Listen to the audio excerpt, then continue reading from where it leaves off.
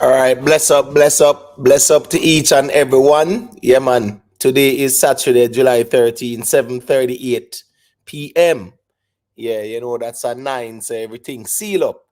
I just want to say blessings to each and everyone. Greatly appreciate the continued support. Yeah, thank you to everyone for liking the stream prior to its commencement. Yeah, man, and greatly appreciate the people that hit the like button on their way in as a way of saying a code. I just want to say big up to the viewers as well, big up to the subscribers, big up to all moderators. Special shout out to the members as well. Akon, Disa Nice, Michelle Clark, Rhythm Palace Studio, Private Figure, Ever Bless, Jamaica Bad Boy, Silver One, Is Addiction, Cute Browning, Beast, Blacks All Day, TG Media, Jamon, Vioni All, Humbleman RB, Lone Star, BI Strong, Sweet Pea, Global Life Records TV, Rick Livestream, The Free Thinker, Nicky Willie, DJ Congo, Nat Child Carp, Moodman, Rayan Williams, Only Good Karma. Big up on yourself. You get what me I say? Nicholas, big up yourself. Kai Hype, big up yourself in general. Anyway, you're there. Chanel, Baby British, big up yourself. Special shout out to the English Massive every time. Because the time difference. We greatly appreciate the support. Gong Beam, big up yourself, the thing come in general. CKP, the mayor, all the ones and ones over the England side. Big up on yourself. Big up the Jamaican Massive as well. Big up the Caribbean Massive. People don't forget that. Like the whole St. Vincent and the Grenadine side there. The thing go with Beryl. So big up to the Caribbean Massive and wishing you all the best in your recovery. Big up the Jamaican Massive, North, South, Central American Massive. Big up the European Massive as well. Germany, big up on yourself. The thing go. The ones and ones in Asia, ones and ones in Africa. See all a general calling first night from Brazil. You get what me I say? Fully Jamaican out. Yeah, man. So that's him one getting at the music thing. Yeah, I'm big up to the ones and ones them first night who engage in a very, very, very powerful musical conversation with different perspectives. And that's the reason why we take pride with the platform being a platform of diverse perspectives. The only common denominator is that if it not make sense, it not gonna make sense. So big up, the thing. It was a very good little musical reasoning. Yeah, man. I think Vibes Cartel seal the spot as the number one, but see ones and ones I chose some other people in a number two and things like that. I see even Brandon did I say boy assassin at number two and yeah, me not really see assassin nowhere near not even top five, me not see assassin because at the end of the day, couple little lines, where yeah man, your rhyme scheme kinda alright and your metaphors alright, yeah. But respectfully, I rate assassin because yeah, a Camperdown him used to go. Just like myself, yeah, and I was attending Camperdown when he was there as well. You get what me I said? Never know say me and turn big dancehall artists like that. Always quiet and humble and things like that. So yeah, man, big up assassin anyway in there. But a top five conversation there, definitely not. But we definitely go all more of these reasoning too, because I think that we should have a little melody conversation as well, because we cannot neglect the importance of melody in music and melody in dancehall. Yeah man, the greatest music type of music that was done, yeah man, melody was king. So all right, let's start there. Let me go through the formalities and big up all the ones and ones. Gavil, big up yourself. Master Kirk, big up yourself. 1 second there, you real man. Yeah, me just big up them people that quick and fast. Master Kirk, big up yourself, my general. I think of Mandela Strength, bless up Island Spice. Yeah, man, big up in a mood, man. You know the thing go. Big up to Ever Bless, TG Media. Yeah, man. Fly Eye, big up, Yeah, man, we see a little breaking news settings, man. Don't worry yourself, Fly Eye, man. So that's, a thumbnail about Minister 5, Yeah. So me did definitely plan for all a little reasoning about that. Whereas I found me say Foota hype say he might embrace Biden. So we want to get some perspective. But we definitely see what go on. So, yeah, man. Once we get to work, we will make the ones and ones them see what go on. Because the thing going on. We not I said, boy, we are break the news because we can reason about it. And we are reason about it anyways. About the whole, Trump Biden settings. Sandra Atkinson, big up yourself, Anne Marie. Hey, Anne Marie, Oh, okay. All right, Anne Marie. So, how are yourself? You get what I say? We definitely got a reason about it still. All right. Kirk, yeah, man, big up in a Kirk. You know what thing going. Dance all war, big up my general. Jerome Young, bless up in a, you know what thing going on. Gunners, big up yourself. Tishima Dunkley, bless up, you know the thing going on. Vione, my sister, big up yourself, you know the thing go every time. Nikki Willie, bless up in a Nikki Willie, you know the thing go. Gaza Ricardo, big up yourself. Jamon, respect for the super chat. Jamon said, I will never call in on this platform. No one gonna question my knowledge. Well, Jamon, you know it, go man. It's diversity of thoughts and opinions, but it have to go make sense at the end of the day. From day one, that's how the platform has always been structured, and nothing not change at all. And everybody where they are real man, them where they are from long time know say I saw the thing go. So everybody can present them perspectives and them opinions, but logic and reason and the facts are gonna really be the chief arbitrator. All right, that's right there. Militant bro, big up yourself, Godfrey Goldburn, bless up, You know the thing going on. 3Js, big up, Yeah, Godfrey. See it there again. All right, so people, yeah, man. You know the thing, respect. Is addiction. Yeah, man. Greatly appreciate the support, sister. Poseidon, world great. Yeah, big up, big up. Irving Palmer. Yeah, man. Bless up yourself, You know the thing. So, all right. So, real man. Yo, how we start off Panda Hole. We have some topics up for discussion, right? We have this Integrity Commission report. Have you seen anything on it? Cause we want to touch upon that, I will see the Which PNP and the one? change. Which one you talk from? The one where them move it from 6 to 8. Right.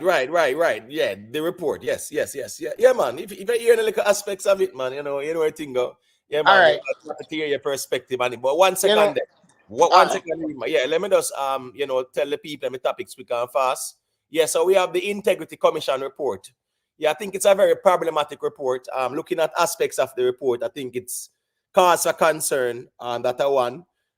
These people are allowed to throw out numbers out there, but they are not allowed to put out names. So if you can't put out names, why would you put out numbers? What's the importance of the numbers if there are no names to be identified, knowing that it's a lot of people that are in the mix? So now you put out some numbers and you don't put out any names, so it allows everyone to point fingers and mudslinging start, right? Mark Golding did done said as him did I go check with his people, and him say out of the 22 parliamentarians, none of them on his side are part of the illicit 8. The JLP push back and say what? Oh, how can you know that without because the Integrity Commission does not divulge that? But it's very simple for anybody to know, because you know what? If you're not certified and them still are right, you're back and forth, you must know. That's automatic and a rocket science. That the same thing with Andrew Honest. Some writing back and forth are going. No, he's not certified yet, which is not a good look. Listen me, it's not a good look on the Integrity Commission that after 2 years, the Prime Minister is not certified. And it's not a good look on the Prime Minister as well that he's not certified. It's not a good look either way. So who want to play the politics side can play the politics side, but it's just not a good look from my perspective that after 2 years, the Integrity Commission, is unable to, declare that the Prime Minister's assets are good to go and things like that. After 2 years. So at the end of the day, that can look good still. But when it comes on to the Integrity Commission, is a lot of questions to be asked. I looked at parts of it, the report as well. And you have a disturbing part, because I saw in the news, real man, we soon get the mic. I saw in the news, whereas they actually, in the news, the Integrity Commission is saying that they are understaffed because of the funding that they get. So like they get $1 billion budget, right, for the year. And they are saying that they are understaffed, they want more manpower. But there are certain problems with the whole act itself and the functions of the Integrity Commission. And that's the reason why I'm going to be touching on a couple of those topics as well, because anyone can lodge a complaint, right? And then the Integrity Commission get involved to actually investigate it. So in other words, if I am a politician and I am a developer and I want to build some two-story houses into a community, right, and turn it into a gated community, the people in the community don't want that in there. You get what I'm saying? Because yeah, they're very tribal that way too. You know, they want the community to remain as it is, which is single family homes. So because you know the whole demographic of real estate, whenever you have multi-families coming, it changes the demographic. That is one. Sometimes it devalues yes, the community as well. That's just how it is in real estate. For those who are familiar with real estate and things like that, you get what I say? Yeah, man. But if they are disgruntled with me and them not like me, them can just go and report and say, boy, them suspect. Yeah, me a build 3 bedroom when a 2 bedroom we're supposed to have bill and things like that, and then the integrity commission have to come investigate that. So what if it's mischievous? You know, there's nothing in the provisions that clarifies that, you know, yes, these complaints should be of merit. You know, so at the end of the day, one bag of complaints, no merit. And them even admit that. So go through the real man and let me hear what you said it. You know, say Imhotep, when me like, you know, so we are youth are up in a age, right? And from me I grew up in a yard. I mean, me do a number of years in a foreign countries, Europe side, America side.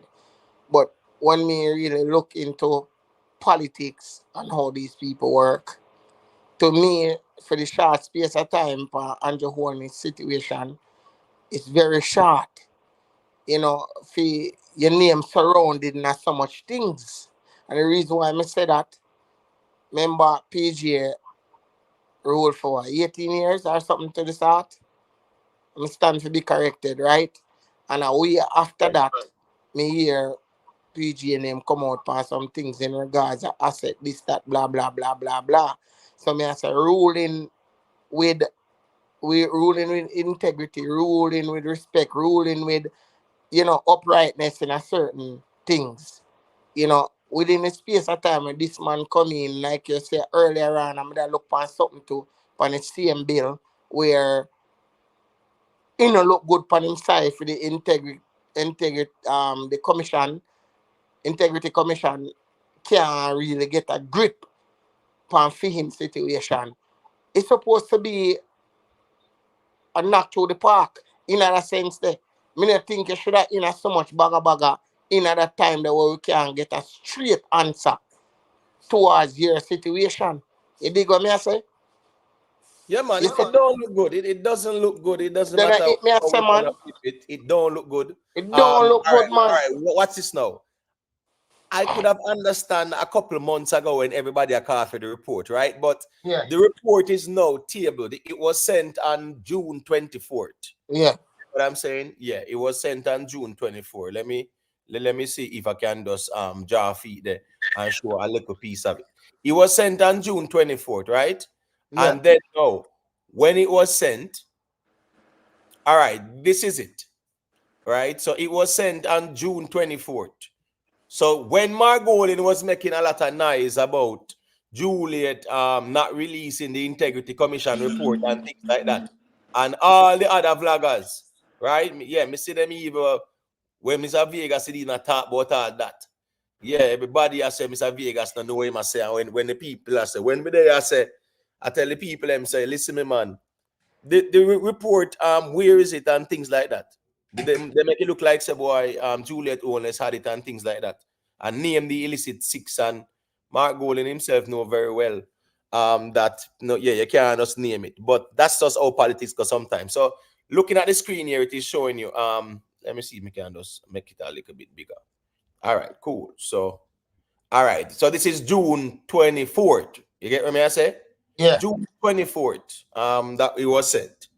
And that was way after Mark Golin going with him bag of things, and everybody has said us, you know, yeah, them to release the illicit six and things like that. So at the end of the day, it's sent to Juliet Owens, right? Who's the yes, Speaker of the House, yes, right? And Senator the Honorable Tom Tavares Finson, yes. who is the President of the Senate, because you know the House of the Senate. Yeah man, yeah man. Me I say, cool. So that was sent out. But what's this now, you know, right? there are certain things in it where I find very funny because you have even a part of it, right? First thing first, all right, so during the past year, the Integrity Commission continued to do what it was established to do. I commend the staff for their continued diligence and commitment in carrying out the duties assigned to them. Right? Do you know what's funny about this, real man? Yeah. 168,000 investigations, and them only investigate 1,400 of them or something like that. Can you believe that, bro? Less Let me ask you, 1.4%. Isn't that crazy, bro? bro, you hear me say, say man, me glad you bring up that. I mean, I said to myself, so, but wait, I was really going on this, because to me personally, like me say, that's why sometimes I will listen to you and I will listen to Mr. Vegas. And Right, on certain levels, because you know why? When only when you talk to me, certain things make sense. Cause it add up. right. So even if you push it out 2 months ago, when it reached down to that time, it really add up to me. You know what I mean? It's my out. Me no know, yeah, man. I just hide the corruption. Me no know. All right. So watch this now. You see with the staff section now, Yeah, the section that's showing staff, right? yeah, So yeah, see that show staff there. yeah, man. For All right, time it to says from time to time, reference is made to the sum of money voted by Parliament for the operations of the Commission. It needs to be stated that notwithstanding the budgeted amount, the fact is that the Commission staffing is not at the desired level. The understaffing is due in part to restrictions imposed by the Ministry of Finance as regards the level at which the Commission can place an employee within the approved salary scales. Consequently, the commission is at a disadvantage in recruitment market. But what you're going now, uno are gonna have salary problems because the reality is that these are the things that uno did if condone as well when it comes on to people, right? Being able, look at this part now. Um, Corporation by citizens, right? And it says the commission, in response to a complaint by a citizens association, investigated the activities of a developer in the Kingston 6 area. On completion of the investigation, a report was tabled in Parliament. It revealed that the developer had deviated significantly from the approval that had been granted. The commission was very impressed by the level of cooperation it received from the citizens. The parties involved in the development are very fortunate to have escaped prosecution so far. That's what I'm saying. Very yeah, fortunate the parties involved. I say this because where permission is granted for the building of one-bedroom apartments and three persons collude to build 2 and 3 bedrooms instead, there is, in my opinion, a prima facie case of the common law offense of conspiracy with intent to defraud. And I totally agree here because guess what going now? For the builder to get the permits, right? As somebody where deal with constructions and things like that. For yeah, the builder to apply for the permit, right? He has to submit the drawings to yeah, the KSAC. You get yes. what I'm saying? And the drawings That are gonna show you that one architect. bedroom, get me as a kitchen, bathroom, whatever square footage, right? Yeah, You deal with all of that. Now, afterwards, the people catch up on say, oh, no, build 2 and 3 bedrooms. Nobody has been prosecuted yet. nothing. When that is known that laws were broken, and guess what going now? The developer has a responsibility to ensure, say what? Who is it going to benefit? The developer, right? Exactly. So here we go on now. No 2 or 3 bedroom cannot be building without his knowledge or consent because him have to know what go on his fee After place. one as a prime minister, Right. they So how is it that nobody in this case has been charged as brought yet? to justice or whatever. Right. Right. So those are the little weird things about the whole situation. Chadwi and big up yourself. TG Media, Joseph Bryden, Delroy Stewart, Tolati, Pauline Bailey, big up yourself. Ricky Tan, manners and respect to everybody we're checking. Yeah, so I'm just saying, my general, the developer is responsible. You talk about addition to where you apply for. So you have a responsibility for that. But But again, no, clearly, as they're saying us, they are saying what? Surprisingly, Nothing has been done as yet. But anyways, long story short, what we are saying is that this whole integrity commission report in itself is very problematic for me, because first, real man, that's the reason why people have to really, we have to apply discernment in this time and era, because when the report came out, the Gleaner and Nationwide, they were the first ones to come out and say, not the first one, but they were the ones to come out and say that it was only two, and people were saying, oh, it gone from 6 to 2. But then now, after people start see things and question things, and we are saying, what do you mean by 6 to 2? And then we realize it was 8. The Integrity Commission came out and clarified and said it's not from 6 to 2, it's actually 2 more additional parliamentarians. All right now, Imate, you can see now where it a come from with all of this quieting. Dry fearing of people. I'm not saying nobody's supposed to go around and spread false news. Everything is written there and people like read it out now with an understanding to make the mass know that this is one. But how many people are gonna bring that story across the way how Right. you are doing it now?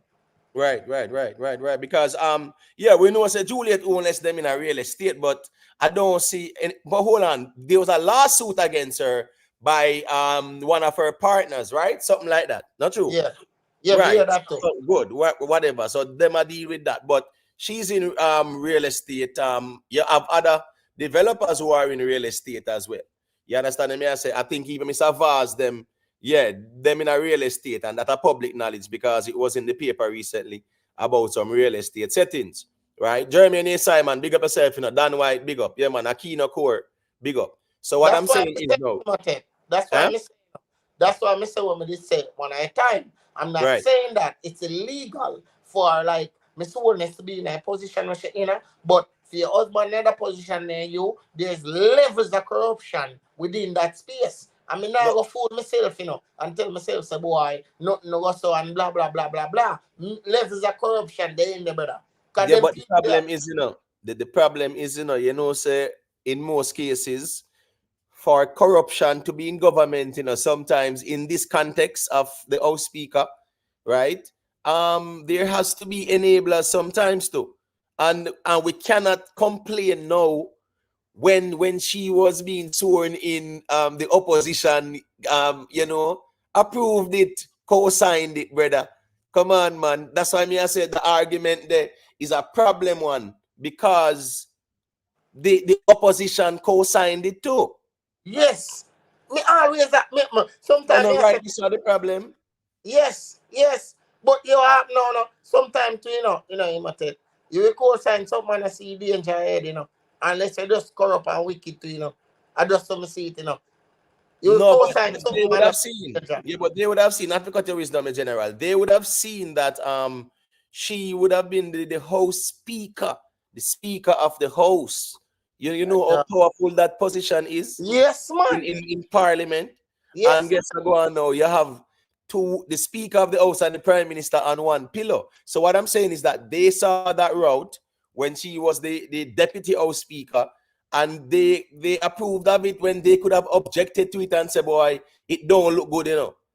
The PNP could have said, well, as husband and wife, house speaker and prime minister, no, it don't look good, because should the prime minister commit certain crime You know, but that can have him removed yeah, man. from power, the house speaker is a very powerful position, because guess what going on now?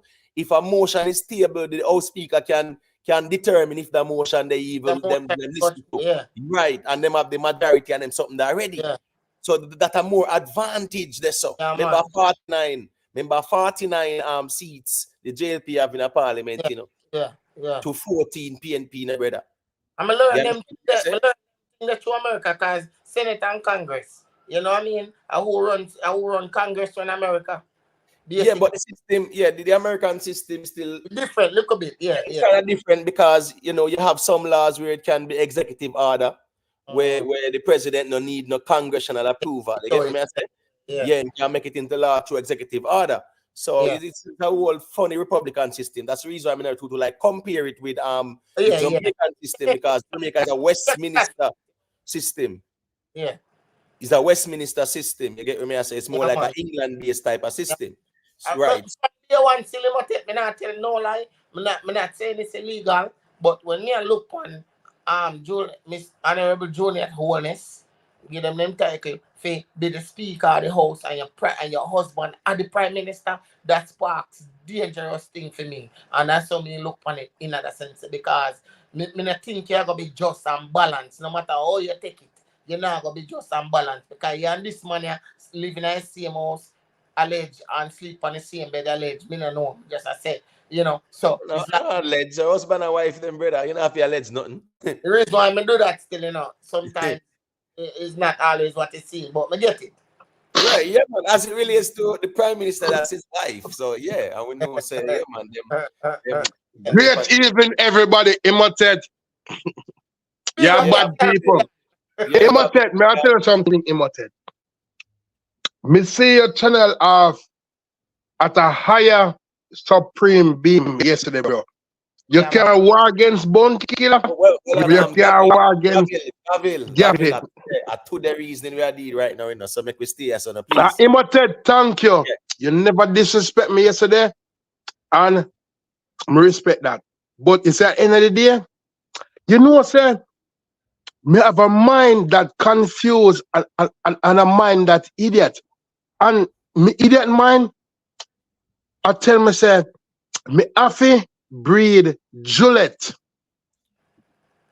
Well on, Gavil, man. Come on, Gavil, man. We can't reason so I was Gavil, trying man. to go there Respect. for a while ago, man. You see the man. Yeah, Gavil, man. Come on, Gavil, man. We can't do them something there so early. No, at least probably later down the reasoning, but not so early, Gavil, man. You know what thing, man. Remember now we alone there, and we not reason for ourselves. So we Yeah, have to just know, so we just stick to the reasoning. So all yeah. right, that's right there. You understand what I say? But as me that says still, when it comes on to the whole integrity commission report, right? Mhm. And it is saying that they are not getting enough funding or certain pay scale. The fact that they have to even investigate matters, even mischievous matters, because they have admitted that a lot of the reports that they have gotten, you get what I'm saying? Yeah, are done mischievously, meaning say that is a fishing expedition. Somebody does mischievous and just call them and them send out resources and them something there. So you actually allocate resources to go investigate a nothing burger. You understand what I say? So Yeah. yes, you always have problem with resources and financial resources, the monetary resources, and the human resources. You understand what I say? And also even vehicles, because you are sending someone just because a person just file a report. Nothing in this that says what is what is this is what Seymour Panton, Honorable Seymour Panton, big judge, I say, Big him say, judge. I urge citizens to take a leaf from the book of the Kingston Six Citizens Association and complain to the commission when they see developmental breaches taking place in their communities Yeah. and the municipalities have refused to act. Citizens are being hereby advised that it is no longer business as usual. I find this to be very problematic right here, and let me tell you why. Citizens can complain to the municipalities, but is it up to them to determine when is long enough? That are the problem too, You get what I say? Yeah. Because if there is some construction I go on and you know like the development that's taking place, right? Yeah, you're upset because me say a lot of these are single family communities, and once you have the development, you have the whole heap of apartment, them it changes the demographic, it changes the value of the communities. But So them and the developer agree. So you tell me, say if they report it to the KSAC and they say, oh, 3 weeks pass or 2 weeks pass and we don't hear nothing, that means we're gonna go to the Integrity Commission. And I don't think that should be the but case, but but because it but, leaves room for but some muddy water things. yeah, but Imhotep, what me I gonna say in regards to that also, right? Read this. No, remind you, you live in your community, right? Where you come from. Me live in a mine and me come from, which is just up the road. And and would I consider you as a brilliant mind, right? But in a your community where you live, how much brilliant mind is there? how much affidavit you can get signed without political aspect of it. How much? Because Yeah, but yeah. we need people. We need people if you sign them affidavit if you say, yo, this place where you put up here, I don't know where to come here for. Because me remember when me live in a Queens at one point, and then we want to drop on Amazon, some part over here in a Queens. At that point, no, me live on Long Island, and they want to Right. drop on Amazon, and the people them say, hell no, me don't want it, yes sir. Amazon have Right. to find a different area and drop it. Yeah, yeah, because of the zoning. The thing about the Because zoning, right? Based on the zoning, you building a Amazon there, it got increase more commercial traffic. You get so, what I mean? I say more all right, so commercial traffic at the that place, it will change everything. me say that for say this, right? So a brilliant man like you one, say 2 or 3 of one of them in a your community, so them a go drop one piece of place down a one of them panel commercial land down a waterhouse and them say a 1 bedroom and then he must take get for understand say a 3 bedroom and drop down the way you think I got him. He must take no couple other people know but how much people can he must take rally to make sure they stop. I mean, feel like through the Jamaican MP and government know this, them know how to hush the people them to keep them under control. So these things don't get reported. So it got for a longer period of time. All right. So let me just respond to Irvin Palmer there. Yeah. That says Imhotep I don't even want a 3 bedroom apartment is regarded as 2 bedroom house or dwelling 2 bedroom. Living room is a 3 apartment. The kitchen and bathroom are not called apartment. And it's a 3 apartment, 2 bedroom house. No, my general. That is not how it works. Remember, a drawing has to be done by an architect, aka a structural engineer, things like that. And it has to be approved by the township.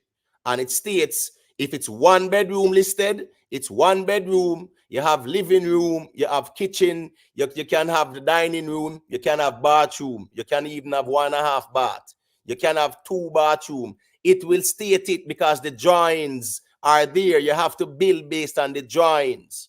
That's the reason why whatever you're approved for, that is what you have to build at. 1 second there, you're real man. Just mute the mic a second. Let me show this there because I don't want the ones them feel like said that's when me attack. Me just attack. All right. Watch this now. You see this? All right. Watch this now, people. I get some charge and check in back, yeah? Yeah, man, no problem. That's a word. All right. So look at these people. Let me see. Let me see if it's seen the screen. Bam. All right, I'm gonna share this until yeah, man. Ones and ones check in, cause so it go. All right, look at this now. Cool. This is that. Bam, bam, bam.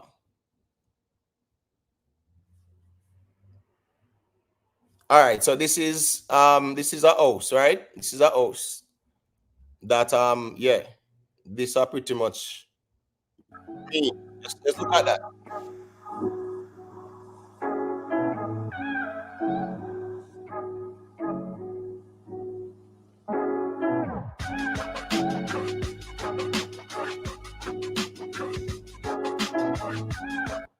All right, so yeah, copyright disclaimer. Yeah, man, under Section 107 of the Copyright Act 1976, allowance is made for fair use for the purpose such as criticism, comment, news reporting, teaching, scholarship, and research. So no copyright infringement intended. Like a musical play. So watch this, people. Let's look at this design,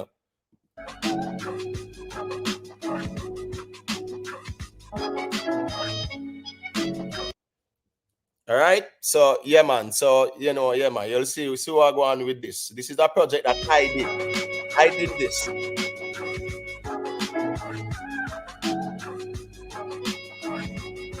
All right. So this house here is a 3 bedroom. This house is a 3 bedroom, right? 3 bath, 3 full bath. There's a bathroom in the basement. Because when we actually bought it, it had a old bathroom. It was an old house, very old house. I'm gonna show you the before and after pictures as well, so you can see what I talk about. So it's a 3 bedroom, right? 3 bathroom. It's like a ranch style house, full brick. You get what I say? Yeah, man. And we finished the basement. This photo here, that's here now, right? Yeah, this is let me see. This is one of the bedrooms. Yeah, this is one of the bedrooms. But it's 3 beds, 3 bathrooms.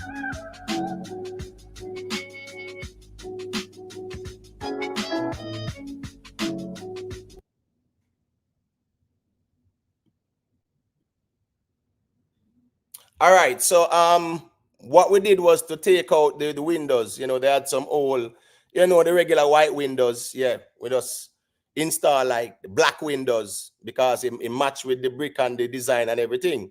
Because we done plan for whitewash the brick as well on the exterior. So install yeah, the black windows. This is the master. This is the master bedroom because in here goes the master ensuite. And I did that master ensuite as well. I'm soon showing you some before and after photos. But we did hardwood flooring inside, new molding, 3/4 round molding as well. You get what me I say? Yeah, and create a master ensuite.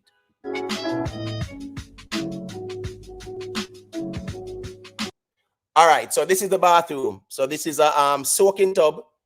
This is a soaking tub right here, right? And this is the standing shower. Yes, a nice standing shower. This is the is and her vanity as well. How we did this bathroom is very funny because when we bought the house, it was a garage. The entire length of the garage is there. What the previous owner did was to make a bathroom out of it. But when we saw the potential of it, we decided that we wanted to expand the space to take away some of the garage space and expand it to a master ensuite like this. So, we had to get the drawings for it, get the structural engineer to draft up everything, send it to the township. You have to check the zoning department because the zoning department has to give you the authorization to say if you can build a 3-bedroom or add an next bedroom.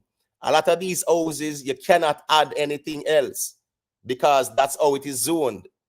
It's like you cannot go into a single family place and you want to build a 4-family. No, that's not how it works. So long story short, we did get the permits to do the expansion. How it go. Inspectors have to come, building inspector, electrical inspector, plumbing inspector. They have to come and inspect everything. So just take a look.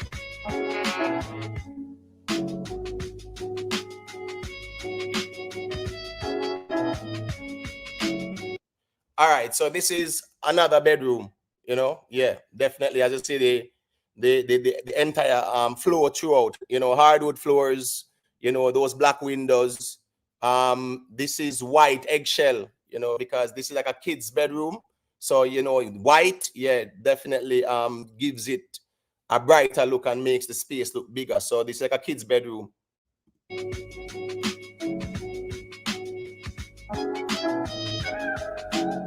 All right, this is another bedroom. As you can see, it's a similar layout. All right, so this bathroom here is on the first floor, right? This is on the first floor, and this has a standing shower, which is on the left here, and it has a soaking tub on the right. It's gonna show you that. We had to reconfigure this bathroom somewhat in terms of giving it a new character. Everything was gutted out. Everything was gutted out. Trust me, we actually had even stack pipe. Stack pipe was running up a wall that we needed to expand. So it was, yeah, it was eye opener as well, and all heap of little ups and downs. But you see how this bathroom is on the first floor, and this bathroom would accommodate those other 2 bedrooms. So you know how that goes. You have the master with the is and her, so it's a single family house.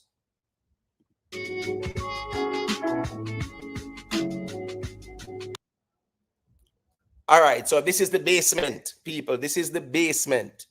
This is how the basement looks, right? This is how the basement looks.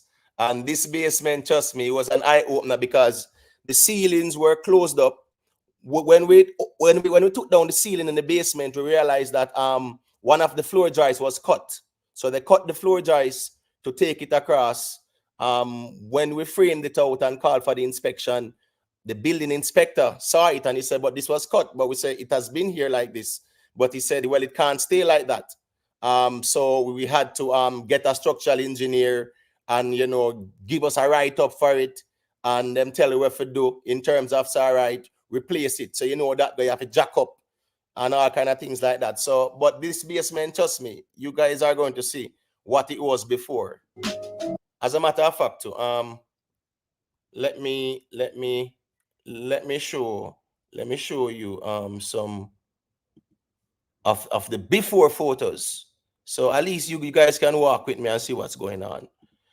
This is the bathroom, that master, that master that I was showing. Yeah, that is it. Right? That is it, people. That's the master. So that's how it was coming together. You see that now? This is where the soaking tub is gonna be, right? So this is when we're tiling it out and things like that. The standing shower is here to your right, but it not start tile yet. Cause you know how you do it. You use the cement board, you seal it off, you apply red guard, so you seal it up. It was a standing shower floor as well.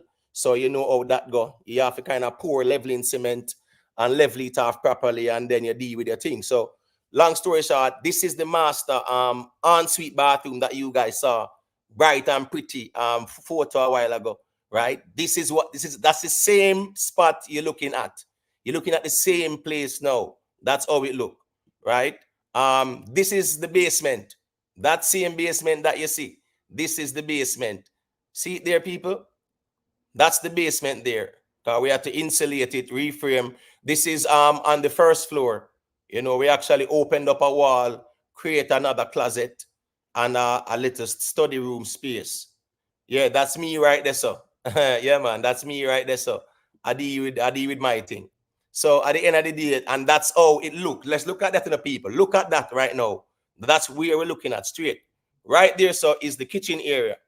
Right there's the kitchen, and I'm gonna show you that same spot right now. Look at that spot. That's the same place I was standing a while ago, right? The same place. This is it, people. This is it. So we just show the type of work that we can do, because this is the same spot right here. So right here, it's the same thing. So it just goes to show. And this is we actually have to frame it out and things like that, right? This is the same basement you're looking at.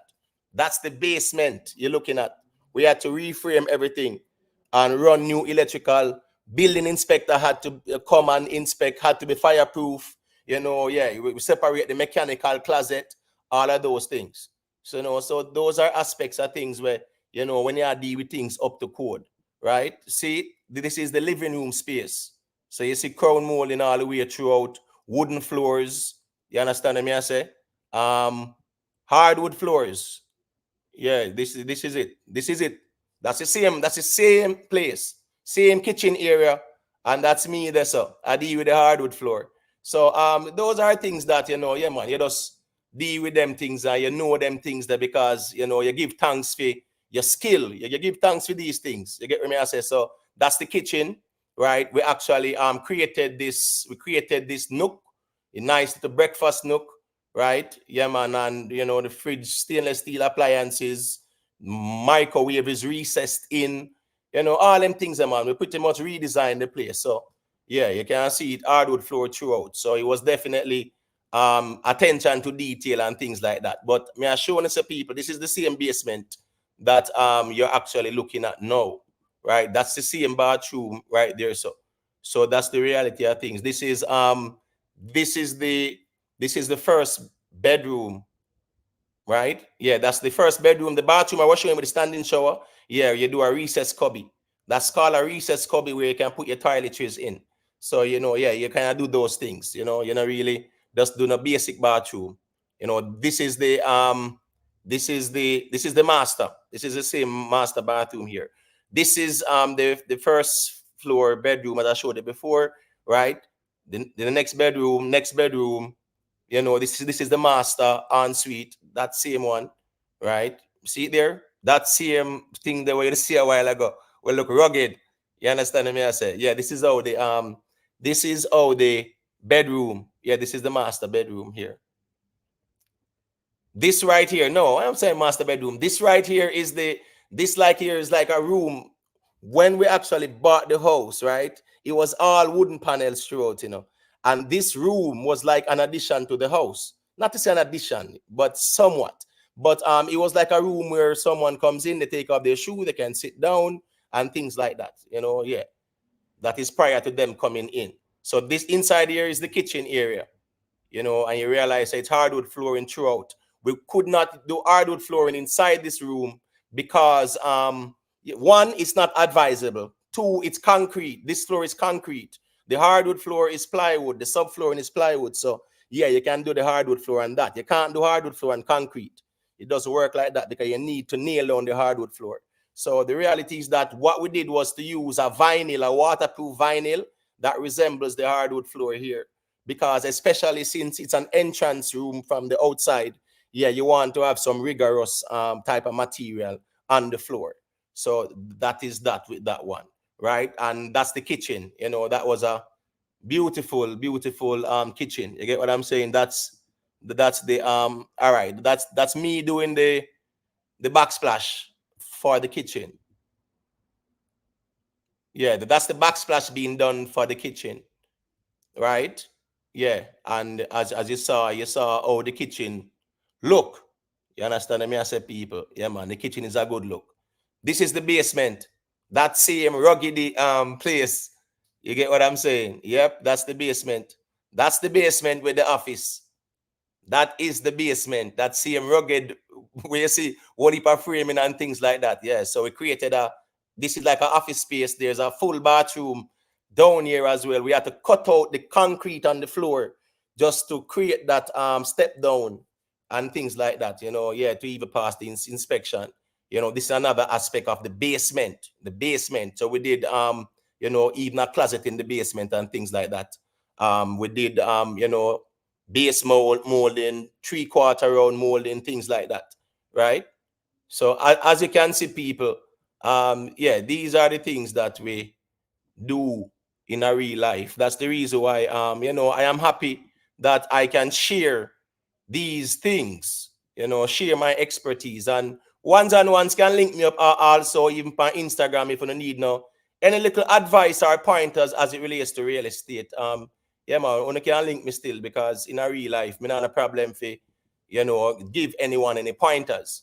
You understand me? I say? So this house now was for 2 years, Anne-Marie. There's a laundry room. Anne-Marie, there's a laundry room.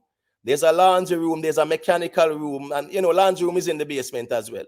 Because these type of houses in New Jersey, and this is like in West Orange. So, say West Orange is more like an opulent part. Because this house, we bought it for $250, right? And put 120 into it. Sold it for $5. All right, listed for $555. And got an offer of $540. And when we got the offer for $540, me say, yo, that's a 9, So we're going to take it. Yeah, we took that offer because at that time, that was the big C and the market. There were questions about it. But trust me, man, yeah, we got it sold for $540. But the funny thing about it is that, trying to get into real estate, you have to have money. You have to have money. A lot of people, you will see them said them can coach you on real estate and come to these webinars and seminars, and all these people, a lot of them, what they're not going to tell you is that they will tell you about flipping, Yeah, man, flipping houses. Yeah, if you know the game, yeah, you can flip houses. But the thing is, you need capital.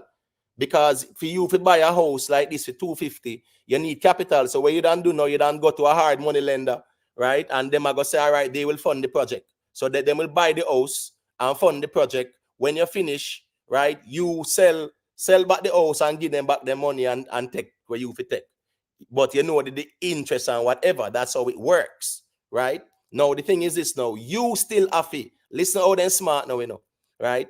If you say 120,000 is in the budget for the renovations, you have to start the project 50%. You have to carry that go 50%.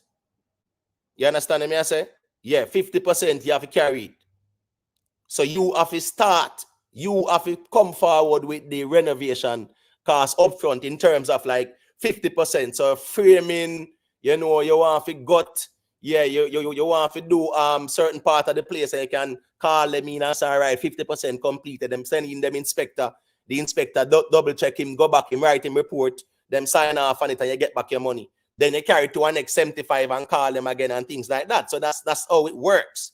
You understand what I say? So the reality now is that you see, you need capital. So just to do that flip here, we have to have 150,000 cash out in our pocket. So a lot of these people who are telling you some little fantasy story about, hey, yeah man, flip houses and be rich and things like that. You get what I'm saying?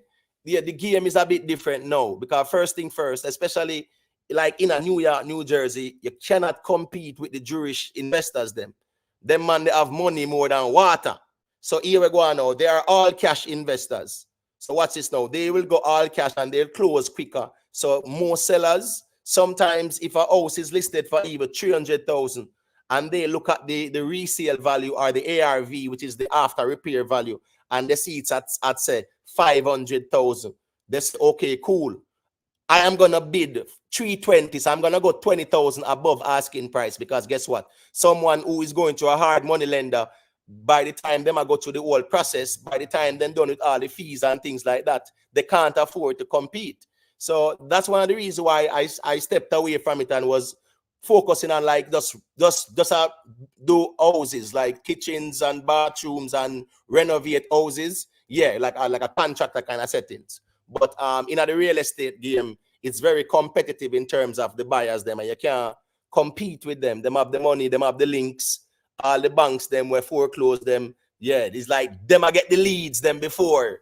Just like how the man them are talk about them get leads. Yeah, man. Whenever the banks them foreclose, sometimes people get the leads. You get what me I say? Yeah, man. So at the end of the day, you have to definitely understand how it operates. You have to definitely understand, say, you need the hard capital.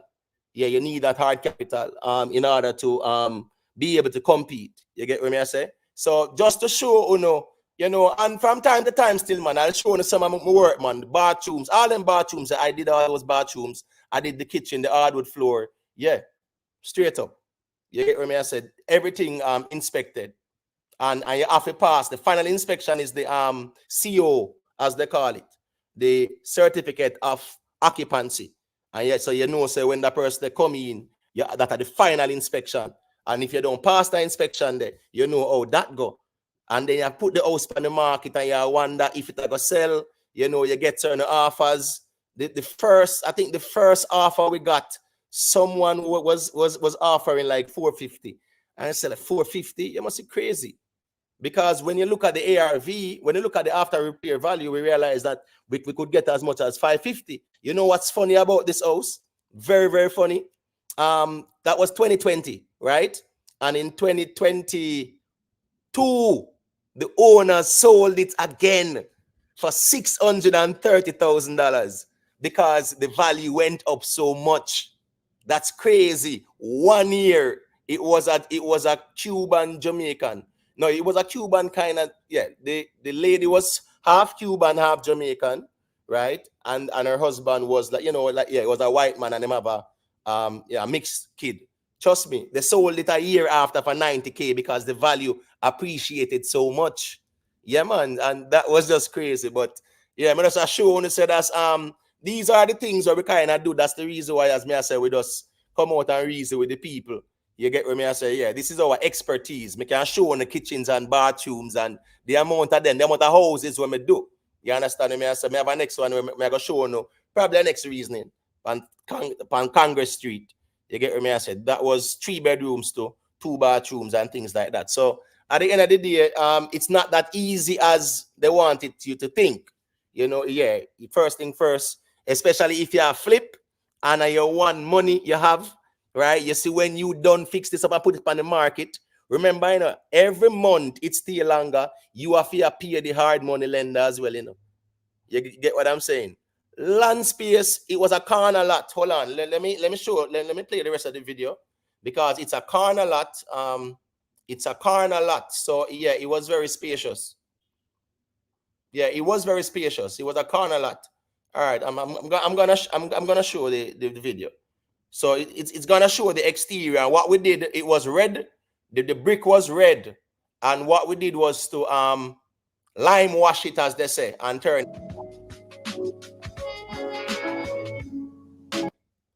Yeah, we actually lime wash them, right? So even that's the exterior there, that's the backyard there.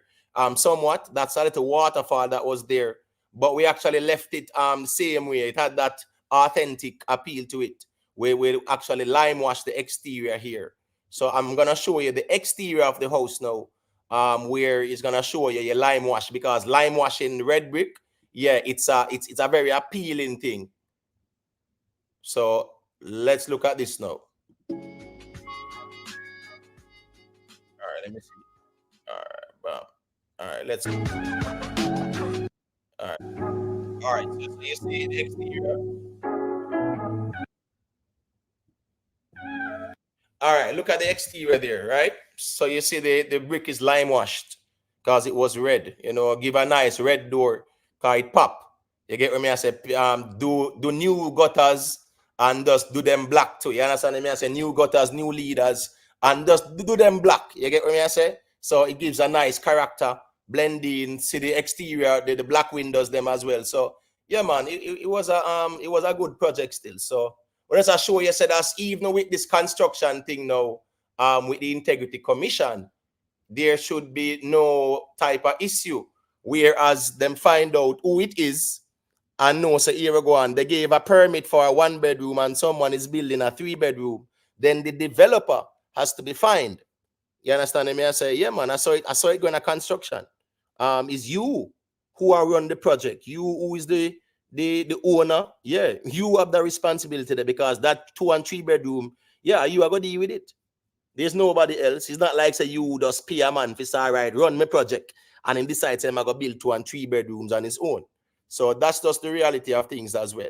So when it comes down to construction, construction is a thing where me definitely I'm very thankful for my expertise in it. Yeah, me definitely give thanks for that. That's a gift for me have, and have to show me appreciation.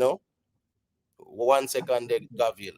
As like yeah, so as me I say people, yeah man, that is that when it comes to construction side of things. So as me say, yeah man, Yo, anytime.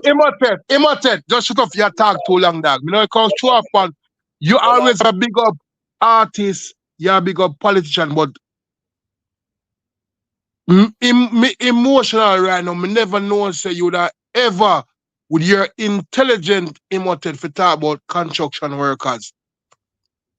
no, but my man, I show you say what I'm showing you say is, I'm a thank you, Imotet. Me thank you, Imotet. yeah man, bless up in Miss But Judah, you know what thing I going the on. only and the only intelligent you're intelligent that you can talk, you know. No, as me saying, Yo, me tell you you right. can't do the work. You can't do the work, and your job look good, nigga. And you Then want a woman, tomorrow. yo, a rich woman you want for sure. So you No, can't do good work, nigga. no man. Well on man, no man. Look for no man. As me say, me general, that this was my first flip, bro. You get what I say? Flip that, yeah. So my last one question, Imotet. Mm. Um,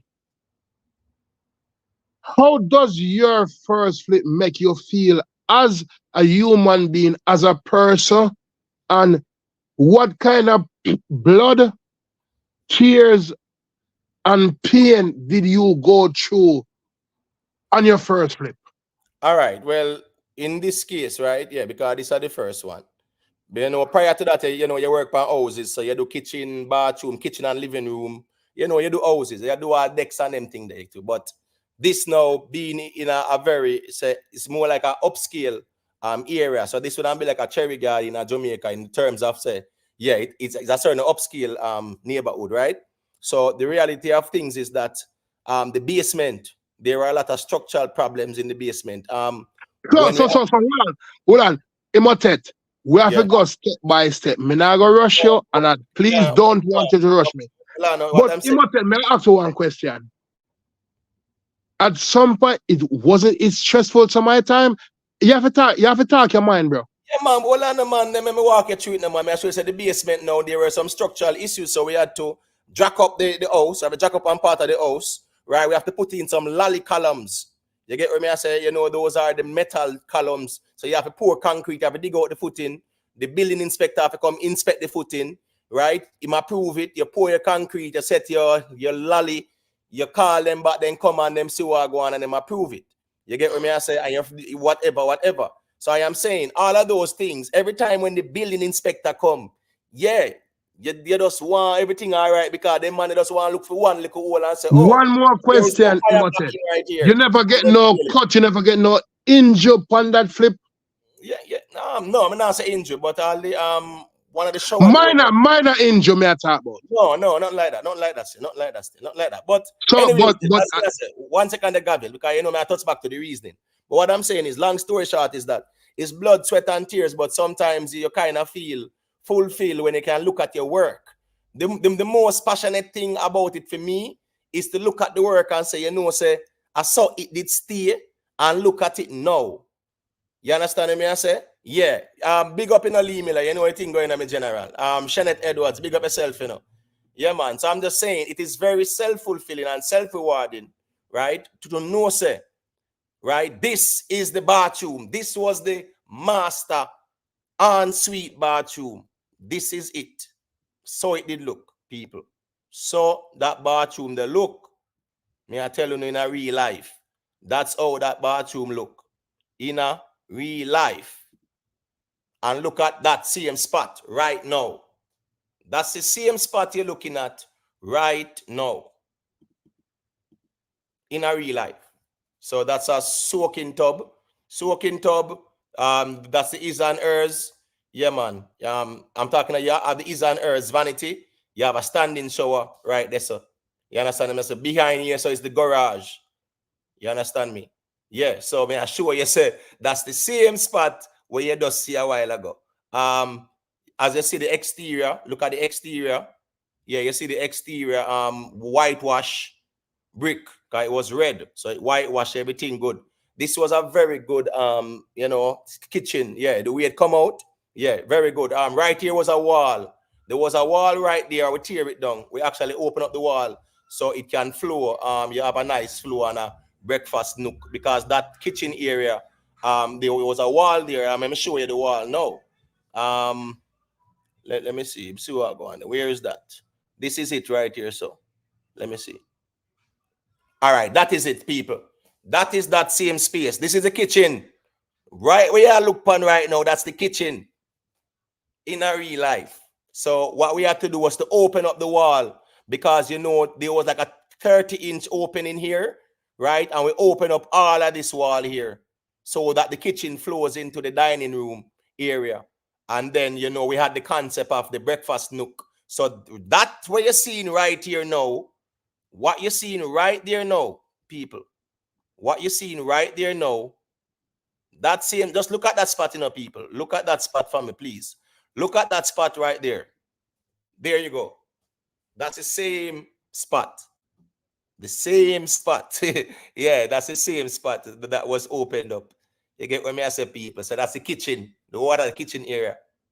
All of it. So and then it goes into this room here where that room leads you out to the garage. So you come in at the garage. It has two entrance too, like two entrance. Yeah, you have the garage at like the back, and you have an entrance at the front as well. So just look at that there and look at that now. Trust me, those things are eye opening. So I just saw it go. You understand me? And that was when I was doing the backsplash. So this is the backsplash. As you realize, some of it is being done. Yeah, man. That's like during. You get what I say? Yeah, man. And see that that's how it look there and then now with the cabinet. So you get some black cabinets as well. So let me ask you one question, Imhotep. Yeah. On your started journey of your knowledge, even in construction, did you do a good job when you just start out, or you grow to learn to do a better job until you learn to do a beautiful job? Yeah, man. I mean, then a live and learn process, bro. You understand me? I say I live and learn settings in me G. You get what me I say? Yeah, man. Blessings in a Brian. You get what me I say? Yeah, man. The reality is that in general, everything I got have teething pains. I mean, you are gonna fail inspections because here we go on now. You will have 6 different townships where you're working, and all of them have different building codes in certain ways. You get what me I say? So you have some of the inspectors, them, yeah, the township building code different. So don't feel so the same. And then man, the even all framing wise, you have to make sure say your fire black. So even the electrical wire run through, you have to fire black out all that. So if you fire black all that, yeah, them feel your feet. So you have the plumbing inspector when him come and him test everything. The water have to be less than 120 degree, or else him go fail you. The vanity hot water, it can't pass 120. The shower worse. So So any old Imote, me turn ask the you a hydrate and question. it's Me okay. ask you one question, Imote. Yeah. In construction work, have you ever done a job and you feel within yourself say you could do a better job? Well, of course, because you always are evolving, bro. Remember the first time, the first time and then things are even like, yeah, even like it's just like I give you a first flip. Like your first flip now, you realize that you make certain mistakes and you're not gonna make it again. That's just the reality, I think. So at the end of the day, in general, it's all about a learning experience. But anyway, still, these are things as Mr. People, yeah, man. These are things where we can can actually just open up a channel and just teach construction. Yeah, we are talking about like code construction where you can pass inspection, building, plumbing, electrical, final inspection. You get what I say? Yeah, because I just we experience, I just there for just party these things to the people. That's the reason why, as we say more time, I just humility, we just use and go through the streets. You get what I say? Big up, yeah, man, Brian, respect, man. I thought you meant when you were talking about the apartments. I'm saying if it's listed as a no. When the apartments are listed, my general, even when you submit the drawings to the township, it lists if it's a 1 bedroom, it will tell it's a 1 bedroom. It will show a living room, it will show a kitchen and bathroom, but it's still a 1 bedroom. If a 2 bedroom, yes, it still no matter because a 2 bedroom, living room, dining room, bathroom, you get what I say, kitchen, you get what I say? Yeah. Especially them townhouses there, based on the layout. So it shows the square footage. So So me you have to talk can't have something more on but your channel. 1%. Imote, me have to talk Yeah. something on your channel. And to all the PMP and the JLP them who are listening on your channel, this is a real channel and I approve that message. All We right, not Gavin. only All right. talk about All right, politics Gavin. or artists. We have Right. intelligent workforce and we can use the construction work, I'll check all the woman them too, but we not check woman. All right, I'm May I Gavin. All say? right. Hold on, We Gavin, man. lead All right. them into Gavin, hold on, Gavin. money. Gavin, 1 second, I'm a general. All right. We'll get back to the reason now. So, as I was saying, everyone, the integrity commission settings there, right? The integrity commission that is in place, they are complaining that they are one, not properly funded, they are understaffed, 164 thousand investigations, something like that. Let me look for it there because I find it to be very weird. And this is one more thing I want to highlight as well, just to show you what's going on. Right now, this is this is um this is the National Integrity Action, right? Yeah, she represents the National Integrity Action. Remember, say them people here too. I think then they call out yeah, them better as a public oversight body of government corruption or whatever, or corruption in general. But these people are like some people who will come out and say some things. But you know what's funny still, in my opinion, when Mark Golding's situation was being spoken about, a lot of these groups that they did not check in at all. No, 1 second, Infinity. Infinity, you have two device on or something in general. Just check your devices. May I get a feedback, all right? So I'm saying no. When Mark Golding thing, the dual allegiance thing was hovering around, we never really see a lot of people. All right, long story short, she's saying that the National Integrity Action says it is in full support of recommendations by the Integrity Commission for lawmakers to remove Section 40, subsection 4 of the Integrity Commission Act, which is a potential corruption enabler. In its 2023-2024 annual report, the Integrity Commission said it is conceivable that a relative of a parliamentarian or public official could be utilized as a channel for exchange of illicit benefits intended to provide an advantage to themselves or someone else. So what they are saying is that there is a provision, right, that allows my cousin, so me can make my cousin send me a bill up one building up at Jackson, and me I go through issues with all the people in the community, right? Yeah, and me just have my cousin now go deal with the head of the KSAC and just give him some gift, and him know sir from me. You get what me I said, but it's not from me. Those are the things where, and it's baffling to me.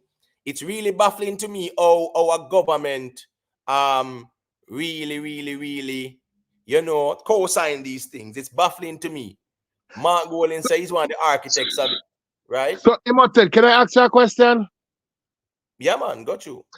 Me have a full mind, and So when it come on to bro, stop saying that, bro. Don't say that. You don't need to say that, all right? Yeah, we're okay, not gonna do that. Yeah, over here, so it's a different environment. me thank you, Immortal. Me not have no fool. Me have an intelligent mind. So, exactly. me glad you correct me. So, me have an intelligent question to ask you. In my intelligent mind, I can only think of one woman named Juliet. You think she ready for me as a young boy? All right, well on there, Gabriel. Well on there, Gabriel. All right, so yeah, we go just go on. Go on, he said that's what Gabriel lick a bit, man. Infinity, unmute your mic. Let me hear you said it, because Gabriel him, I don't know what go on, but like him. Yeah, man, bless up with your general. But there, man, my general, thanks for bringing me up. You know, sir, both type party them don't make no sense, you know. What do you mean by that, because in idea, I want organization run them. You get me? So no matter organization run them? What you mean? What do you mean by that now? What I mean by that is that remember say Jamaica is a corporation, you know. You know that already. Jamaica is a corporation. Repeat that.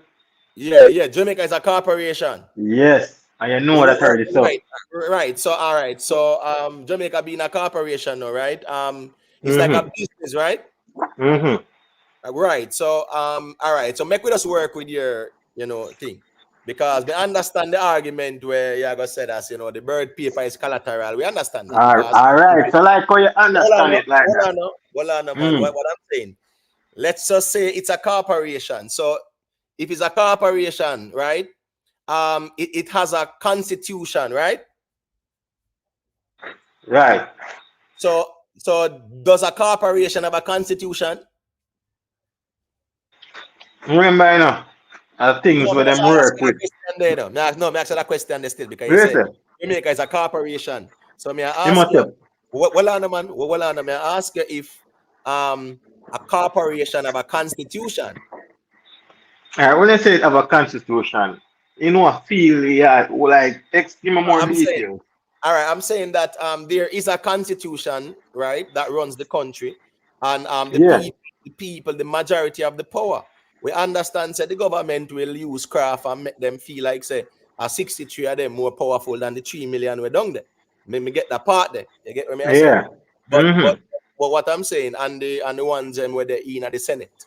But what I'm saying is that, my general, when it comes on to Jamaica, it's still a constitution. So therefore, there are checks and balances. You have branches of government, right? You have the executive, the legislative, the judiciary, whatever. The only problem with Jamaica is that the executive and the legislative is, yes, it is connected. It's a kind of system. But long story short, though, all right. One, for those who said Jamaica is a corporation, we are going to ask the question, how is it a corporation and it have a constitution? All right. Corporations don't have constitution. But I understand what you're saying, though. Look on this. It don't matter anyone where I got turn prime minister or any party where I go run the country at the time, anytime them vote and whatever party win. You see any party win, them still I go under the governance there. the man who really own the corporation. Are the whole of them. Which man own the corporation now? That no, we don't know him. Me you don't No, know him. no, no, no. Then muddy up the waters. Then me general man. No, me not about the What Imhotep. you mean? Stop Then going me like you can't know me leave I the say man. Imhotep. Eh? Yo, No, watch you but know. I'm saying Alright, look no, now. no. Remember me I say, one of them Imhotep, one of them Yeah. man. Remember you know, any one of them go out there are still the same order and the thing them have to do. It no matter which one go out there. Any idea? Them have to work on the rules and the regulation and the order. So and a Jamaica run Jamaica. But And me the general. government run Jamaica. Oh, all right. But my general, all right. So watch this now. Irrespective of how we want to say it, right? All right. Somebody I run Jamaica. So therefore, there is a system in which it are run by. All right. Make we even agree, say it's a corporation. So therefore, you have the CEO and you have the directors and you have the board and you have management and you have all of the different levels span the pyramid. So I am just saying, my general, this is where it is at in this context of the conversation now. Is really the people have the power when it comes down to a democracy, and Jamaica is one. So you see this notion for say, boy, yo, them serve the same boss and the same people. Them no, that is more like a defeatist ideology. You get what me I say? Because the reality is that the people have the power, the people have the authority to say that. Listen me, right now in a real life, let me tell you how real it is. Tomorrow morning, if Jamaicans decide say they are not happy with Andrew Onless, they can say he needs to go. We see it happen all over the world. When the people speak, you have to leave. But again, no, it's a Right, majority thing. So I'm right. just But saying, good. So I am saying Imhotep. So look at now. it's not the Make me same know way. that Imhotep, me Yeah, know that what you say, my brother. different My way, brother, man. me know that what you say. But when me I try show yourself. Yes, as we said, the people in can talk and get them out. But the end of the day, one next one I go in there. And we That's not then the choose. problem. Hold on, No, that's not and the look, problem. hold on. Look who them use for putting who them want. The people them. I people them my next one, you know. Because what we gonna vote for now? So with them I use, you know. I feel the energy them a feed off, you know. So where them go vote for now? So any idea if them vote out one and them want at them I go put in the next one and the next one I go do nothing no good. Same way. It have a But continue same way, my brother. all And right, and so and no, got you. yeah. Sorry.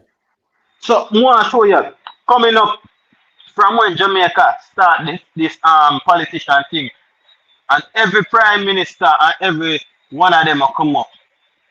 You very really check it out. There's something with them do what you would even know about. When I right, when if you go on in a politics, none tall. I mean, I sure say the whole thing of corruption, my brother. So that's why you see all Jamaica live so in this condition here. And people them choose to live so again. You see me? Because if you hear say people them are the what? Government and we own the government. So the end idea.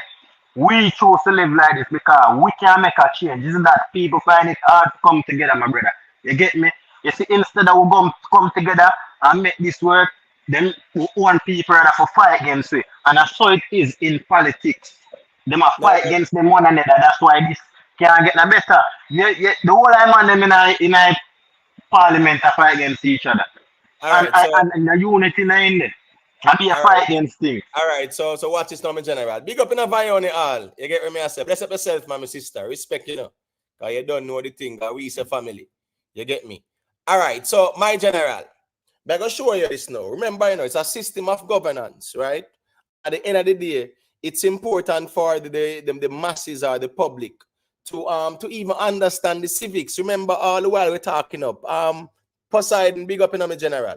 Remember, you know, we always say civics is very important in schools because civics will help in terms of the public's understanding of how government works and things like that. So what I'm saying now, the defeatist approach to say that they are all the same and them serve the same master and things like that, that is not the best approach. As a matter of fact, we should encourage people to get involved in the political arena and remove these people if you don't like them. It's very simple. Now, watch this now.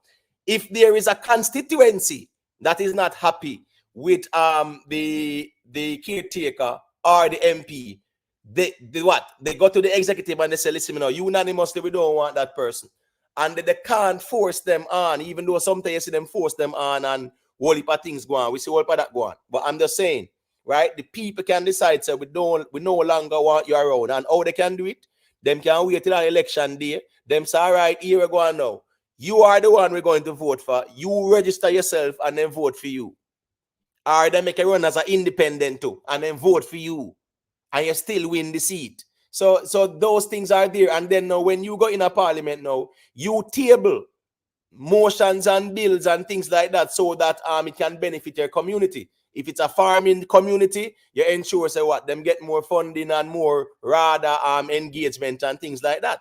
So at least it shows you vote for those policies. So the problem is the people are not voting on policies. We understand the part them in general, but to run away and have the defeatist approach to say the whole them are the same and no better herring, no better barrel, that will get us nowhere. So Imhotep, what I remember that. So none better than none. Many areas right now. You see none better than none. Anyone in the power right now. I same thing, brother.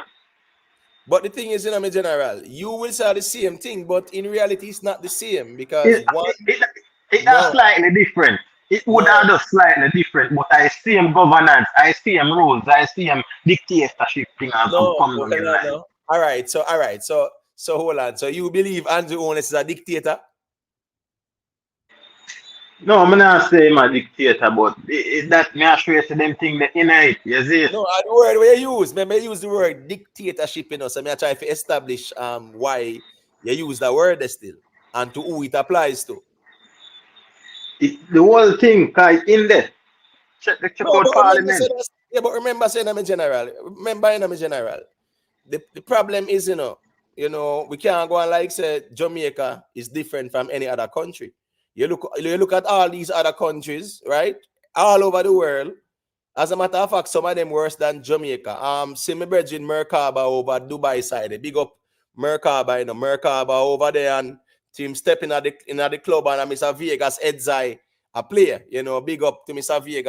Vegas just shell down over Switzerland side there. So at the end of the day, when people there so look a fly by night, I try to call up Mr. Vegas name.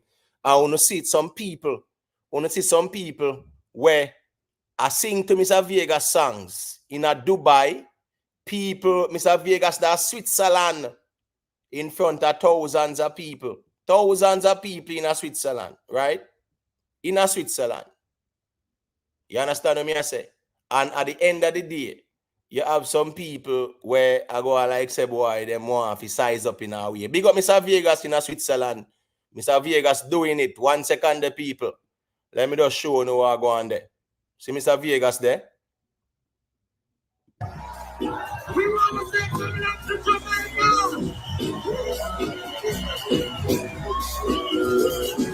Put some energy for Jamaica.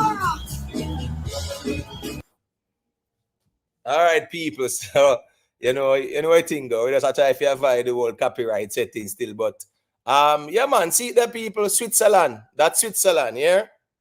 That is Switzerland. Mr. Vegas. Yeah, I do it.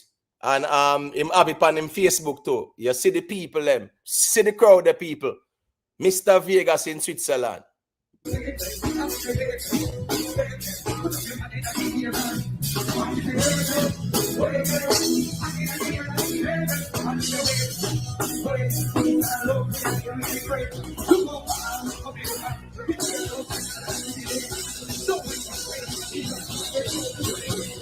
Listen where the man is singing. The man is what's it? The man is like a gospel song in our way, man. Look how far we come from. Trials and tribulation. And look how the man make the people them move with a gospel song.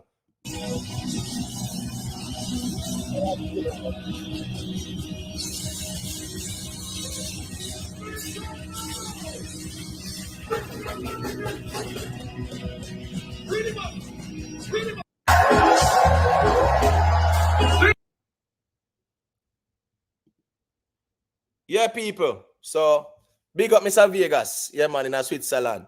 Yeah, man, that's why I say when some little fly-by night, people are going to let them want to size up with the artists. Yeah, man, you have to just make them know so if you lift up.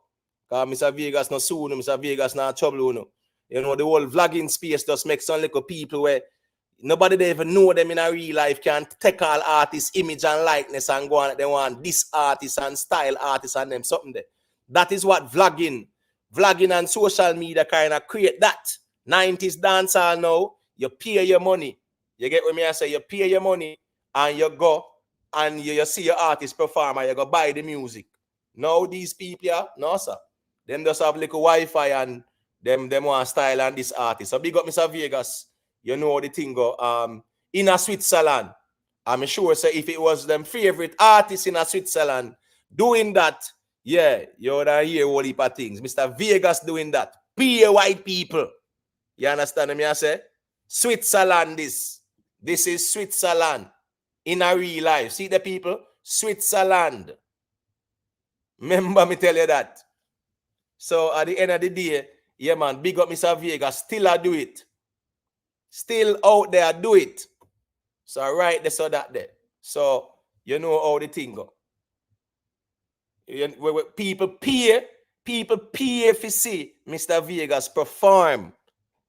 And someone like a fly by night and I go on like no one style size up on this artist. Like who is Uno? Uno nobody.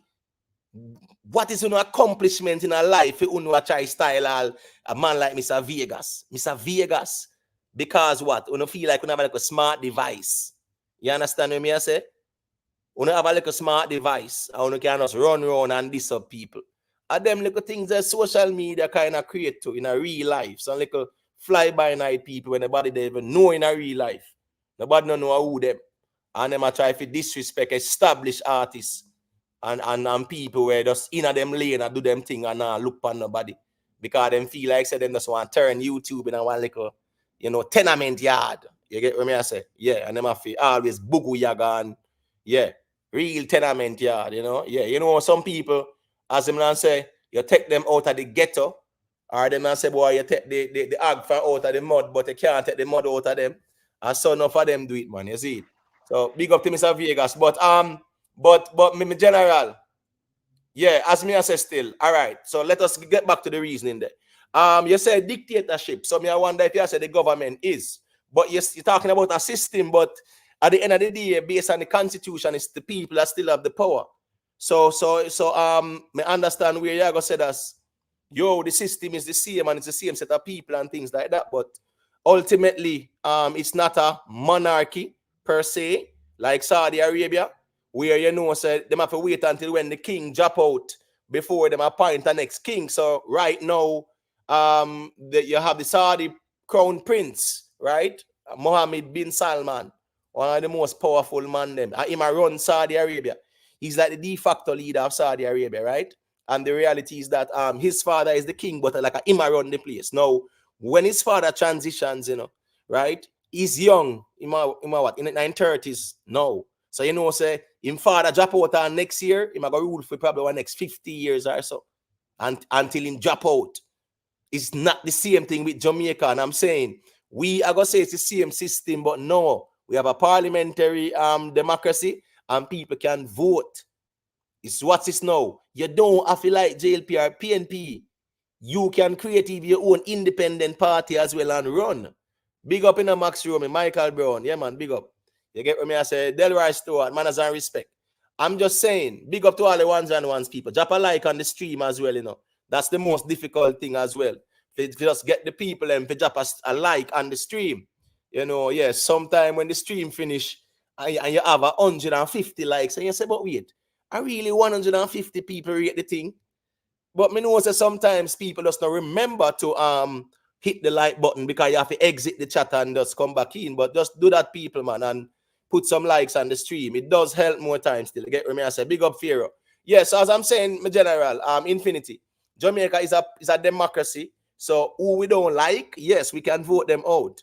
So to say that they are the same, it's not. It's more like us just stay in a one place and find excuses when the power is with the people to make that determination who them want to represent them or not. So yeah man, Tishima man, you know anything going on Tishima? Yeah man, Mr. Vegas a tear down over Switzerland man, mash up over Switzerland. Switzerland, me I tell you, in a real life. And if it was, as me said, them favorite artists. See the people?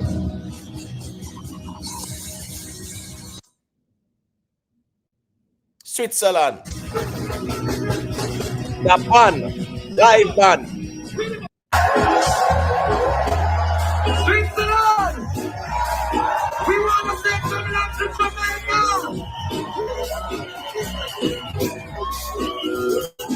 Put some energy for Jamaica!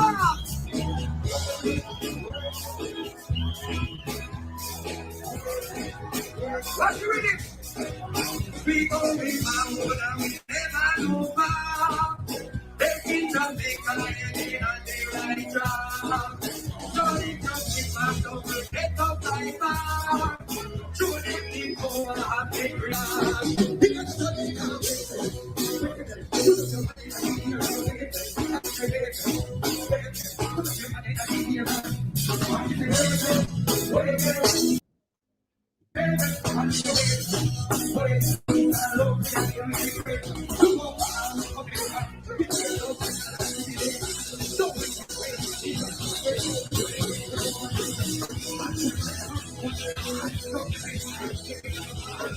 Hey, them things are sure we say, no.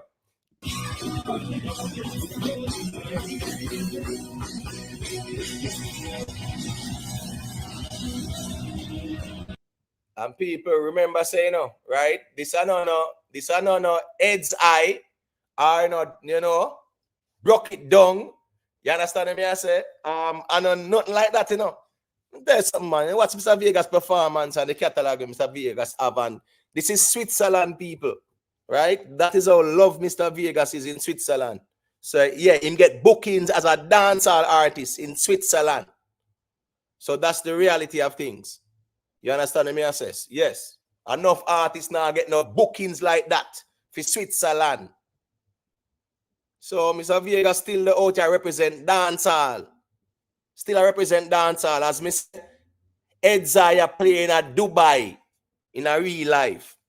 International anthem that Edzai. One of the biggest songs them in a real life. You understand me? I say, talking about that. What's this to know? Me I want to say, you see music sometimes, even dancehall music sometimes, and I'm telling you people, dancehall music transcend boundaries. You know what I saw? Today as well. I saw Nicholas Jackson, right? And Nicholas Jackson plays for Chelsea. You know, anybody will follow football. He plays for Chelsea. And me I tell you some people, Nicholas Jackson, right? Nicholas Jackson. That man was playing Vibes Cartel in a real life. The man I play Summertime. Summertime, the man I play. I mean, I show you said the man, let me see if we can see it, yes, sir. Wait, the man. Yeah, man. Summertime, I play, man. Summertime. That me I tell you. And Nicholas Jackson is from he is from Cote d'Ivoire, or what they say called the Ivory Coast. I'm looking for it, man. Oh my gosh, I can't believe so. I can't find it now. But he was on the beach and the Vibes Cartel Summertime. Him a play and I listen to and I react to and things like that. So it just goes to show sometimes that dancehall music will transcend all kind of boundaries and things like that. That's just the reality of things. You know, yeah, the music I got evolve and people are gonna always fall in love with it. So that's just the way it is. But anyways, back to the reasoning still. So this is this article says that the National Integrity Action wants parliamentarians being investigated for illicit enrichment to be named. No, boy, I mean, I lie still. You know, I love to see when women, are in positions of authority and power. But at the same time, yeah, we all have to display good judgment because in my opinion, and I stand corrected, how can you want the Integrity Commission to name these people when you know by law? Well, if you knew by law, then you could not have said what you said because the Integrity Commission cannot just come out and name these people. And that's why I'm saying, it's a problem. Yeah, man, Brian African King, man. Mr. Rick Storm, drop it on him vlog, man. I get what I say. And that's because not really a musical reasoning why I'm not talk about it still. I get me I say my general. So yeah, our next musical reason we talk about it still because everybody asleep on Vanessa Bling and I play politics with Vanessa Bling. Me I tell you say dancehall, I want the most political. Listen me, my brethren, Infinity I talk about politics in a dancehall that day. You get what me I say? Yeah, man. Cause Vanessa Bling I carry the wave, but yeah, man, very underrated. Cause politics not dancehall. Just like 450. You know, the organic dancehall space. Them a go on like say they don't want to give the youth him flowers. And when you see him out there, I'm a shell down the place. When you see Vanessa, every show she go, not one flap show. And nobody are going like say them no one, you know, yeah. They don't want to give her flowers. But anyways, a musical reason that still. But let us get back to where we just said 360 degrees. All right, so she wants the national she wants the integrity commission, right, to actually divulge to the public the 8 illicit people. No, this is the problem we have, you know. You get what I say? This is the problem we have. The problem we have is that you put out some numbers to say it is 8 people now, and you're telling us that you cannot divulge the names. So why put out the number to tell us it's 8? You're mudding up the waters. You're leaving conspiracy, right? It's all about conspiracy now. So the fact that you are asking for that, you understand me? I say, yeah, man, that don't make no sense. That's why I think Mr. Pantan them did even say, boy, Mr. Pantan them did say, boy, them not really, you know, them find it annoying that people will be asking these things. But anyway, people are going to ask things and ask questions because guess what? This report that was submitted, Uno should have make sure say Andrew Ownless declarations in it too. Uno submit a yearly report again and Andrew Ownless can't certify yet. That can't look good. It cannot look good. The optics not look good. You understand what I say? All right, so watch this now. See the PNP accusing the JLP of misinformation, right? So remember, you know, Mark Golin says, based on his investigation, yeah, man, none of his people, none of them, 2, 4, 6, 8, 10, 12, 14 of them, right? Plus the 7, no, 14 and 8, right? Yeah, 14 and 8. So you have 8 senators and 14 MPs, right? Yeah, man. So the reality now is that Mark Golin now see the opening, decides what? He go find out from his people. Now the JLP General Secretary run out and say, you know that there is no way Mark Golin can find out because no one who is under investigation does not know. Like what? What him really say? In a real life. So hold on. When the Integrity Commission is writing you, requesting additional information, and you are writing them responding, isn't that something where you are going to know about? So I don't understand his comment. So it's a whole disinformation, misinformation conversation going on right now between both parties because the opposition now is saying that, you know, is maintaining the Integrity Commission does in fact advise parliamentarians when they are under investigation for illicit enrichment. Of course. Then hold on. So how am I going to know in a real life? How are they going to know? You understand what I say?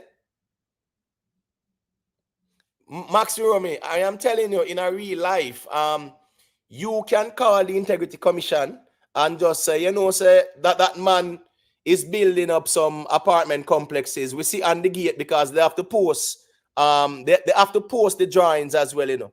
You get what I'm saying? Yeah. They have to post the details, the permits, all those things have to be posted.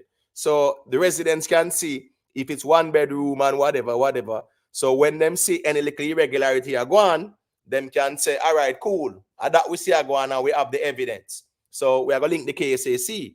But that's not the case. What they're saying is that people can just, you know, yeah, man, run out and spread some conspiracy. And they go and investigate and say, all they have to say is that, well, they tell the KSAC and the KSAC, nah, they're not at all. The municipality, nah, they're not at all because of who and who.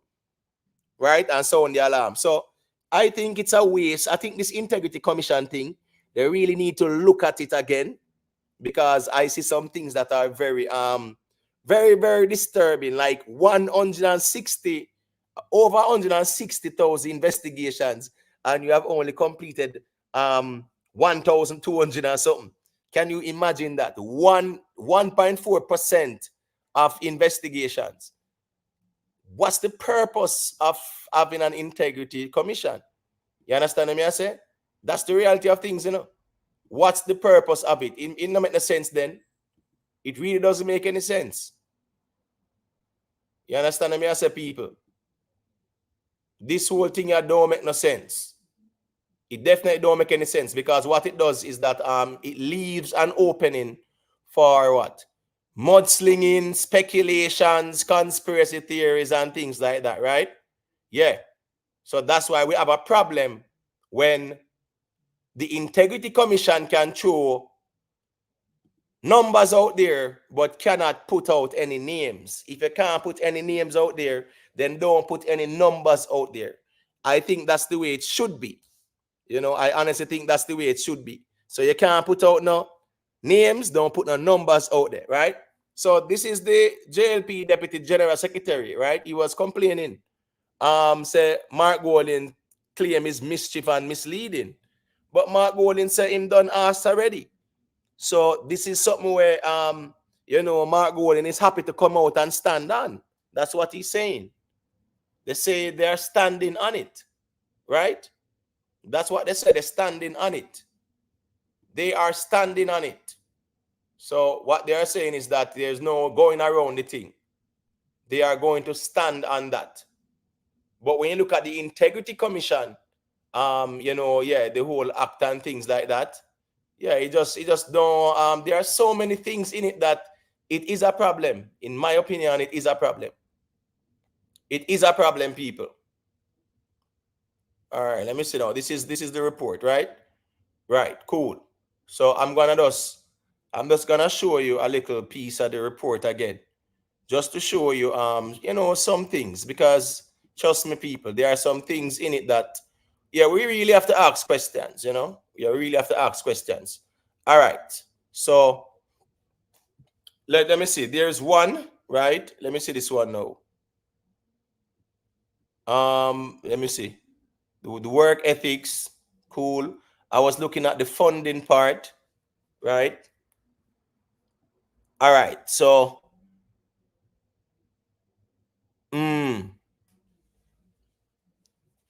all right, so these are one bag. That's a problem when you have even, you know, these whole legislative and judiciary and all these kind of confusion, because these same parliamentarians are the one who frame the act.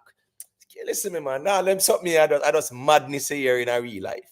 Like, these people frame the act so that the act, right, will what? it not gonna benefit them. It's going to benefit them, because what's this now? After 2 years, the Prime Minister not certified yet.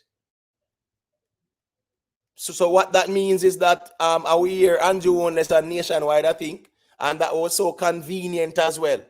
You know, that's how politics is. That was very convenient that on the day when the report was gonna be tabled, or the day before Andrew Onless was on nationwide, I say he is very anxious as well and can't wait. And you're putting out the report, nothing. Andrew Onless can't certify yet after 2 years.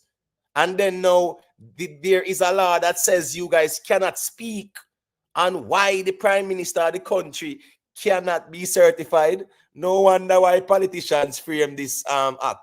Trust me, probably the people, probably it should have been, these are the things that we have to really speak on. Some of these things, it should be more like civic societies, like some of the retires, judges them, and great legal minds. You get what I say?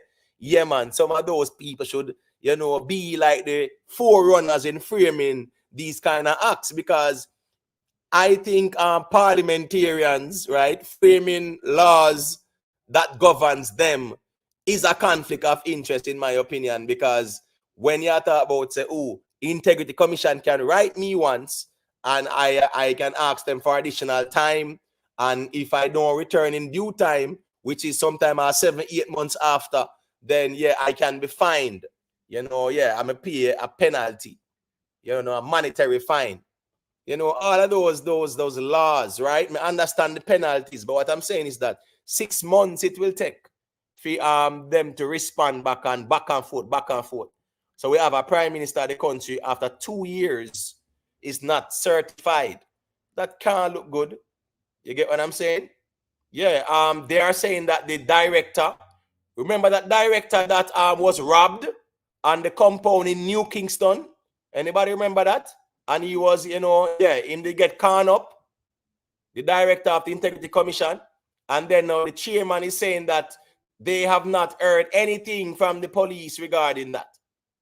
So after so much months, right? After so many months, you're telling me, say what? You guys do not see the need to inquire about it? And the police does not see the need after so much months to give an update. But if the Integrity Commission is going to present this report, then why not consult with the law enforcement, right? So that you can establish what is going on with that. All we are here is that you have not heard nothing from the police. These things are just weird. These things are weird, people. And that's the reason why politics is a very nasty thing. No. Don. Andrew only not say him give them. Andrew only said they have written to him and he has written or submitted whatever, right? And they have written back to him and things like that. No, let us keep it real, and this is applicable to everybody. If you're a politician, especially the leader of the country, and you're gonna submit your declaration, you tell me, say that's you not have one accountant where do even one little internal audit and just run them checks and balances and according to the laws, say everything where you present, you're good. Me not understand why. You get what me I say? And then this term illicit enrichment. So you are investigating someone for illicit enrichment. That is like pronouncing someone guilty until proven innocent. That term, those type of terminologies are very poorly worded. Global Life Records TV, bless up in my general, manners and respect.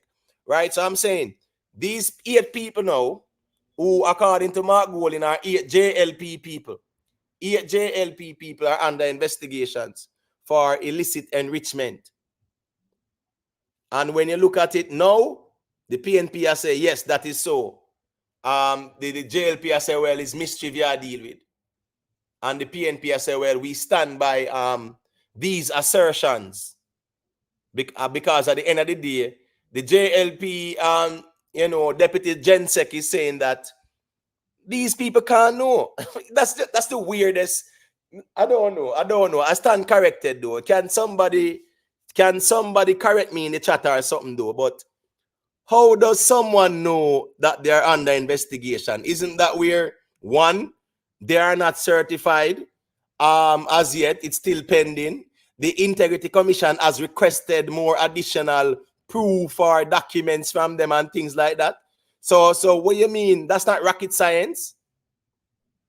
Because at the end of the day, anyone who is under investigation, of course, they have the right to know what's going on.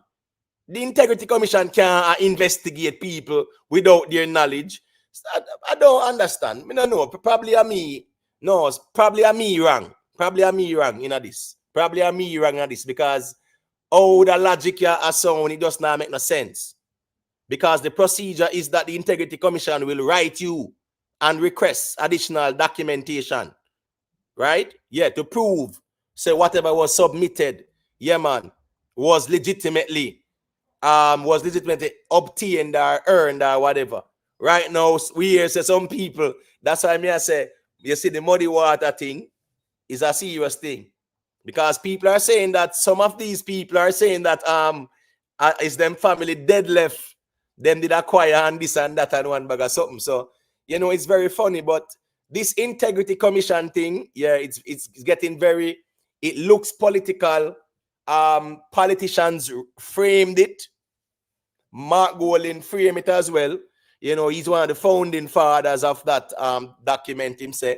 So therefore, politicians framing a document that should actually, you know, be applied to them is really a problem. It's really a problem, and it just exposes the Jamaican system, I think, you know, when it comes on to politics and things like that. You know, that's just how I see it still. All right, so people, let me touch on this thing here there.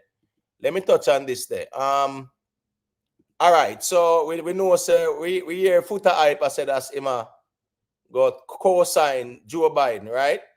Yeah, so Foota hype say my co-sign Joe Biden. All right, cool. So Foota hype say my co-sign Joe Biden. Yeah, man. So we definitely want to hear what go on. You know, so it's just crazy though. You know, it's just sad we go on still, you know, with Trump in a real life. Them think they're serious, man. Them think they you can't take it as no joke, you know, people. You understand me? Yeah. This thing here, people, is a serious thing based on how we see go on. You understand me? And it's a funny world we live in.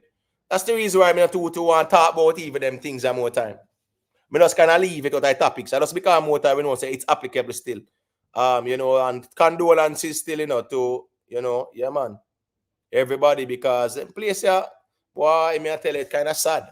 So, you know, it's a, yeah, man, someone at Donald Trump's rally, and one bystander is dirt. So the person that went there, you know, the person that went there, so clearly somebody did go there if he could do a thing. Boy, I may tell you people, it's sad. See Barack Obama forward out and condemn it, you know. Yeah, man, it's kind of sad still. I don't even want to talk about it again in a real life, because, yeah, I not talk about this, you know, views or likes. You get what I say, people? Yeah, I can't talk about it for views and likes at all, you know. It just goes to show that when it comes down to politics, you know, it's a serious thing. Serious thing in a real life. In a real life, a serious thing. You understand what I say? Because at the end of the day, whether you're you know, for or not, I not think you have to go so extreme, and them people are extreme. These people are extreme when they're ready in a real life. All over politics, just like how we have some Jamaican ones where I said the same thing about our government and them something there. You know, it's just kind of sad. Sad. Not something to play around with. Take a look at what happened.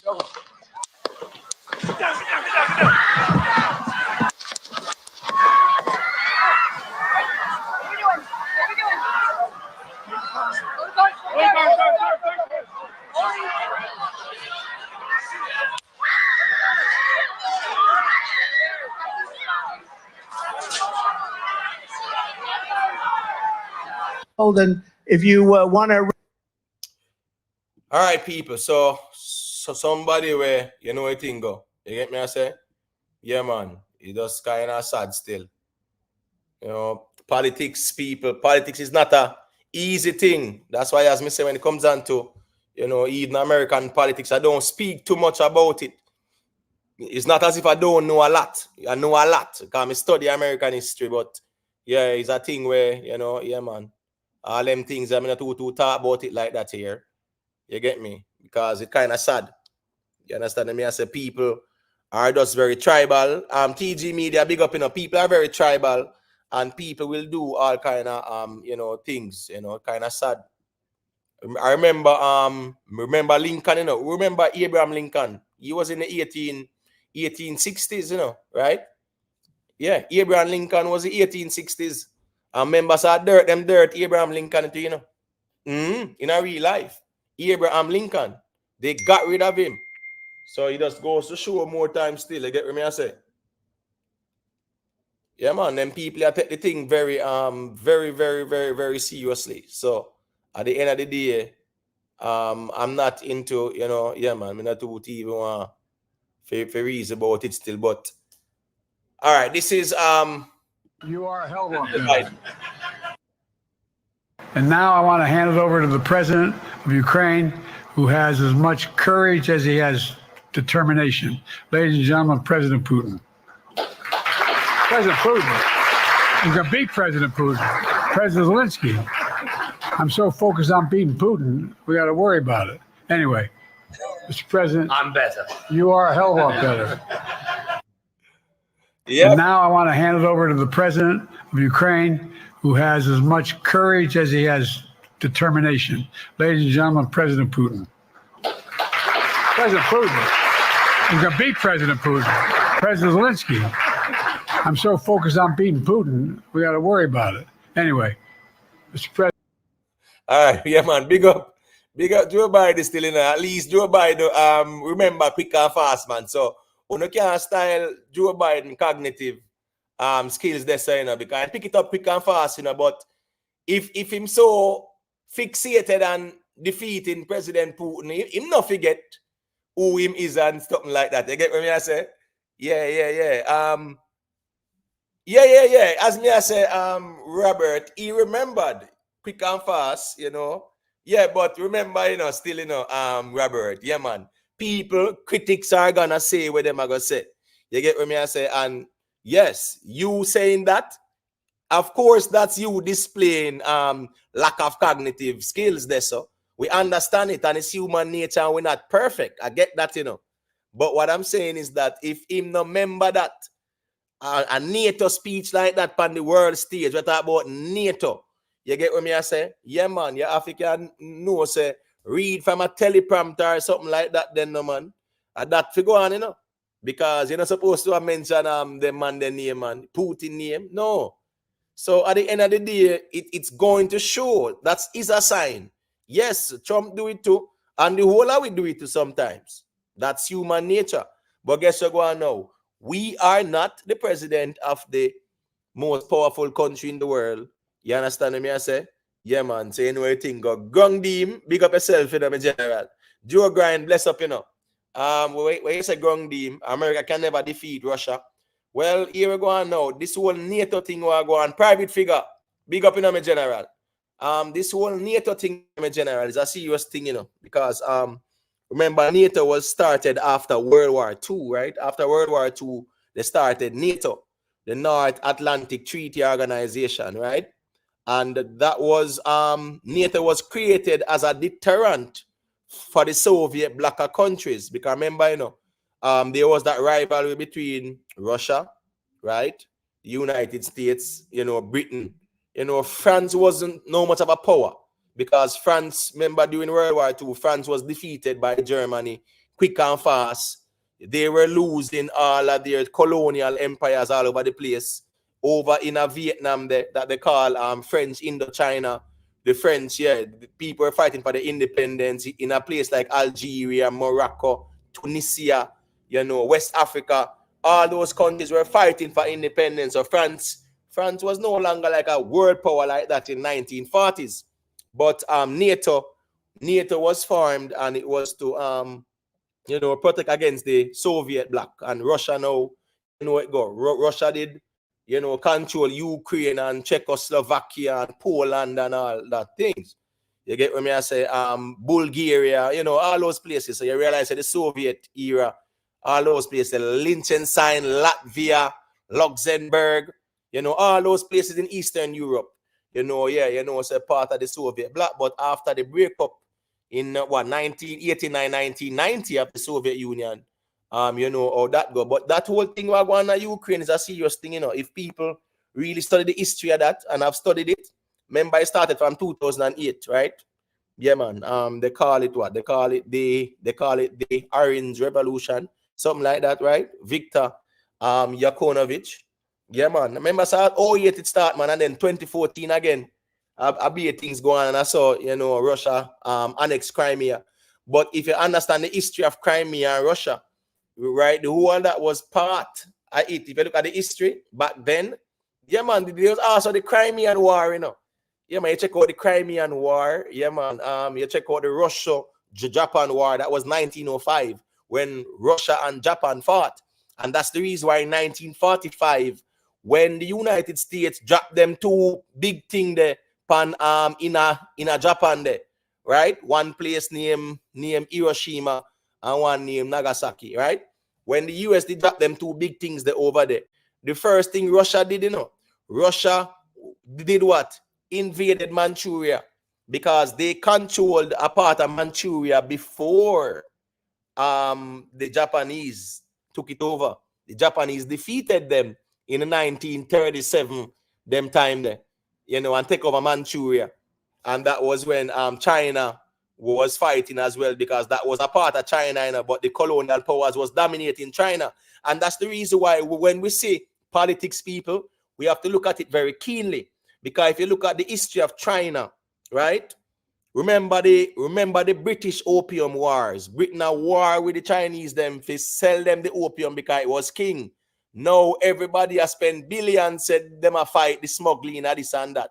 When at them Britain make the world drunk and then sitting there, right? So anyway, long story short, the European powers always subjugated China. US had base in China, French had them quarters, Germany, Britain, everybody had piece of China during the time, right? So at the end of the day, China was subjugated. In the 1920s, there was Mao Zedong and Chiang Kai-shek. Mao Zedong was more like a socialist, right? He was pro-communist. He studied the Bolshevik revolution with Lenin and Trotsky and them ones there. That was like 1918, 1917, right after World War One. That was called the Bolshevik Revolution. I remember said Trotsky and Lenin them at a US then left from, and go over Russia, they go start up the Bolshevik Revolution, and that when they got rid of the Tsars. Because remember the Tsars were supposed to go to Britain. Because remember, the British and the Tsar were cousins, their family, them related. Remember the Tsars were like the last, You get what I'm saying, people? Yeah, so they were cousins.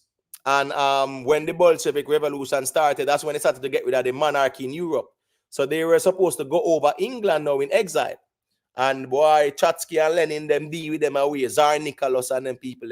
Get rid of the whole royal family. That was sad. But I saw them man, they get to work. Long story short, Britain just changed them name right away. Right? Yeah, man. Because they were connected to the Germanic kingdom. You get what me I say? They were German. That's why them change up them thing to the House of Windsor. All right, they said them change to the House of Windsor, when the Bolsheviks them, yeah man, deal with the Tsars them, the royal family them, and Rasputin them and they deal with them wickedly. So long story short, China was always subjugated by the European powers. There was a civil war in China from 1928 until up to 1950, there and about 1949.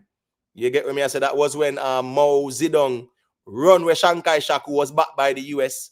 The whole history, I could speak on the history of China, even during World War II with Japan, how the US assisted Mao Zedong, right? The US assisted Mao Zedong because Mao Zedong and Chiang Kai-shek, they formed an alliance at the time because Japan had invaded, but they were arch enemies. And that's the thing about life sometimes, whenever there is the need for the country, Mao Zedong and Chiang Kai-shek were arch enemies because one was communist and one was more like a deal with democracy. So Chiang Kai-shek was backed by the US, and that's the reason why we have the problem with Taiwan up to this day, because Taiwan is where Chiang Kai-shek fled to after he was defeated by Mao Zedong.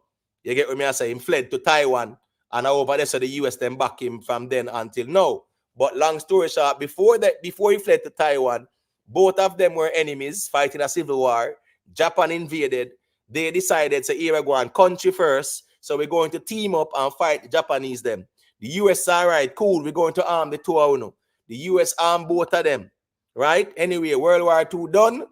Right? The Mao Zedong decides he go lean towards Joseph Stalin in the USSR, Russia. Right? And Chiang Kai-shek say, I'm going to lean to America and, politics in terms of the communist versus the democratic system. And we saw it play out in the Korean War of 1950 between North and South Korea. We see it with the Vietnam War too.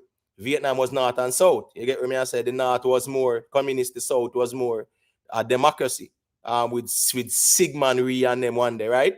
Yeah, versus Ho Chi Minh. Remember, say Ho Chi Minh was in New York and saw Marcus Garvey preaching or talking about black liberation and things like that and the pride of the black man. And that was what motivated him to go back to French Indochina at the time, aka Vietnam, and started theme thing.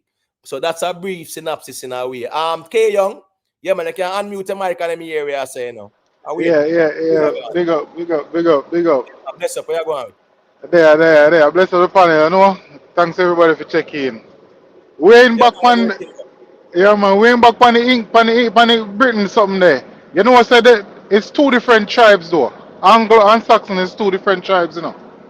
And then come together and create an Anglo-Saxon because they're from the Germanic tribe, same way. All of this is that same Germany where you see. It was all German. It was like a 12 tribe. A no, people then call. not say that 12 tribe. Please don't say that 12 Yeah, tribe. that's true. That's true. Yeah, But it was because a you're bunch of talking tribe about, of people though. yeah, but you're talking about the Visigoths, right? Yeah, Remember the yeah, yeah. Visigoths? They are the ones who conquered the Romans as well, As right? well, yeah. Good. So Because what there was a fusion between Latin and German. So the thing now is that the British royal family was always like German. You get what German, me I yeah, say? Because of Anglo-Saxon, German yeah, ancestry, right? So it was Saxa Gotha, right? yeah, And then them change it to the House of Windsor right yeah. after the Bolshevik And Revolution. World War Two. I think it was World War up to World War Two. Them really changed it now. After No, what that the man they do. right after World War One, right? That was 1 year. 1918. Right after World War One, Yeah, the Bolshevik Revolution with Lenin and Trotsky in Russia, they decided that they're gonna get rid of the monarchy, and that created a whole ripple effect in Europe where they wanted to lead more to a democracy because France was the only one who had a democracy. Remember, they were the first to get rid of their monarchy during the yeah. French Revolution. That's why them send the Statue of Liberty to the US as a signal or a sign of their Peace friendship. treaty. No, their connection. You see, France, Britain, and America, them have a connection where is unbroken. You get I what me know, I say? because but it stem from far because bear in mind, say Britain and France used to exchange. They used to married in them royal family, you know. So most of the queen them used to be them. They never call them French back then. We don't remember the name they used to call them. Oh, But Franks, but Franks, yeah, yeah, Franks, yeah, yeah. right. Them used to married in a family.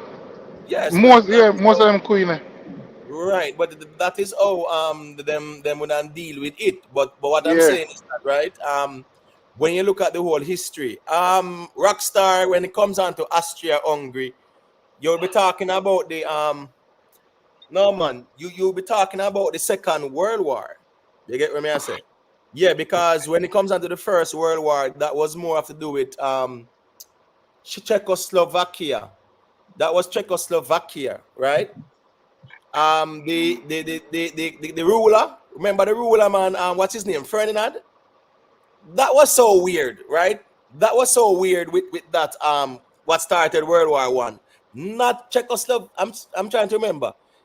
But it was about the Balkans, because remember, there was always a war in the Balkans, Turkey. Remember, Turkey was also powerful because Turkey was called the Ottoman Empire, and that ruled for over 900 years and more. So Turkey the trading capital. right, so Turkey controlled even Greece and Rome, and there was war Yeah. in the Balkans. So the Balkan region, there was always a problem. So in a World War One now, there was a prince where them assassinate one ruler, Franz Ferdinand, I think that's his name, and he was assassinated. The funny thing is this: the assassin actually go for him, shoot on its stick, them escape, them carry him go in a one spot, and lo and behold, that the man never buck them back up. And I saw them assassinate him. That was weird. You understand me? I say, and that But stick started up in there. World War Stick up One. in there. Sorry for interject about World War One because I was I mean to my research I Yes. thought it was Suchman family from Germany. His father All right. started something No, also. no. That would be Kaiser Wilhelm, right? Yeah. Kaiser Wilhelm. He was the German Kaiser or the ruler at the time of World War One. Suchman father, yeah. But the thing is this though, Germany had an alliance with Prussia, right? Oh yeah, So, yeah, yeah. so right. So what happened now is that in the Balkan thing, they know where the assassination took place, that I when fingers start point, and then now Prussia and I think Prussia and Austria-Hungary. Yeah, you know, so you're right. A World War One. So the Austria-Hungary was also World War One too. You get what me I say? So that started the whole thing. But remember them time the countries had formed alliance. So if you attack one, you attack the other. You get what me I say? So I saw Germany got involved in World War One. Not to change the subject, but me have to pick your mind, Imoti, because he's a bright man where you spend all of your fame and your fortune into educating yourself. So me have to pick your mind. Why Treasure Beach people in a St. Elizabeth feel them better than Jamaican people? When we can say that. Then just you see, even in a Jamaica, you have a different culture in a Treasure Beach, you know. And some rich people them come from Treasure Beach too, you know, bro. And then mix up with Jamaican people them too, you know. Oh, but remember you have German town and different kind of people. Remember say Jamaica melting pot in general, different type of people. And thing, Rockstar, no, World War II was not. Listen me, World War II is a funny thing, brother. If you study World War II history, right, it's not so it go. The problem started in the Rhineland in 1938. The Rhineland were German-speaking people. But watch this now. A part of the World War One, the Treaty of Versailles after World War One in 1918, right? And right after that, the League of Nations was formed as well. The Treaty of Versailles, Germany got defeated. So Germany, you know, had to give concessions. The Rhineland was a part of Germany because they were German speaking. When it comes down to part of Austria too, they speak German. So these were German people, but you know, what if a politics go on, them take out the people them out of German land and seal out a spot there. So that was the real problem. And they want to reunite with the motherland, which was Germany. And then no, the powers them as a Britain I said no, that nothing go on. And France I said no, that nothing go on. So I saw the German person that you know it goes, them say Suchman. I saw Suchman go invade the Rhineland in 1938. You understand what me I say? And I saw it get very political. I remember as well say them people that did control Germany economy in a way, them did rich. And here we go on now. 1933, them decide say them man in get along and them declare quote unquote war upon him and the rest of history. And we see the whole history. But when it come on to World War II though, it's really a political one. You know, Britain really wanted to get America into the war. You understand me I say? That was a weird one for me too, because we know say a land them a fight for, right? And we know say such people over there so we claim them a people a place right now and do one with the people them. Right. We know say them this strongly involved too. You understand me I say? Because remember they were the problem is, you know, what really started everything is this now. Big up to Lady B Official, Exit 9. Yeah, man. Deco 2K, big up, you know. Everybody drop a like on the stream, all right? Manners and respect to everybody. All right. What I'm saying is, right after World War One, or let me go back a little earlier. During World War One, when all these countries were destroying each other, who you think was funding them? We know say the big bank. Who control the big bank? Such people, right? Such people, yeah. Good. Now the problem was after World War One, Germany had to make what? Reparations. Yeah, and then you know them, if that the man that was still alive, you know what would happen. Right, but I'm just saying, Germany as part of the peace treaty at Versailles in 1918, they had to pay all these countries reparations. And guess what going now? Who you think Germany was giving all that money to? The people who the countries owe. So what's this now? Even Britain got reparations, France got reparations, Russia got some reparations. A lot of countries got reparations from Germany, but here we go now. All these countries owed these big banks who were funding the war for the 4 year. So when Germany said Germany give you the money, you have to give it over to such people quick and fast. So it's more like a little three-way thing going. So the money they will come to you per se. So when Germany find out who was getting all the money, and then now 1929 was like the Great Depression, as they call it. You know, yeah, that caused everything because they are saying, but wait, people can't even find bread to eat, but Yeah. Germany pay all these countries reparations, and the money I got to one set of people in them banks. So all right, so it really kind of start a whole heap of issue, and Yeah. the rest of history. You get Bro, what me I say? Miss man, Julia, bro, me Miss think just Julia, when such man. Go on. yeah, man, got you, okay. So in No, a me I say when such entertainment man do. business, Hold on, brother. Me I say when such man do. Yo, you know, so that man was a sick man, brother. About how much pills he used to take. Like, Listen, real no, sick, you know. no, me tell you something. No, my general. Me tell you something. As again, in my general, you have to dig deep into the Eh. history. If you dig deep into the history, yeah, man, probably your eyes would have opened up so much you wouldn't understand. Listen, me, it's No, a no, whole but me I heap. talk about illness. Me I talk about illness. Me not talk about like mental illness, man. No, man, So when no, me man, there, no, man, not never gossip like that, my general. eh, No, I mean, I that in there, sister. Yeah, but the member said as me I say, if you study the real history as to what Yeah, really caused it, and remember, watch this now. Um, that man in Germany send almost peace treaty to England. You hear me tell you? The man say he no yeah. want no war with England, he must send them peace treaty. But guess what? Winston Churchill wanted the war. He wanted to get America in the war at And he all want to split costs up the because land there. Cause a right, long because time they hate the land.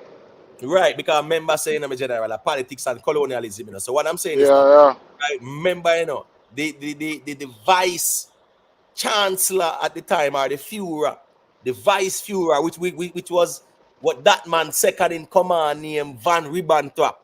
Who remember yeah. what he did? That man flew to England on a plane trying to get peace from England. The second in command in a real life, take a plane, fly from Germany by himself, named Van Ribbentrop, and land in England and say he want peace. And then them are investigate him and one bag of sin. They never want no peace because them they don't know where them they go deal with the war. Miss Julia. hold on, I need to say Yes, dear, something. I'm here. Yeah, what you saying? All right, Miss go Ju- to Gavin and then make Miss Julia say I think no, after. no, Yeah. no, no, no, don't tell no Gavin. Go tell Miss Julia if you go through, bro. All right, No, I got cool. you, Gavin, because I wasn't And really Miss going to have a Julia have to comment. talk there. Miss Julia have to talk. Me not over talk you, Miss Julia. No, darling, you're all right. You're all Sir, right, love. No, I Miss was waiting Julie for him say to talk about anything. what was on the screen. Miss That's all. John, Well, Miss Julie say anything Gavin, you well, want to say. Gavin, you Huh? said that's well, you say Miss Julia must talk. Just 1 second. Make sure talk.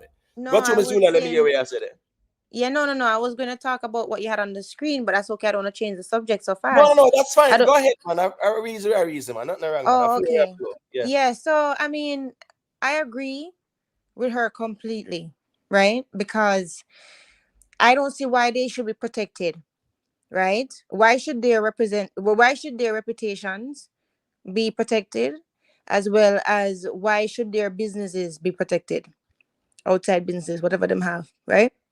So, I mean, I agree. The name should be out there. It should have been in the report, right? That report, boy, is the same thing again. And it's a principle that it keep recurring over and over. Because when you sent me that report, what I was keying eyeing for was the reasons for the parliamentary exemptions when it come on to their businesses doing business with the government, right? I was keen on that, looking for that. And when I read through it, I had to read through it 3 times because I said to myself, I must be missing something, right? Them give the date that the exemption is granted, right? For Mr. Powell.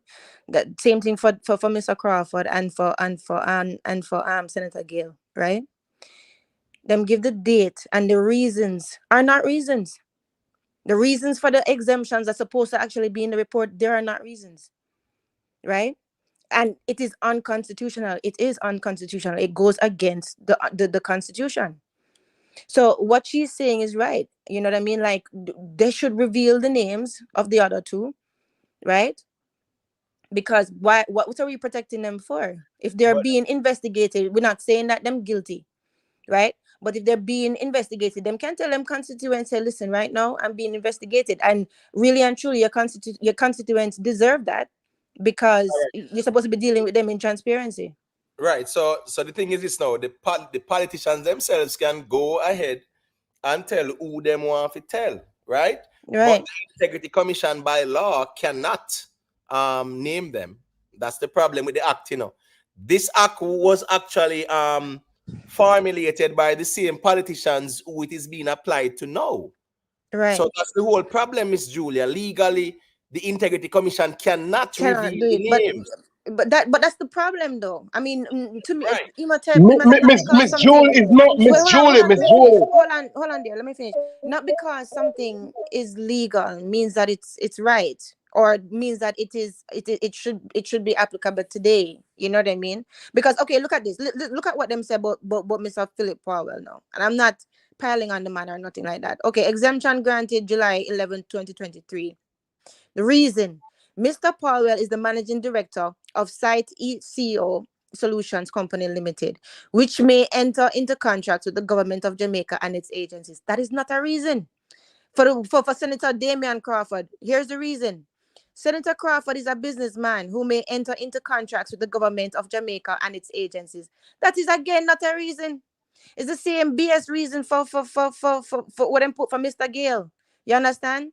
And the Constitution provides that members of Parliament them have to vacate them seat if them or any entities that them associated with enter into contracts with the government. These are just facts. It's there.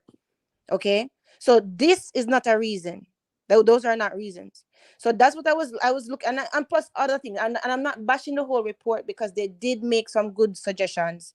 They did have some really great recommendations, and a lot of the recommendations that they had, to me, it was like common sense. In the first place, it should have been like them recommend if somebody knows, or if one of the officers knows about corruption happening at the time when it's happening, if them see it and basically turn a blind eye, then they should be punished as well. Yeah, because them going to be basically complicit. You understand? If them supposed to be in together upholding the country, right?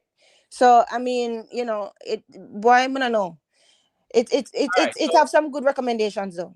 Sorry, Right. go ahead. All right. So I just want to say a little part of this act here, right? Yeah. All right. So it is speaking to section 53, subsection 3 and 56, right? Which And I'm act gonna are you read talking about? Hold on. Which act are you talking about now? the Integrity Commission Act. Okay. Yeah. Right. All right. So there are also two provisions of the Integrity Commission Act that require special mention, particularly because they have now led to unwanted outcomes that many did not anticipate. Right. The section, and this is what I say, by gagging the commission, very key, have provided a cover for corruption, stifled transparency, and a wide range of matters of public interest. Facts, because the fact said they are talking about an illicit aid. I think the only way they can be illicit is if it is found that they have been unscrupulous with what they might do. But I don't think they should put no illicit aid on these people. But anyways, all right, make them say 8 people, quote unquote, illicit 8 people, right? No, the commission cannot name them and shame them. And this is a matter of public interest. Right, But the gag that is there does not allow them by law to divulge who these people are. So even the prime minister, after 2 years, when they get certified or whatever, they cannot come out and speak on it. And that is a matter of public interest. So it is, but Imhotep, I'm a light at the end of the tunnel type of person. To me, this is a perfect timing, and it's a perfect opportunity for us to fix it. Since we're supposed to be doing all of these new things and changing the constitution and changing all the here is another hole. Fix it. You understand what I'm saying? Because this needs to change. It really needs to change, especially if we're going to be going out on our own. Right? We need the trend. People need to start to trust the government, and we need to start holding them accountable to transparency. These are facts. The problem is though, Young, me make say I think me general. Joey Leisure, respect for the super chat me general. Him say interesting times ahead. Bless up. Colin Burton, big up, Big Spliff, big up. Kirk, big up yourself. All of the ones and big up on yourself, Lady B. People big drop up, a like B. and stream, and if you want check in and give a perspective, there are reasons. So you know how we get to work. Just drop a like on the stream, please, and thank you. We greatly appreciate that. So Miss Julia, what they're saying is that this gag you know, yeah, it is a problem because it is what? It will fuel harmful speculation, Right. undermine public trust, and Right. cause grave damage to the integrity of key officials and institutions of the state because of Exactly. the inability of the commission to provide public clarification and information on critical issues. Case in point, this whole illicit aid, right? Exactly. They can tell us that there are 8 people, but they can't tell us the names. What sense that make? Exactly. That makes That sense, Miss makes Julia? no sense. If you can number them, you can name them. That makes no sense. Right? Exactly, Right. exactly. If So you can number therefore, them, you can name them, right, Imhotep. and if you can't name them, don't number them. Exactly. Exactly So right. these are the things that and what's funny is this now. Well, I mean, I Mm-hmm. know them people are smart people, them saying, Miss Julia. A Mm, smart people will craft the thing, the problem with this act, it is mm. framed by parliamentarians, right? And it is to be what? Applied to them. That Right. is a problem. I That think, is leaving mongoose yes, for what yes, for what conflict of fall. interest, and you leave room. And Yeah. that's why we have these problems now, because what's this now? The same parliamentarians that UNO investigate, UNO can there's a gang order placed by UNO where UNO Right. can't tell we. UNO can't tell we who they are and tell we what's going on and not like that. And that is in the public's interest. But it's not only that, Imhotep. It's the implications of it. Because think of it. If you know so them can reveal your names and stuff like that, and them basically can hold you accountable publicly, which matters a lot in politics because we all know appearance sometimes create reality. You think that these people going to really, you know, give information freely? To me, it seemed like as if like them probably at two different ends of the table, right? So you understand what I'm saying? Like in other words, the integrity commission have no power or no backative then to basically stand up to these people when they do wrong, right? No, I don't want to be of the mindset that they don't care. The integrity commission don't care. But I mean, if you think about it, if they can't even name them and shame them, and the law basically protects the other party because it was written by them or it was put in place by them and is enforced by them. I mean, how much power do you have to really demand, answers when you need them? well, it's really a bipartisan group in parliament Right. that Should frame be. the act, right? Yeah, Yeah. it is them, a bipartisan group of them, both sides of the aisle. JLP and PNP frame the act and Yeah. then pass it, made it into law.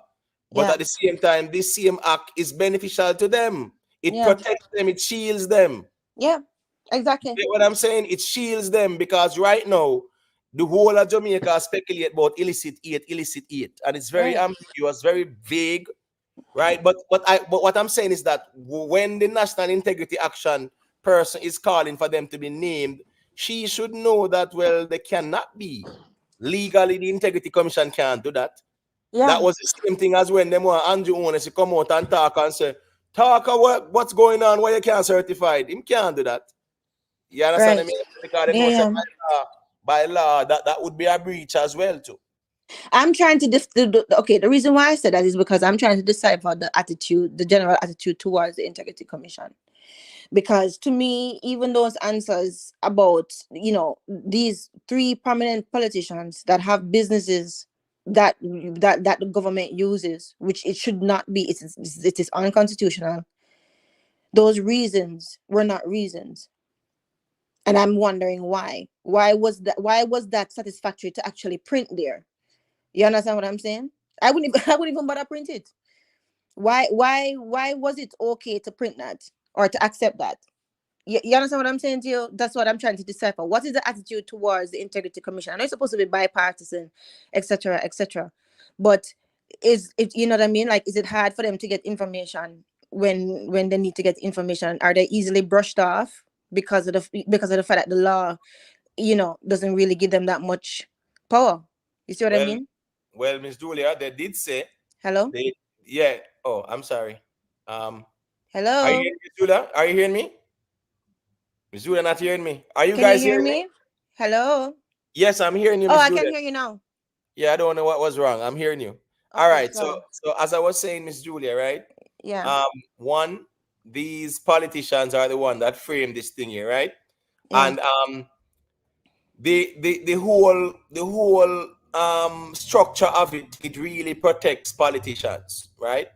yeah, It really protects them in terms of people knowing what's going on, and taxpayers, the people need to know what's going on, right? yeah, The people need to know what's going on. You can't just have 8 people and 2 years now ongoing, over 2 years now, the leader of the country can't get certified. These people have said, Miss Julia, I don't know if you saw that part in it, where they said that they actually investigated 164,000. yes, I did. I saw everything. I told you. 164,000 Yeah, reports or whatever, and it's only 1,200 and something them do. yeah. Hold on, let Let, me look for that let one, me let me look it up and find it too. Hold on. Yeah, I have it on my computer me, too. Hold on. Let me that turn for it me on. is a problem. Hold You on. Let understand me what turn I'm off saying, this. Julia? That is a problem. Yeah. Can you hear feedback, Imate? Yeah, I was getting it from your Okay, device. all right. Let me move from here to another computer. Hold on, because I have it there. I have some notes too from it. Right, Yeah, right, that right. report that you sent was very handy, man. Thank you for that. Yeah, man, definitely. So I'm trying to find that 164,000 Thousand. investigations, right? Yeah, Investigations. investigations. And they are telling us that it's only 1,200. Let me see if I write a set there. Well on there. Let me see. Bam, bam, bam, bam, bam. No, hold on. I'm looking for it, man. I need to find it. We're gonna find it. Hold on. I need to Okay. find it though, because the Yeah. reality of it is that the people need to realize that over $1 billion every year is being spent by the Integrity Commission, Yeah. and them can't investigate. Them can't even do 2,000 investigation for the year. Boy, I mean, I tell you, them kind of dark people. Them kind of dark.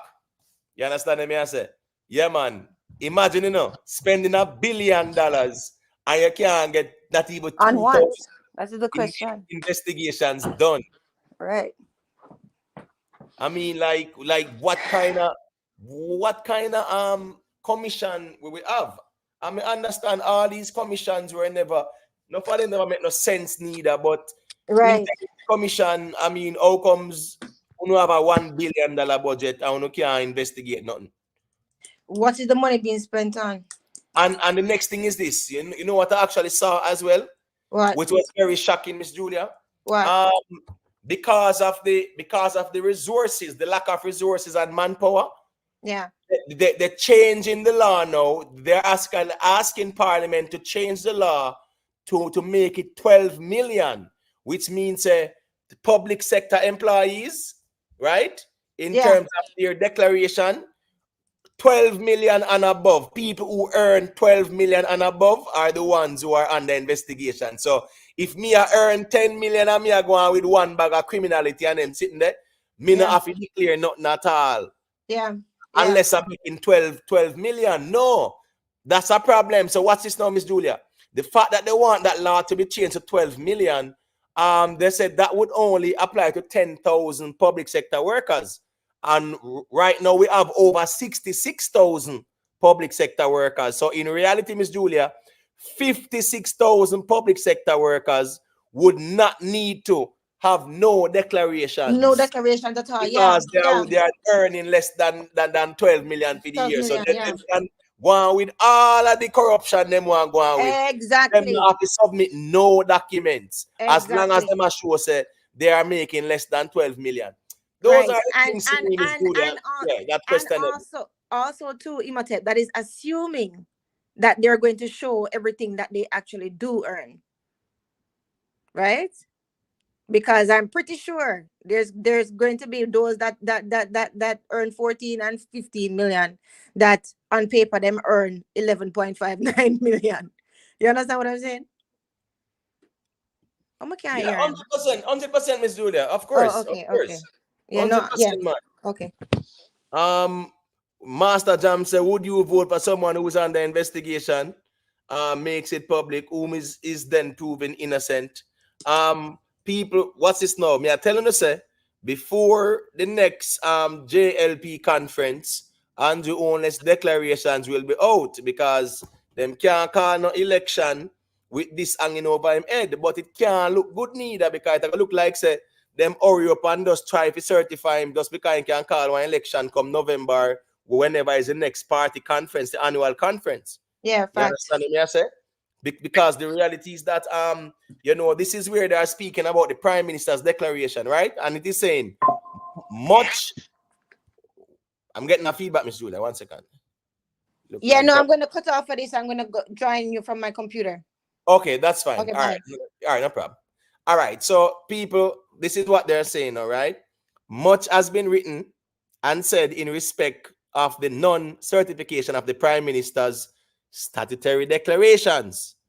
The Act makes special provisions for the declarations of the Prime Minister and leader of the opposition, right? The Director of Information and Complaints is required to examine their declaration, right?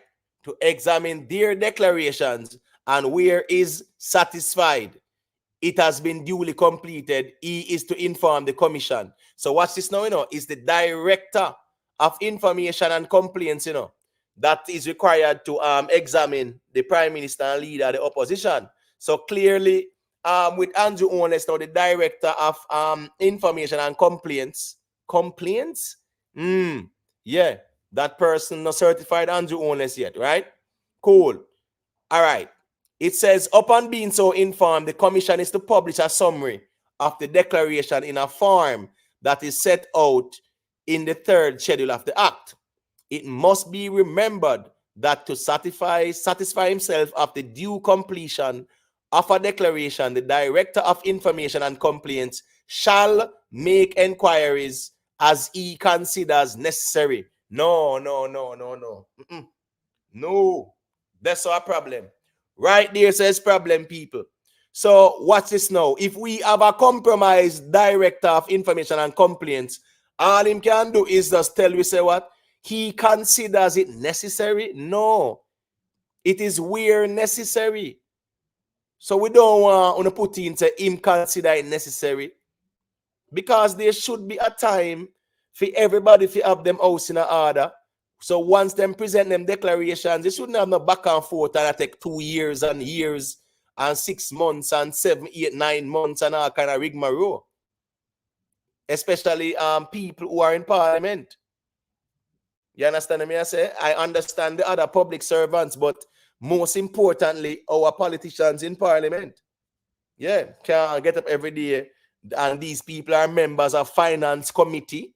These people are members of oversight committees, public accounts committees, and all these things, right? And we don't know who is who and who don't certify it and all them something there for illicit enrichment. Anyways, it says given the restrictions, Miss Julia, 1 second.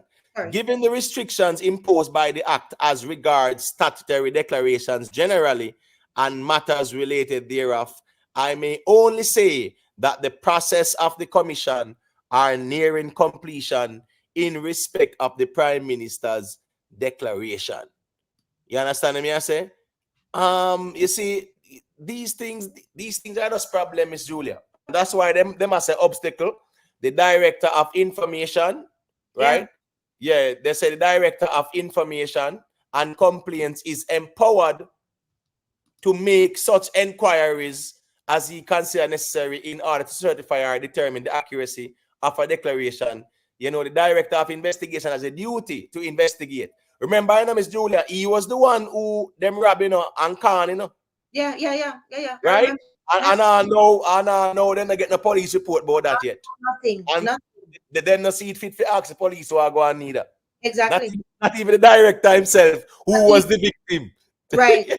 There's no statement, nothing at all. We're just supposed to just move on. Right. So the Director himself, who was the victim of the attack, right? Yeah. Him don't even care if you know what's going on. You can't make this up, man. You cannot make it up. You can't make it up, Mr. Julia. You really can't make it up. Right? You can't make it up. or better yet, he was probably instructed to not care too much about, you know what I mean, to not dig too deep. So I mean, No, you know, but he was the victim of he's it, the right? victim. I know.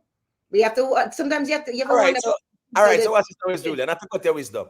Yeah, The chairman has said the police are to be very concerned that this happened in New Kingston. So what? If it happened anywhere, not yeah. only New Kingston, I'm going like say because of the quote unquote business district and creme de la creme place where one bag of business are uptown people linga linga. I did not understand. Like I did not right, understand. that's more important than anybody else. But me understand what I say still.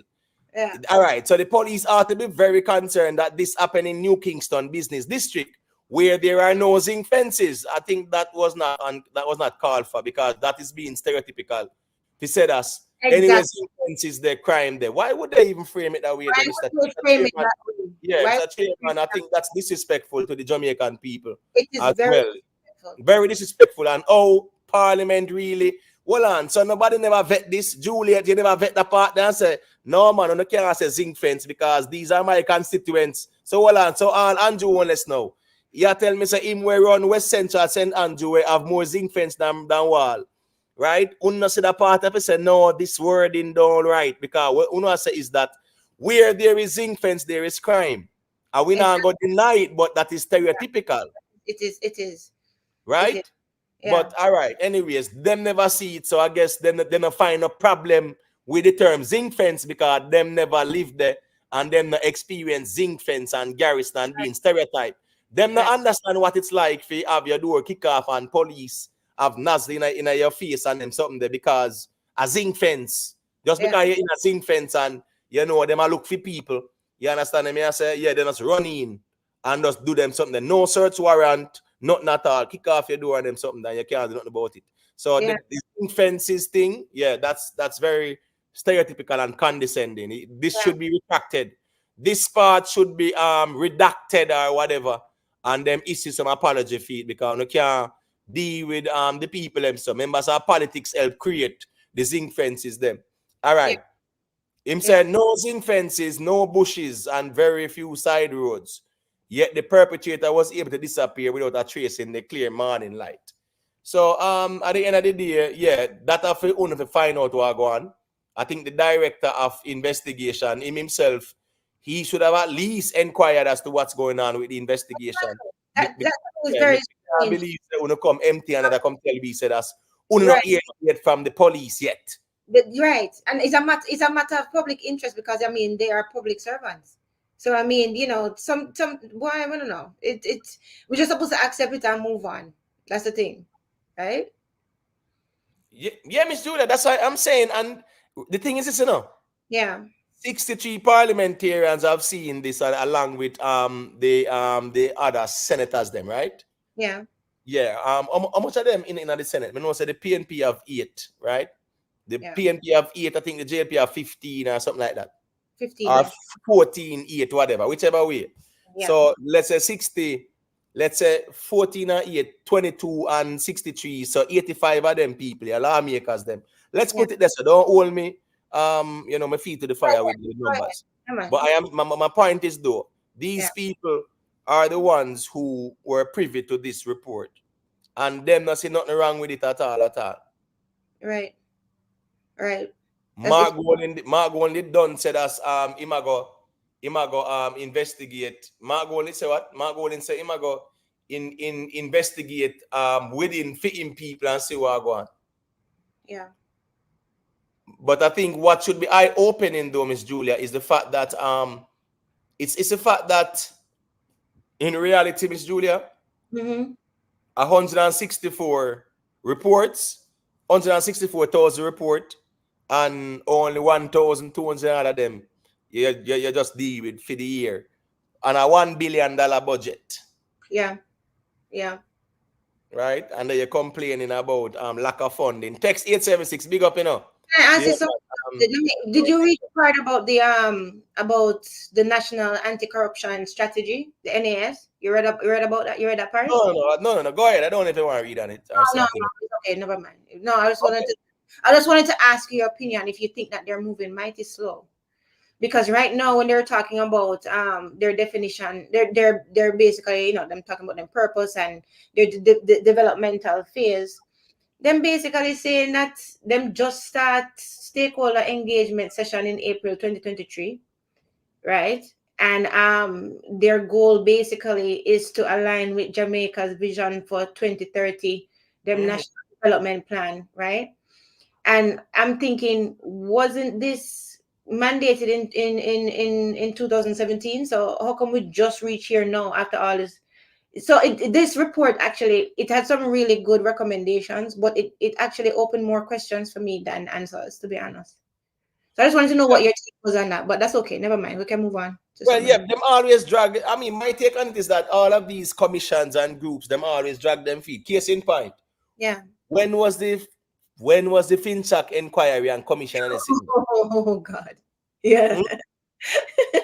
I don't even remember. Tell us, but I know it was dragged out. You're damn right. Excuse me. You're right Long about story short, yeah. Miss Julia, we are still waiting on the FinTech report. That's the reason why me not really comment much on this FinTech thing. Yeah. Because I really want to see this report. That's the thing now, you know, Miss Julia. Yeah. We will spend our time and we will read through these reports and we will forward out and we can reason on them. Enough people now go spend the time to read 200 odd page document or read the constitution or the whatever the amendment is and things like that. But So we at should the end of the day, Miss Julia, yeah. I Yeah. am waiting on that FinTech report And before me talk on it. I'm waiting on it too. But the point is, these commissions and things, there's a waste of time. There's a grand, you know, just people posturing and inquiring and showing who they are and whatever. There's a grand waste of taxpayers' money. Right. Because our no FinTech report cannot be made public. And that's a matter of what? Public interest. Public interest. Yeah. Right? Prime Minister 2 years not certified. That is a matter of public interest. You can't go around it. It is. It is. But them have a gag other thing. See, Lady B, I bless you for them, Miss Julia. I don't need to see. Lady B. No, I can't. I don't see it. No, man, you just need to hit the comment section on the right, top right hand corner. If Okay. you're on your laptop. Yeah, you see. Computer now, so I can. Okay, I can see them now. Yeah, I can see. Right, yeah, man. So you can see what I'm Yeah. Yeah. Because usually I do it from my phone, right? So yeah, man, I understand, man. And even when you're on your phone still, sometimes you can access the comment section too. But you know, more time when I'm on my phone, me just kind of just reason. Yeah. To free comment section more time still. But you know, I think I big up the people them same way. Because you know the thing. But yeah, Miss Julia, as me I say, you know, it's a lot of problems with that thing, there, man. You get what I say? Yeah, some serious problem there. Fitzroy Morgan. Yeah, what say you, my general? Oh, my mic on mute. Yeah, me just check in and listen, cause me, as me say, I'm not the sharpest tool in the shed, but your program is very interested and me me full joy learning. I'm always learning. That's what me I say, bro. So me just jump in the thing and listen to go on. Big up yourself, sir. Let me tell you something too. Good night to everybody on your panel. And let me tell you something. I voted quite a few times, and I stand up straight one way. I support the Jamaica Labour Party.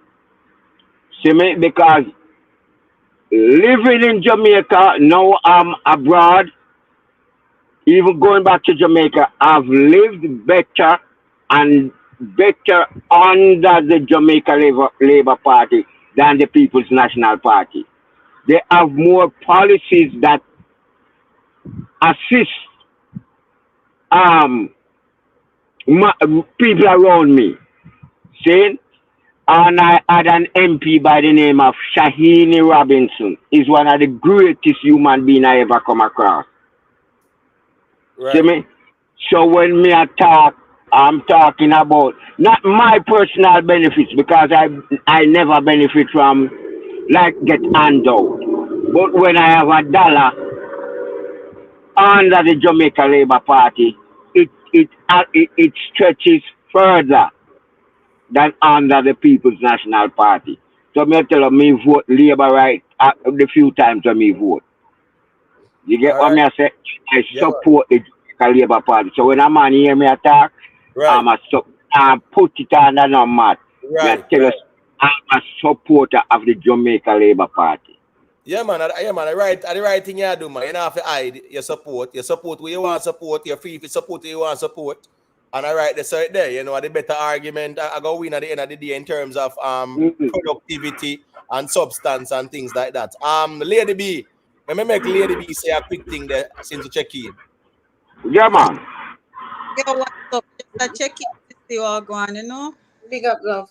Yeah, man, but What? then Lady B, man, I don't know if you have anything to say on the reasoning or you know this whole report or nothing like that. Any little thing you want to say, man, you're good to go.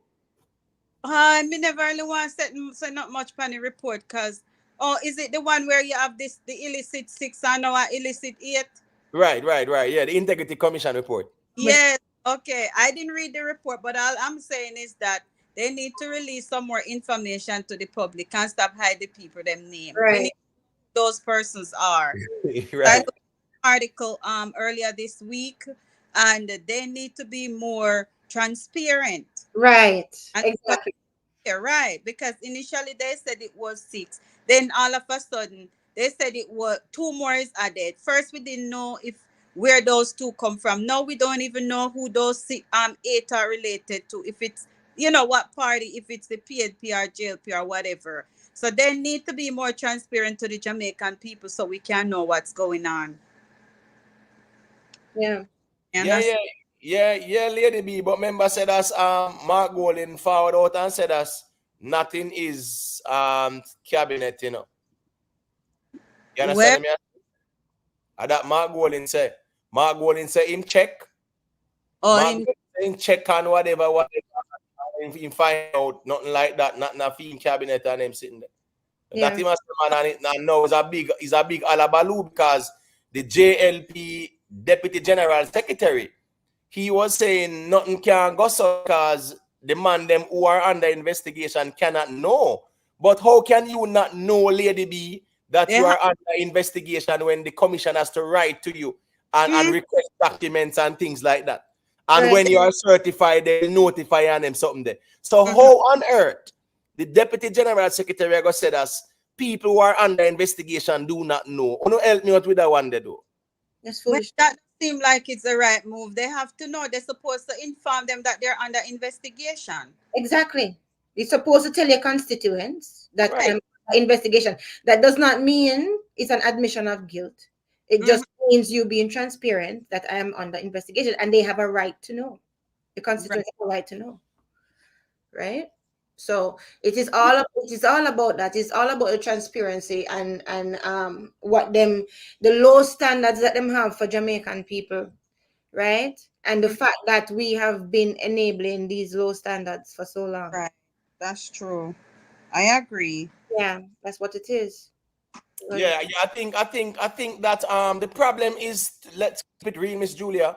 Even in the social media space, a Yeah. lot of people don't really care about this type of information. Mm-hmm. People Okay. more care about I, gossip wanna, and I don't. those kind of things. So most people don't really care about these matters at all. The average person doesn't, and the big wigs them don't really care because they are politically aligned as well, and you know Mm-hmm. how the thing. But anyway, let me just read this there Okay. because this is what. Okay. When you finish, I wanted to say. Okay, go ahead. Oh, all right. Let me just read and let me give the mic, Miss Julia, right? Because this is coming from the Integrity Commission, right? Yeah. All right, and it says chairman of the Integrity Commission, retired,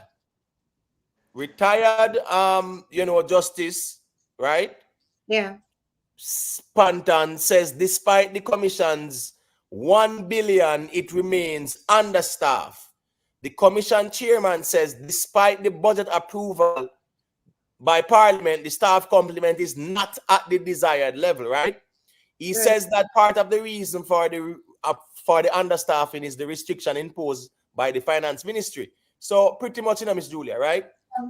It says what? The question of the commission staffing and capacity has again come to the fore after its latest annual report revealed There it is. that What? of Yes. the 165,000 492 statutory declarations received by the commission.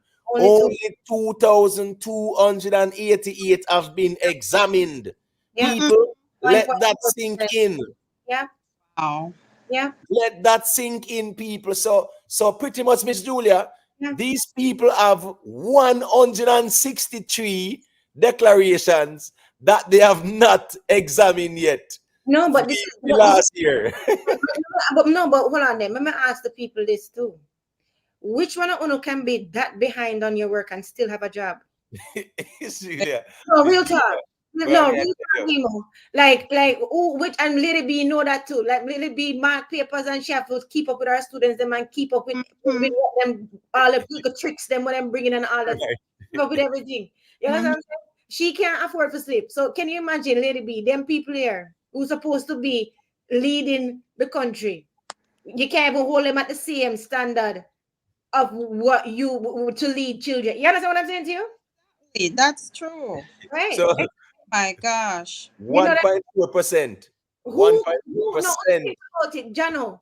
Even the people who say, even if you own your own business, your own company, whatever, it don't matter. You're always on the clock for somebody, even if it's for your customers, right? You can be that far behind, even on emails and replying to customers to do anything. Even if you give yourself the job, you can be that behind and still have a job. So people, based on what they are saying, right? We have 163,000 declarations where they not look and examine yet. Can you believe that? And remember, said the year done. So just imagine how this a year ago, then kind of dark, right? So it just goes to show that the purpose of and the problem is, people are saying that why they don't use AI and whatever. Remember, these are investigations. Right. There are serious legal implications with whole heap of AI.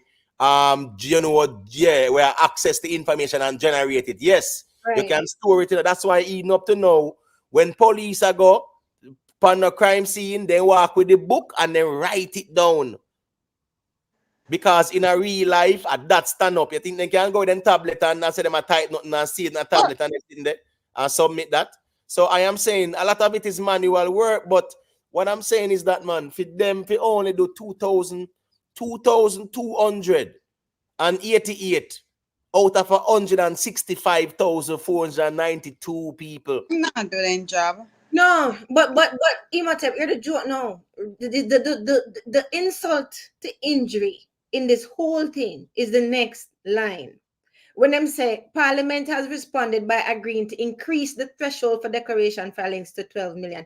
Instead of you saying the solution is maybe to get more boots on the ground, maybe to have, better train the people, have more people actually, to actually handle capacity. Instead of that is the solution, to agree that the threshold for declaring need to be 12 million. That's the problem, Miss Julia, because what they're doing now with this is moving the threshold higher. So you have more people who don't have to submit nothing at all. So the solution is not listen. So the solution is not getting more equipped to deal with the corruption and getting more equipped, right, to handle the job. The solution is make the job, make the corruption less of a problem. So if you're at 11.59 million, you're not a problem. But if you make over 12 million, then that's when you're your problem. So basically eliminate all. Listen, man. All right. So what's this now, Miss Julia? I'm still getting my Lady B. Look at this now, Miss Julia. Yeah. They are saying that when they raise it to 12 million, right, it will only be 10,000 public sector workers who will be applicable. Yeah. How much them say them are deal with that area? 164,000. Right. So you know how much thousands? Because me know say at least over 50,000, right? Public sector workers or anybody who are earn less than that, will be applicable. So we not know. We cut off more people out of the investigation. Exactly. So that means that we still breed corruption because me can go and be corrupt, but as long as me know say me stay below the threshold, we not have to investigate me, we have to submit nothing to no. Exactly. So I don't understand. It's just weird.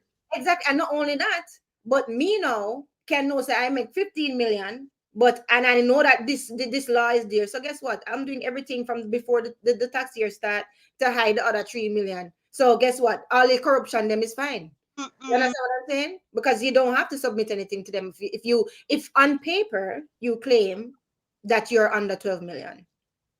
Hey, Miss Julia, members of the people them have a law in place, and that's the sad reality about this thing here. The sad reality about this thing is that it's people who are parliamentarians, right? Yeah. Who frame this thing here, and they frame it to their advantage, and it is playing out right in front of our eyes. And this is something that we have to look at and say, parliamentarians should not be framing laws that are there to govern them. Right. Because it can be problematic, and this is a case study on that. Yeah, man. Big up to ones and ones in America, but Kwesi, America, big up yourself over the UAE there, you know the thing. Big up yourself. Big up America. Yeah, man, over the Middle East side there. They want to call it Middle East, over the UAE there, United Arab Emirates there. Yeah. All right, so this is this now, Miss Julia, right? Any politician, me can be a politician, and me want you to do you want me want you to yeah, man, do a favor for me, right? But me and Andrew is a friend, But here we go now, me can give Andrew the gift, Yeah. You understand me? I say because you know the thing, me just make you give Andrew the gift. Yep. Yep. And nothing wrong with that. Meaning say that you can just give somebody the gift on behalf of the person, and that is not a problem. That's not a problem. Yeah, it's foolishness. And parliamentarians really frame this thing here. That way, yeah. And give to us, and Parliament approve this. Mark Golden say him a part of the architect, so me I wonder how all him feel and how I look on all this thing. I don't. To be honest, I'm wondering if they even read it. But before I continue, Lady B, you were saying something a while ago. I want to change the subject. While we're conversing, I went on this website. It's the first I'm doing it because sometimes I don't really get into this, and it shows that it shows the report. So this is where you see who is being investigated. Yeah, know that. But Imhotep, this is another thing too. The record. Listen, guys. That's why. After you read it the first time, you want to read it the second and third time, because it is so revealing in an ironic way, just by the recommendations, right? I couldn't believe when I read this Imhotep, when they was talking about the Factories Corporation of Jamaica Limited, the FCJ, right? Them recommendation after them investigate them, right? Here the recommendation: implement a conflict of interest policy at the board level. Why was that not in place in the first place? Enforce clear prohibitions and require formal disclosures and recusals. Refrain from awarding contracts to serving board members. How is that not a given from before for Factories Corporation of Jamaica Limited? You understand what I'm saying? So all of these things, what them investigated, and the recommendations are so revealing, because to me it's like, so this was not in place at all. You understand what I'm saying to you, Imhotep? Right. Yeah, man. Me understand what you say, man. I tell you, that's all. The people frame the thing, man. Even them say, even with the coercion, not coercion, the aiding and abetting, basically, when they say that if someone knows of corruption happening, right, and if you know of a contract being awarded in a unscrupulous way, and you allow it to go through, then you can be punished. That is a given. How is that not a given? If their duty is to uphold and to work for the country. You understand what I'm saying to you? Hello? Yeah, Miss Julia, I understand what you're saying, man. Yeah. It's because I'm still appalled. Hold on there. Yeah. All right. Sir Hameen, Southeast Regional Health Authority. And I was looking at this, and they have a whole lot of those people being investigated into failure of an employer of SIRHA to file statutory deductions. And then list all the names, them. Yeah. Yes. And remember, those are the people who are make the millions too, It's all there. I look a fly by night. But the problem is too, what's this now? Remember, recently as well, right? The government merged, or what the government did was that contracted employees, they took them on as public sector workers. Now, case in point, with the Metropolitan Park and Markets, the National Works, the people that take up the garbage. Yeah. Remember, they were contractors, and now they are employees. Yeah. So you're actually adding more to the public sector. And Yeah. the more you are adding, is the less you are trying to get an investigation by raising the threshold to 8 to 12 million. That can make sense, Miss Julia? No, it doesn't make any sense. And the fact of the matter is that these are them just accept that Jamaican people not interested or not going to read it, right? Or them just because you couldn't expect us to read it and put it out there like that. Like to me, it's just an insult. You understand? Insult. And I mean, like even little things. Okay, look at this recommendation. The recommendation here to the minister, Education and Youth. Review the tenure of the board chairperson. Provide training to board members on their roles and their responsibilities. What? This is for Minister of Education and Youth, right? Okay, how them deal with Mr. Greg Douglas? Remember with what's going on, the Bureau of Standards of Jamaica, how them deal with him, right? So basically, they're going to remove Mr. Douglas from the technical committee of the medical cannabis good. They're going to have disciplinary proceedings against Mr. Douglas. It might end up in court, who knows, right? And I'm supposed to tell the public about what the decisions are regarding him. So that's what they said that they're going to do about it. So these are good recommendations, but they should be givens. All of these stuff that I'm reading here, even what I'm doing with the high school, all that stuff. Guys, go on the internet and find it and read it. But the thing is, the people don't really like to read Miss Julia in a real life, That's why, as me I say, we will spend the time and do these things so we can reason it out and show the people them when it makes sense and when it makes sense. And Merkaba, yeah, man, no, sir, your earth strong over that side. They still big up yourself, happy solar return, my general, more life. A thing going, you're my brother. The thing going, my general. So bless up yourself. Happy birthday. All the best, man, is here. Happy birthday, dear. Blessings to you. Right. All right. So, Miss Julia, I know we did touch on little chum settings. They're like, with him. Say me I watch all day, all evening. But it's very serious. It's a very serious thing. Yeah, it's serious. It's a very, very serious thing. It's a very serious thing, and it just goes to show, when it comes on to politics, more time people can be very tribal. And what's this now? Where we used to go on in America since the is something what happening in Jamaica from the 70s and 80s, that on TV, Yeah. When we had can off of each other and them something there, man. 70s and 80s, even 90s politics, 2000 politics too. So it's not new. The only thing is that, what's this now? In Jamaica, yeah, we always turn against each other.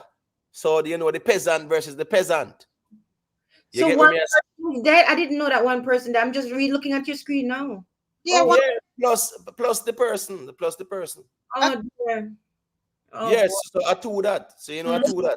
You know what? To be honest, and I have to be honest here. When it first came out, I thought that he probably staged it because I wouldn't put it past him. Wow. No, at first when it first came out, because I didn't know all of this. I didn't know it was actually like big thing. I thought that they probably hear a gunshot and somebody fling him on the stage or something. Yeah, Miss Julia, just be mindful with that. Yeah, sorry. Yeah, I didn't realize, but now that I'm actually seeing what you're showing me, Imhotep, this is serious. Yeah, it is very serious. Yeah. And as me I said, it just goes to show, how people are too. You get what me I say? It's a very funny environment. It's a very funny world that we live in because, you have people who, because of their tribal, affiliations and things like that, them very tribal, and them just decide to here go on now. Them I go make certain say, them go do some madness. It's just crazy. Yeah. Crazy. Yeah. Well, let me hear them people I said. I thought it was firecrackers to begin with. Somebody over there was screaming, he's been shot.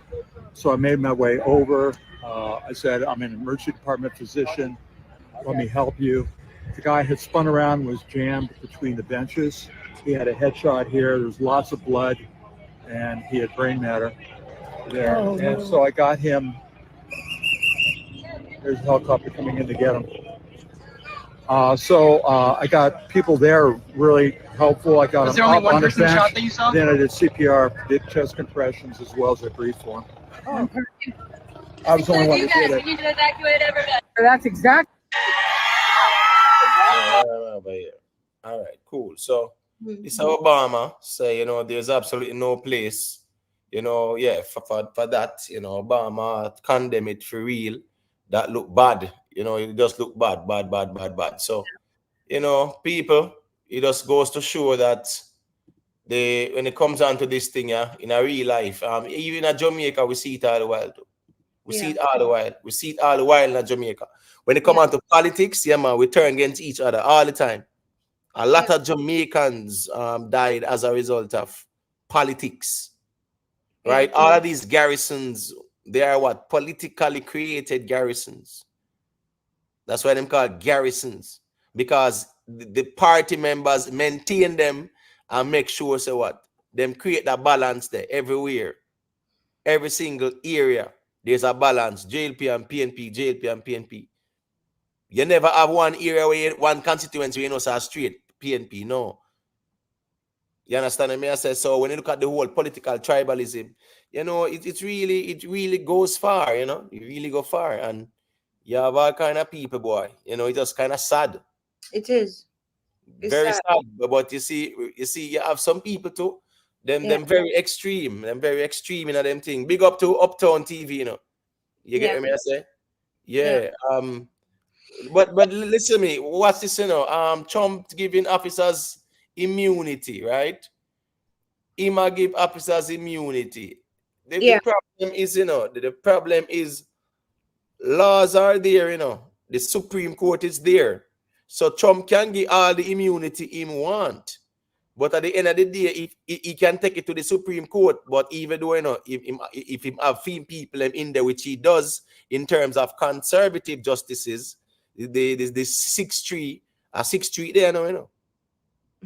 You understand me? I say, so that's the reason why I only political things them a strike down. But giving police immunity, okay, fine. So what? So what? Only criminals really are complain about that part. I mean, I understand the whole police thing. If he say there should also be more engagement. But me just feel say more time it becomes very hostile and racial. And that's why I'm not to comment on it still, because I know say it's a different kind of cultural thing. You understand me? Yeah. It's a whole different immunity. How is that going to work? Immunity in what way? No, immunity, which means that same thing like we're going with George Floyd now, they're not get immunity. Listen, the reason why, and I know what it meant. I'm just saying, like, okay, so how many of the alt-right KKK, sorry if I can't say that word, would join the force just to have that immunity? How many nefarious people will actually join? Do you know how many people are murderers in them? Sorry, excuse my language. Sorry for your thing. You must people have that type of H in them heart. You understand? You see it all over. We just see a big example of it. So if you're basically setting a breeding ground for rampant crime. Yeah, and as me assess still, the immunity for police, if you say them have bigger, more issues than that, because the reality is that while we not talk about this thing, Miss Julia, remember, you know, right now as we speak, you know, the Keith Clark trial is going on, you know, and there's a lot about that trial.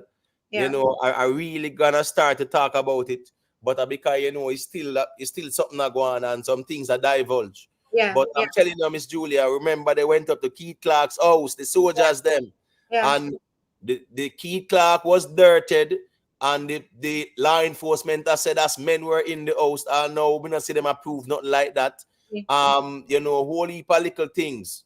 Yeah. You understand me? I say, and guess what go on now? Peter Bunting gave them immunity certificates in a real life. Yeah. Our government gave these men immunity certificates. And members said that did go on under the JLP, under the state of emergency there, you know. When them got downtown for Dodos, you know. Yep, I remember. I say? Yeah. Right. And those men got immunity certificates. Yeah. In real life. And people are going, they don't remember those things. So when Trump, so what is though? We not burn the fire upon them something there, but we, I say, when Trump want to give police immunity, that Trump. You get what I say? Yeah, them want to do it, them do it, them do. If I'm no criminal, me not worry about that. That are trivial things to me. I Police. no, I understand. I understand the take, and I understand, how you see it and stuff like that. I do. I'm just thinking about the nefarious people out there Right, that right. hate them hearts, that who are actually secret sheet wearers, and they will actually go in, and because of the fact that even though Imhotep, you are Jamaican and you are different, when they see you, they don't see that. They just see, what you look like. So, I mean, I would be even worried for you and all the other people there. You understand what I'm saying? Relatives and everybody who look like you, who might be targeted for people who join the force just to be able to have that immunity. You know what I'm talking about. No. I do understand that side of things. I get what I say. But as Yeah, me I say still, that's a suggestion from him.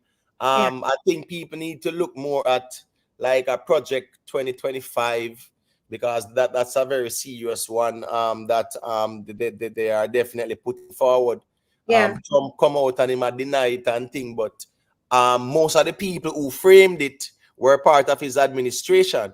right. So and these are the same people who intend to be back in positions of power and all those things. So a whole political things are going on with that still. But what I'm saying is that this person will do this today, yeah, man, must be condemned in the worst way. You get what I say? Yeah, it just it's madness. It's really madness, though. It should not happen at all, at all, at all. Two people just lost their lives and things like that. Well, on where is Anne Marie? Anne Marie, yeah, see you check in earlier. I get check back out, but I'm just saying, like Yeah, politics are something where it gets very nasty sometimes. yeah, Yeah, we see it at home and we see it abroad.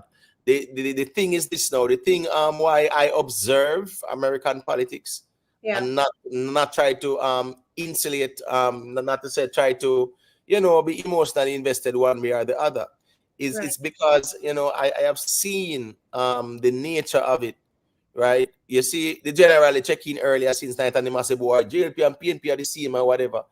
When it comes down to American politics, it's very unique. It's a Very different ball game. different, Yeah, different. man. Listen me. The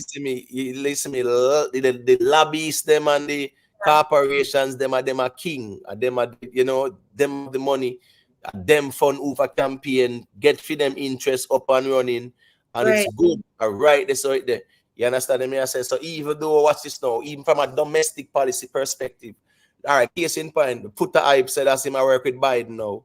Remember, it was Easter Sunday when Biden declared Easter Sunday what? Yes, yes, I know. Anybody remember what Biden do? Yeah, Easter, that day, yes, the G day, yeah, right? World, right? Yeah. yeah, yeah, Yes. yeah, Dear for them special people. The same people where Foota burn out. So more kind of understand if Foota really I think before him talk or him just a talk. Me try to figure it out though. Which one? Oh, in a real life. Me sure say if him didn't know about that one, yeah. Me yeah, sure say if he know about that one, I mean I think he would not go in a Biden. He might just probably stay neutral then. Because I know say, yeah, Trump and fee him cup of tea. You yeah, understand me? I say? yeah, But at the end of the day, oh, we are going to choose Biden now, and you as a straight nation, and therefore, you're not deal with nothing shaky. Members, them man that burn out all the flag where I fly on the embassy. And yeah, that's it, Miss Julia. You see, some people, watch yeah, this now. The latest spending package, the over $1 trillion spending package, right? That yeah, they approve. Look what the Republicans tied into it. No more flag, no mm, more rainbow flag for your fly pan, no US embassy grounds. yeah, And they put that into it, and the Democrats conceded to that. They made that concession. You understand me? I say? yeah, yeah, yeah, Right. So I'm sure you said that's the reason why enough people prefer, or some people will say, yeah, man, I like the Republican because at least based on Foota logic, he would be Republican, not true. Because yes, the Republican them say, all right, we don't want that flag there on the US Embassy compound. We yeah, don't move it. Foota cost say it for move. So right, him and them are sing the same song, but him gone, we abide no way, approve the thing officially. So yeah, yeah, man, like him kind of confused still. But Missy Anne Marie check in. Anne Marie, Yeah, what say you with what's going on there, though? Unmute am I there, Anne-Marie? Okay, yeah, you're good to go. Oh no, I came in on the because since you guys don't want to talk about too much of the American politics, so I come in on the Foota hype part. Yeah, yeah, Yes, man, that's I fine. That's fine. Go Yeah, ahead. That's fine. right. okay, yes. So about the Foota hype, I saw the video that Rick did, and what Foota hype was talking about, it was about American open border, and he was saying, oh, Trump gonna deport people or whatever, and then he was saying he agreed with Biden about let everybody come in. So that's what he was really referencing why he says support Biden on. And honestly, he's very hypocritical about the ABC people or whatever. But and I think I said this in Rick space. I made a comment as it relates to immigration. Everybody have their own thing, but my thing is, and my opinion is, right, I came in when I was younger, so I wasn't born here, you know what I mean, so I'm a naturalized citizen. So when it comes to immigration, I just believe we Caribbean people, you can have your opinion about it, but leave it to the ADOS people, the FBA, the FB1, or the white nationalists. Let them fight about that. I'm trying to tell you, if they want to close the border, that's. But I don't think we, as a Caribbean people, should go over there and like, oh no, close the border. That's not our country. You know what I mean? I may vote here, but I'm not. To me, that's not our fight. And I think that's what Foot the Hype was. I'm talking about. Say Donald Trump want to close the border, and then this guy came on his live with Foot the Hype and was saying no, they should close the border. 200 people coming in, they're taking away the job. Remember, you guys were talking about the other day. So as I said, for me, I agree with it. I am not over here fighting no immigration fight. Like Right. I'm an Right. immigrant Right. myself. I, So I, I definitely think about that as well. And I agree with you that when it comes down to that, it is xenophobic. It is a yeah, xenophobic statement. Looking at the history again, as I said before, a lot of people they don't know the history of the United States, right? They yeah, don't know that these borders know. All them border they if they matter about border, right, New Mexico belongs to Mexico, right? to And Mexico. Yeah, California belongs to who? California, Texas. Mexico. Yeah, Arizona, Texas yeah, belongs to who? Right? Mexico. And then yeah, bad up Mexico, right? Remember Sam Houston them and the whole they make a movie and turn some man in a hero and call yeah. it what? What was the name of that movie, Anne Marie? Miss Julia, Lady Which B. movie? It's Sam Which Houston. movie? They them in Mexican American War. Was the War of 1812? I don't remember. I don't remember. No, I no, no, gotta no. Google. That's the war between America and England where the Oh yeah, bird yeah, yeah, Washington or whatever. But I'm saying there is all right. The first letter is A, the next one is L, A M O, the Alamo. oh, the Remember, Alamo. Oh, the right? Alamo. That was the Mexican American War. And Oh, remember, War, the Alamo, the right? Alamo. Mexico they control the whole of them Texas and them places. So what I'm saying, my point is, one, those borders where them a fight, I say I feed them one. I fight them fight and take over the thing. So even them know Yeah, that so there yeah. were some states that they bought that the US bought and some of them they just bad up and take away, right? Yeah, yeah, like Guys, they bought Louisiana. They bought Right, Louisiana right, from the right. French. And Yeah, even I think California too. Parts yeah, of California they bought it too. And stuff like that. But my point is though, these people who are trying to come over, what when people really feel like say them just love this place as paradise. No, it's a lot of destabilization taking place in these countries. It's serious economic times in these countries yeah, yeah, because of the Monroe Doctrine. So, case in point, Venezuela, they have a lot of oil, but because of their political ideology, yeah, them lean to Russia and things like that. So the US does this apply the Monroe Doctrine, sanction them. Nobody can buy the oil and use American system or the SWIFT system or whatever. So therefore, it has wreaked havoc on Venezuela economy. What has that resulted in? Millions of Venezuelans heading to the border. Nicaragua, from 1979 with the Sandinistas, and know about the whole Contra scandal, right? They were sending, a thing, God. Them are send the thing over, give the Contras them, and them are sell the people and black people them the white powder. You understand me? I say them are sell yeah, it yeah, and yeah. yeah, Wally man, them Freeway, Ricky Rassan, Larry Hoover, and all them man. Remember them man, I sell it hard. And them I take the money now and I buy the things them to send go give the contracts in Nicaragua because government could not directly get involved with it. So my point is, all of these countries, Nicaragua, yes, they are very, very stifled in terms of sanctions right now. So their economy is very poor. Them are going to head up that side there too. When And you you look know, at El Salvador, listen, if you study the history of Latin America you and know, how the vaccine and work, El and Salvador, Peru and Endorses, yeah, it's Honduras, yeah, like you get Peru, yeah, poverty is yeah. rampant because of certain things. Listen me, if the US want to solve immigration, make sure that these countries are better off. Fund these countries, social development programs. Yeah, you stop play politics, because what I do now is that we send them up at the border. And Yeah. we not supposed to talk about Latin border, because at the end of the day, at them same wanna create these problems, we send the people them up at the border.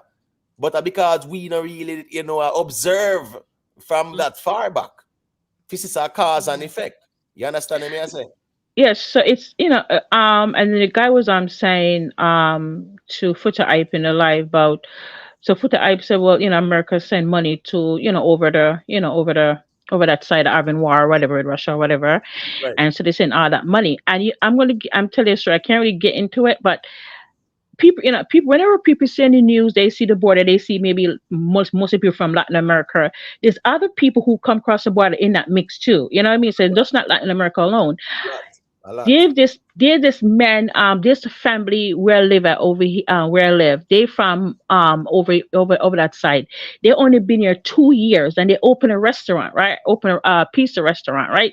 So I go over there. I'm like, oh my god, this is a new place. I'm saying, how long you been in America, right? And he was like, only 2 years. So I'm gonna say, how you get the restaurant? And he, because I'm Jamaican, so you start talking to me about where I come from and all that stuff. And he said he came over because they have, war torn, and they get insurance, they get everything. And Thomas said, how do you get the money to open a restaurant? He said him and his wife went to the bank. Trust me, they haven't worked in America yet. They just get their stuff, and they go to the bank, and the bank gave them the loan, the small business loan, 2 years ago to open a restaurant. Some said, but what, do they have any collateral or anything to put down? He said no, because they said they trust them. And this is like What real. This is country not. are they from? What country they from? They're from the Ukraine. I got you. Yeah, because you have to understand that too. Remember even over England, right? And I'm happy that Keir Starmer won the election, because that Rwanda deportation thing that they were sending back the African immigrants back to the resettlement in Rwanda. Yes, Yeah. he has won. They have won the election, and him said that is dead on arrival, which means he might throw it out the window, because the thing is that you are sending back people to inhumane places where them they come from. I say that to say this, Anne Marie, when it comes on to immigration, when it comes on to these matters, with even Foota Hype, a lot of the ones them are reason, and them not reason with the understanding of the history, the cause and the effect, how the Monroe Doctrine, how neoliberalism has affected these countries from an economic perspective, how corporations have destroyed these countries, and how the empire has fought to use these corporations. You get what I saying? One way or another. We see Wally Pied play out when Trump won in 2016. Rex Tillerson was CEO of ExxonMobil, and right away he became Secretary of State. Yeah, Isleman, no, state. Yeah, you didn't even know anything about what's Secretary going of on? State. I know that was crazy. Right. Yeah, And what's going on? Right away, him deal with all oil business. Then come at Jamaica, then cut off Venezuela oil, then pull him out of the nuclear deal with Iran. So therefore, no more oil. Them stop sell Iran oil, which means that Iran can't trade no more oil by them and whatever. It's a whole heap of things that they did just for oil. Next case in point, we see our government in Jamaica with Britain I try jail for oil, but everybody I try to step away from oil. Me understand, so everybody want to find some oil now, but why can't we invest in renewable energy? renewable Everybody energy. try to Yeah, step away from the whole oil thing, right? See, we are talking about hurricanes and storms, right? But at the same time, nobody not talk about having more solar panels. Who are investing in a solar and a big business? Why isn't it there an appetite for solar panels in Jamaica? Yeah, there it should be. And there's a Right. lot. They are complaining like Ghana and JPS, this and JPS, that we should be promoting more solar panels, because Yeah. that will solve the problems And easily. in my tip, that's what I was saying the other night. Cause I go live every like night, like wee hours of the night when me Right, bored. right, 2 o'clock me up. But right. that was I was saying, like, those people in Jamaica, they need to invest in those things instead of staying a barrel of food we eat off in 2 days or whatever. Know that they see the importance of it, and we're right there in the Caribbean Sea, so we're always gonna have hurricane issues. Those are the things they need to invest in. Solar energy. Hmm. Yeah.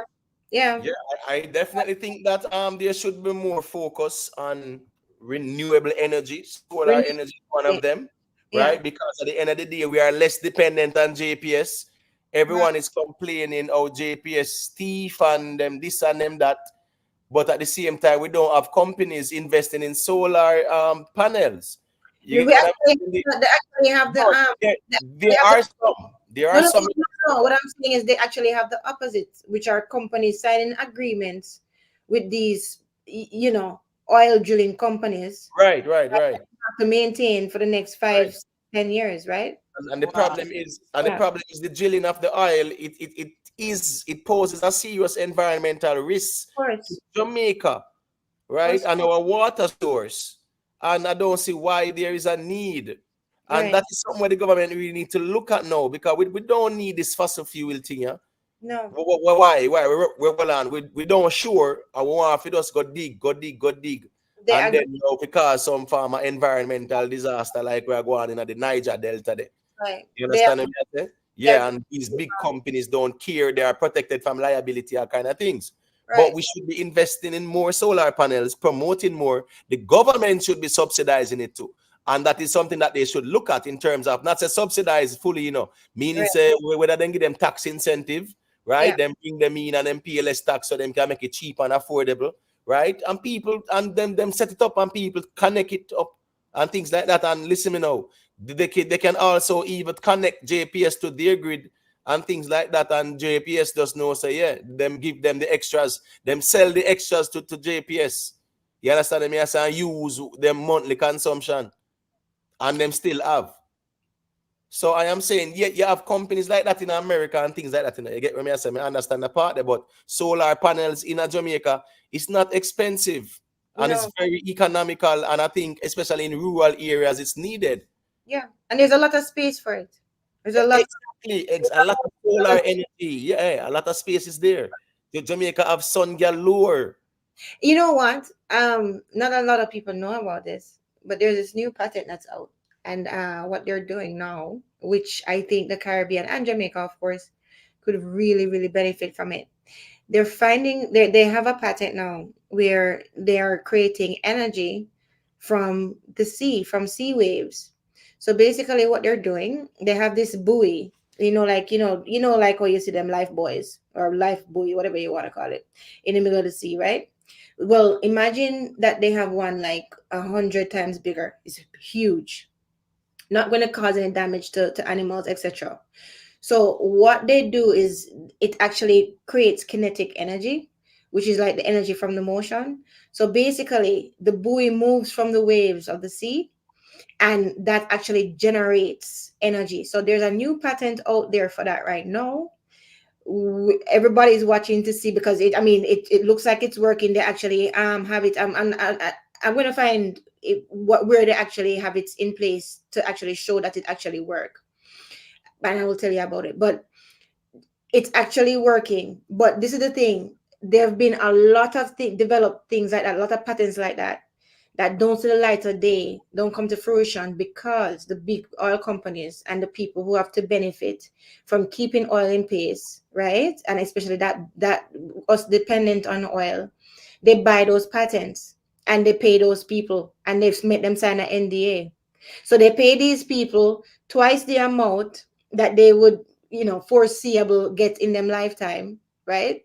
And I mean, on the other side too, if a big oil company like SO or one of those people offer you to pay for your patent, it would behoove you to take it, because if not, a lot of people end up missing. These are facts, and the guys can research it, look it up with patent history and all that stuff. I had to study that stuff. I understand how them thing they're going to Miss Julia. That's why as me I say still it's a funny world we live in, right? That's a one.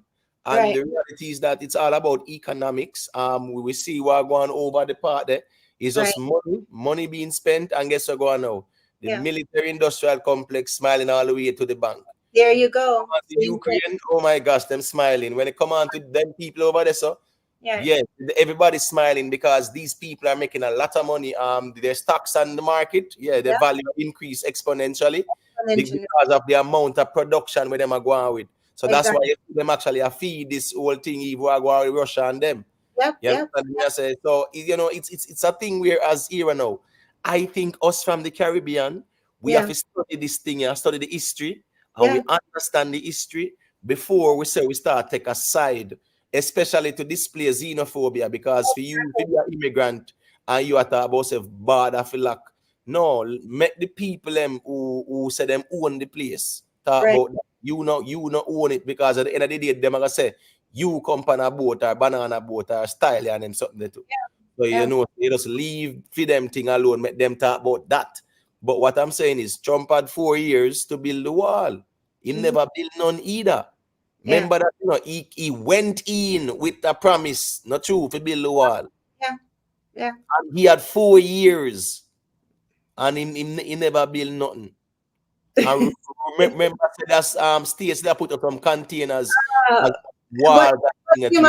you might have there. This is the thing with this wall thing, right? And I'm not getting it because I'm over Canada, so. But this is the thing. In paint this narrative, and that's why I tell you these people are good at painting. You know, they paint this narrative like as if most of the illegal immigrants, right, are coming from the wall. Most of the look at the statistics, research it, guys. Most of the illegal immigrants are people that overstay them visas. Most of them are people who actually came in the country, right, and pretend to leave or did not leave, okay, or pretend to be deceased or take a deceased person's name, and them. So if they have a problem with if they say they have a problem with people coming or going across illegally, right, and them say they have a problem with how they work and they contribute to the country. If that's the case, then if that is true, then you should make a path for citizenship to these people. So if these people are here for 5 7 years and them working, right, and them have them children there and them productive in society, give them a path to citizenship then, if that's the case. But remember say Biden, remember Obama Mm, created a DACA thing, right? Trump wanted to get rid of DACA. And that again shows that the policies, mm, you know, the policies and people who are gonna say Trump, mm. these things they have to look at. The DACA thing that was Trump was fighting against it to get rid of it, and DACA or were the children of immigrants who came over illegally or whatever. And the Exactly. thing is, Miss Julia, there are more illegal immigrants have come through the southern border area Right. than even people who get a visa overstay. You get what I say? You have millions more. Ah, Actually, yeah, the millions statistics more. don't say that though. The statistics say that most of the people who are undocumented in the United States are people that actually overstayed the visa. They didn't come through the border. They No, didn't. but, They, no, but the thing is, no, but the thing is, Miss Julia, yeah. that does not meet the criteria of undocumented in a sense. It's a status it's a status change right there. So because watch this now, they have proof that you are in the country. It's just that them can't track you. Now the undocumented ones them now are the ones them when they remember they used to start smuggle them through the tunnels and then sitting there, But them see right? them all illegals though. Them see No, them no, all. no. Hold on, no, hold on. But Miss Julia, what I'm saying is, Yeah. um, someone who comes to the southern border, meaning say that's them dig I tunnel don't. and come through. Yeah. So you Government has no proof that them come to the country. Remember, right. say people who get a visa and enter the country. Remember, say them they used to ask for the I-94. You know, Yeah. remember Yeah. you always ask you for that and them stuff there when it comes down to any immigration thing. Yeah. Man. Because once you can prove that, at least you prove legal entry. And that is the reason why you could also even adjust your status. You Yeah. get what I said? In comparison to the one them will come through the tunnel, them or jump over the fence and Yeah. just go over here. So those are the ones who are quote unquote undocumented. It's just that now you know your status is that you know your status kind of ambiguous. You get what I say? But you can still adjust yourself. You Yeah. understand what I say? And get official. So Well. it's to show you the two different. So most of the people them most of the people who are like that, Yeah. them coming in illegally, jump through the fence are. Yeah. But right now, even the ones them who them are bringing now, they are documenting them now. Yeah, Them they just let them go, but them document them. You yeah, understand me? I say, and then them have them court time or them hearing time and whatever. So, but the reality is that the United States has an obligation under international conventions to listen to people who are seeking asylum for whatever reasons. That's the okay. reason why So the now, whole heap of Jamaicans, listen me. You see, yeah, from this border thing start up, me yeah. feel say more Jamaicans come to America that way than people will take the plane and overstay. I think so too. In a I real life, all right? It's benefiting Jamaicans, it benefit Caribbean people, it benefit Asians, it benefit even Africans. Whole heap of Africans come through from over there. So you're frightened if you know. All right. So okay. So so we always deal with balance and stuff. Now I'm off that view too, because listen, you're right. But we talk to different people from different sides of the scale. So here is the other side of the argument. Again, disclaimer, I'm not saying that I agree with it, but they do it. I mean, I can understand where the narrative is coming from. Okay, so here's the other side now. They're saying, well, Imhotep, when these illegal immigrants come across, where do they usually put them? Usually, and they usually put them in the areas, urban areas, where there are a lot of blacks and lower middle class or upper or middle class blacks or lower middle class blacks, right? So now them saying, okay, so then that means that they're going to affect those people's jobs, because now basically them can. This is what the guy was saying on Foota. The guy who was arguing with Foota Hype on that video, right? Saying that basically, whose jobs are they coming after? Because if they're put them in those areas with us, when we are trying to, live the way we're supposed to live, then they're taking our jobs. So that's his side. But your problem with that though, Miss Julia, and I don't know if you guys noticed the lie he told. Him said Right. as him I get was it 5,000 for one trip, right? Right. I said no, the illegals them are charge 1,500. Right. No illegal as a CDL that have hold on. No illegal as a CDL. None of them have no business for a charge no 1,500. You understand me? No go so. But the point is this now. Him drive truck and him can make money. Me not think him to try and jump over in our next person lane and talk from them angle. Okay, him talk from him angle, and those people are not a threat to him. The next thing is that watch this now. If them come over and them want to work, remember, the people who are complaining, the problem is, these people don't even affect not Jamaican people, because Jamaican people always are survive and them something there, right? And we do what we do to survive, right? The demographic is different in America as well. In America, the African Americans, them predominantly in a lot of these neighborhoods, like 90% of the males do not work. So listen, so Imhotep, again, I am not saying that I agree with the man. And I'm not saying that what he is saying is valid. I'm telling you what the other side is saying. No, right? I understand that part. I'm just showing you that that's a flawed position, because he's saying that a 5,000 is a charge. I know the illegals never charge. Okay, but that's what I'm saying is I'm not talking necessarily only his case. This is the argument. The general narrative from the other side is basically this: them going to be in them communities, right, and take away their jobs, because them can do the jobs cheaper, right? This is what they're saying, right? Them also saying that basically, this is another argument that I've heard. Oh, so you're putting all of these illegal immigrants into 5-star hotels, all of these hotels, paying for all of them, but yet still the veterans, them can't even get them benefits. There are people who, them don't get them pension, all of that stuff. So you're not really looking after the Americans. Watch this now. Let's look at the history. Just name where the people them from, and your sister the amount of money where America get out of this. So where them are do are those reparations them are give them people, so them people can sue them for none.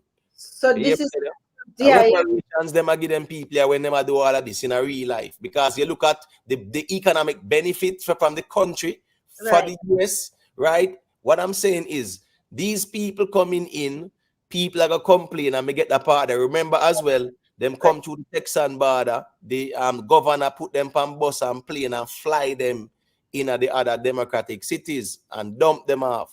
And Yeah, that, remember, so them do that, a politics them play with the thing too, I remember. Because, because at the end of the day, all right, you are a state, right? Cool. Trump had 4 years. Yeah, man, Trump couldn't really spend 4 years and build the wall if him did want to build it. So why him never do it in a film 4 years? Right. So the purpose of me saying these things, right, is not to give any kind of pushback, because I'm actually of our view. That's what we were talking about from before. But at the same time, we can't just shut the door on what they're thinking, because even if it's not a real threat, even if it's an imagined threat, or as you just pointed out, a threat that don't make any sense, as we know in politics, it's appearance. And a lot of these people, they're uneducated, and them running with just like what you see happening in Jamaica, them running with sensationalism. So them Right. thinking, oh, they took my jobs, you know what I mean? Or they come and they're going to bring all of these gangs and all these stuff here, and I'm here working so hard trying to, you understand? So this is what they're doing, and this what they're trying to do is basically turn the Black American narrative, right, to turn them to basically be against the Democrats, to make them think that, oh, these are the people that's putting you in a worse place because them have open borders, and you know that the Mexicans don't like blacks anyway. So this is the narrative that they're painting. You understand? Yeah, and that's not true, because you actually have a whole heap of blacks in Mexico. I wanted them know that. Oh, but this is the narrative. No, I understand what you're saying, Ms. Wood. I'm not saying you. I'm saying these people don't understand the history of Mexico. They don't. They don't. Right? They don't understand. Them feel like, say, when they hear Mexican, it's all about a light skin Hispanic type of person. Exactly. So yeah, because of their limited understanding of it, them understand the history of Mexico. And even now we have a whole heap of part of Mexico that there are black people who are the descendants of slaves who were there, because remember slavery was in Mexico as well. So I like the slavery never over there too. But what I'm saying is no, when it comes down to those type of ideologies, to say these people are coming to take your job. First thing first, you supposed to can secure your own, and if you can secure your own and make somebody else come and take it, then don't complain in a real life. It's a dog eat dog world with right? So you defend your own. All right, you are worried about job, go start your own a company. It's very easy in 2024. Very, very easy. If you are worried about somebody that take your job, you can start a company. All right, what's this now? The Hispanics, them, yes, them skill on them hands. So what do you think them do? The ladies, them start them own cleaning companies. Have one little vehicle, and them good. Then get them driver's license, have one little vehicle, start one cleaning company. You call them come and them clean your house. You understand me? I say, and them charge you charge 120 and spend 1 4 hour. 2 of them, and you give them 150 tip or whatever. And them good. Them the two for the day and whatever. In a real life, I saw them do it. That's how them do it, yeah. A lot of them with schools, just look at any school gate, them pile up with them little school vehicle, them get themselves registered with the township and them transport picnics to school. Yeah. You get me? So the ladies, them do that. The men, them in a construction or whatever. When you look at the demographic in America with black people, right? A lot of even Jamaicans. First thing first, you have more progressive Jamaicans in America than non-progressive. Me get that part there. But you have some people, them have the fast lane mentality, and you have some people, them just don't really care like that. But my point is, face anybody if you are worried about immigrants that come take with jobs. No. Yeah, me if they are worried, say, and next man I come take my own. If you are defending and secure my own for a long time. Yeah, you have papers and everything, and you are worried about somebody when on the papers. We have different mentality, Imhotep. Our work ethic is different too, especially as immigrants, right? We have a different mentality. So I mean, listen, it's a lot of identity politics, right? And them know what I'm doing. Anyhow, so James Bond, they're checking. James Bond, good evening, sir. Yeah, man, James Bond, where you going? Good evening. I don't know, once the chat I listen about, once you touch my down, not to come in. How is Spartan get touch? No, the immigration thing yeah, talk Oh, about, yeah, man. Got you. but, When you hear you say, man. but Miss Jolie, to your point, and I agree with you. Yeah. This immigration thing is nonsense. What the Democrat is trying to push. Yeah. What the Democrat is actually doing is they don't have black votes anymore. So they want the colored brown and whatever people as what they call them to vote for them. Chicago and New York has the largest concentration of black people, Yeah. or others as people would call them. Where you think them say, and they also have the largest concentration of immigrants. That's where they're challenging them they're everywhere. Exactly. New York City is giving, if you have a family, New York City is giving you $1,500 a month. They're actually paying you $1,500 a month. If you're in Chile or Nicaragua or wherever down in South America and working $50 a month, and you say if you go to New York, you get $1,500 a month. Why wouldn't you not come? Yeah. Why wouldn't you not come and try and come across the border? And then when you put the immigrants, the illegals in these cities, of course they're going for the bottom tier job, the warehouses, this, that, where predominant is black jobs. Just Right. like you live in Miami, don't going to trucking. Trucking in Miami is Cubans run trucking. Everybody who in the business know I deal with them every day. It's if you buy a truck, I have a trucking company. If you're not linking with it's Cuban run that is their business. You know what when you're going to like nursing homes, because obviously Florida have a lot of elderly home care and whatever. Yeah. That is predominantly Jamaican and black people, and Jamaican and Haitian run that business Yeah. predominantly. So when they said black jobs, of course there's jobs you can identify as black jobs, and we have a big immigration problem. And as you said, if you have 12 million people, because Bush did say this once, you know. Bush actually said Jamaicans. Bush said we're not worried about Jamaicans, you know, because when they come on their visa. So we still know that they're here. Them just don't go back. What we're worried about is people who's coming across the border. We have no idea of who they are. That is the issue, you know. And you Yeah. have 12 million people. We have no idea of who they are. A man can be the biggest criminal in some country and just come at the border and say, you know, so I'm scared for my life. And you let him in the country. And then before him go see asylum judge, it's 5-6 years before he take to see an asylum judge, you know. That don't make no sense. 5-6 years it takes to see an asylum judge. You have look how much people in America homeless, and you are paying hotel. Them New York already spent That was an argument, yeah, about the veterans still not even getting. exactly man who fight for the country. There's right now there's a big case in front of the federal court. There's a veteran that them promised himself him go to Iraq. I think it was Desert Storm or one of them places. If him go there from Australia, he'd have got his citizenship. Now the man go war and come back. At the other day, him go for him driver's license. Him realize him on a citizenship. Yeah. Him on a citizen and him wife dead. And And you have people like that who are suffer out here. And then you have a man who just jump the border, come in, and just run around the place. And then him have a hotel to stay, him have food voucher, him have everything. I have so much people. It's $17 billion to take a care homeless in America now. If you use $17 billion in America now, you fix every single homeless problem now. 17 billion. But the problem is though, that there are more white homeless Americans than anybody else, right? You look at places like California. You understand me? I say it's serious over there. But it would be though, based on the demographics of race to color and all of that. Remember, we're only 13% here, so you will have more white. California, but California, remember, say it was part of Mexico back then, you know? So it's not as if you said as it not have a serious Hispanic influence and a population. But my point is though, right? My point is this: that veteran, you know, that's more like a executive problem with the government to fix that. You get me? I say, yeah, that the fact they shouldn't use to fry these people because what's this now? They have the money to you know, deal with the veteran or change the laws. That's not about money. That veteran is not a money issue, it's more like a legal issue where his status could not be adjusted.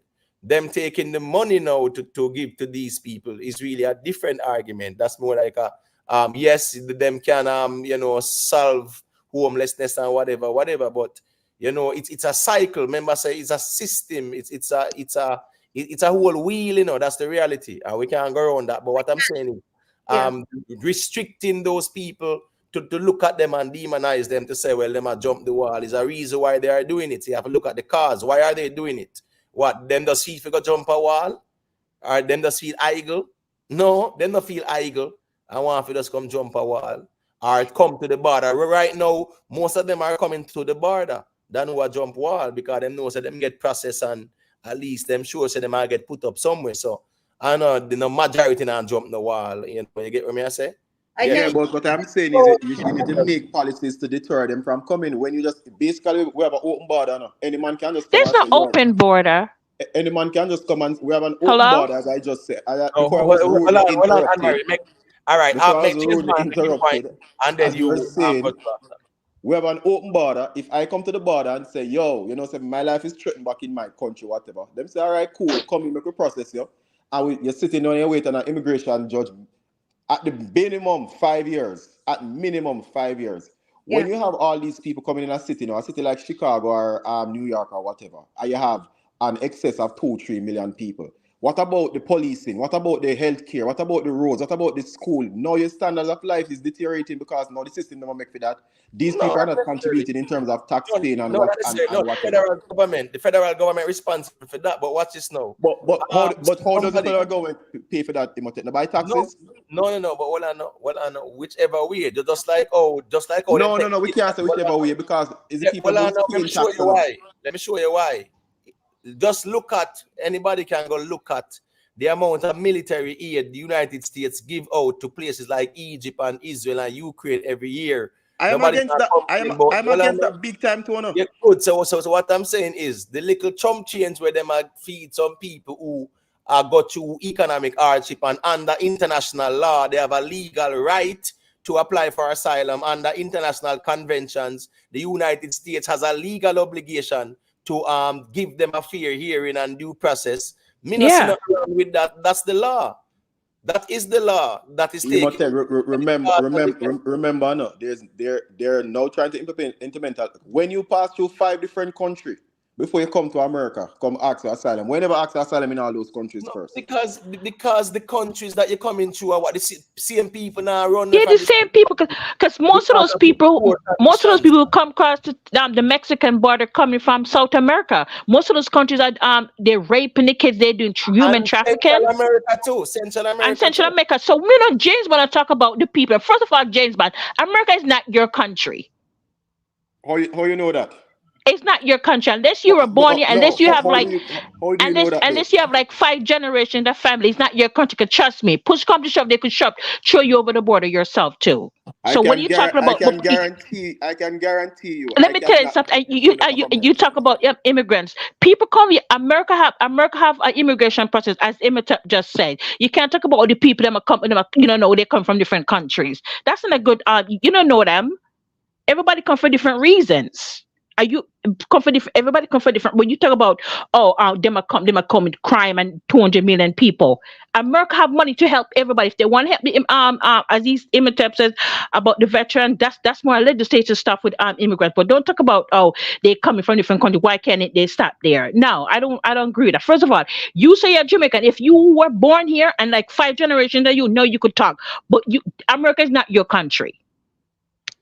So, all right. So, the thing is, right? I can see from both sides. That's why I agree to a large extent with That's xenophobic.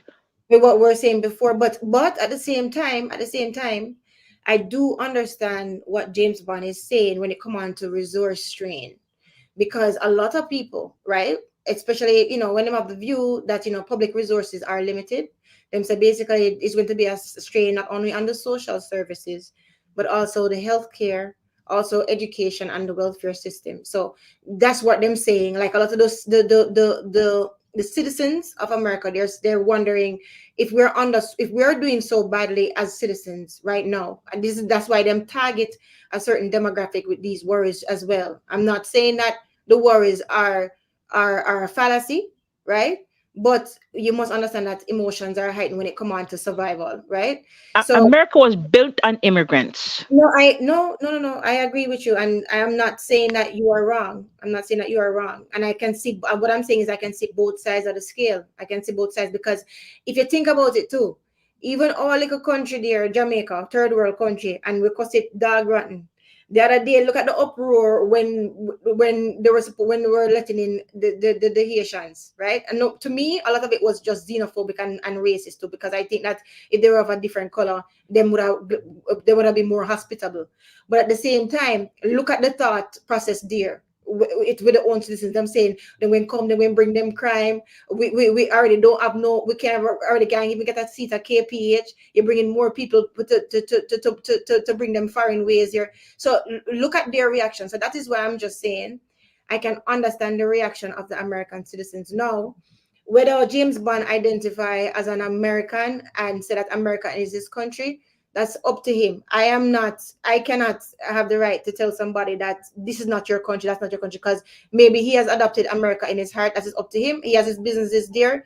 Maybe him see it as his livelihood. I don't know. So Yeah, man, but, technically though, he's still naturalized. right. Let me tell you something. If if him see himself as that, I'm not going to tell him that. All when him see himself as an American Indian, man, you don't know what's going on. So that's going to be his status. So what I'm saying is this now. Yeah. What Anne-Marie said, he is not a born American. Me understand what she's trying to say. Yeah, I though. understand what she's trying You to say. understand me? I say, and you know, in no matter what James Bond say, he will always be considered an immigrant because he's naturalized. That is so true, but the reality is that no. It's not a matter of pro-immigration and anti-immigration. No, really, so them kind of carry it, so, but it's not a matter of that. No, it's not. It's not a matter of that, you know. The reality is that, you know, a lot of these countries, I said before, look at where these people are coming from. A lot of Africans, our own people, are beneficiaries as well. Right. Who are fleeing crime and violence and other things wherever. You understand me? I say in Africa, they might come as far as from Africa. So my point is, right, under international law, countries should adhere. That's why Jamaica actually broke international laws and nobody never make a big deal out of it, because a lot of us are xenophobic when they deported the Asians without due process. Right. And talk about repatriating them. Right. You sign Geneva Conventions against human rights and international laws and whatever. People reserve the right to be refugees in terms of fleeing violence and crime and all those things. And So- even Haitians, they are not, it's not because they want to come on a Jamaica. Right. If they could do better, they would do better. And that's the reality of things. So even the xenophobia shown to them in Jamaica, it was sad. The xenophobia was shown to them in Texas as well. Remember? Recently, the Texas Rangers, them are riding under the water and I whip them and them something there. Yeah. Right? Yeah, yes, that's what I'm trying to say. And most of those people come from this country living like mud. I know this lady from Peru. She said she was living in mud. So not because I understand something means that I agree with it necessarily, right? But what I'm saying is this is the whole problem with conflict, right? We think one way, James think another way, and it's like personal. It's not personal. It's not personal. You understand what I'm saying? So it is definitely not personal. I can understand both sides, what both sides are saying, and I can understand. Yeah. It's not personal. Yeah, I would never expect this conversation to be personal at all. Never. Imhotep, do you know that 95% of people is not qualified for asylum? 95? 95. It's that high. When people come and state them asylum claim, 95% of them get turned. Yeah, but the thing is this now, you know. No, I wouldn't say 95 though.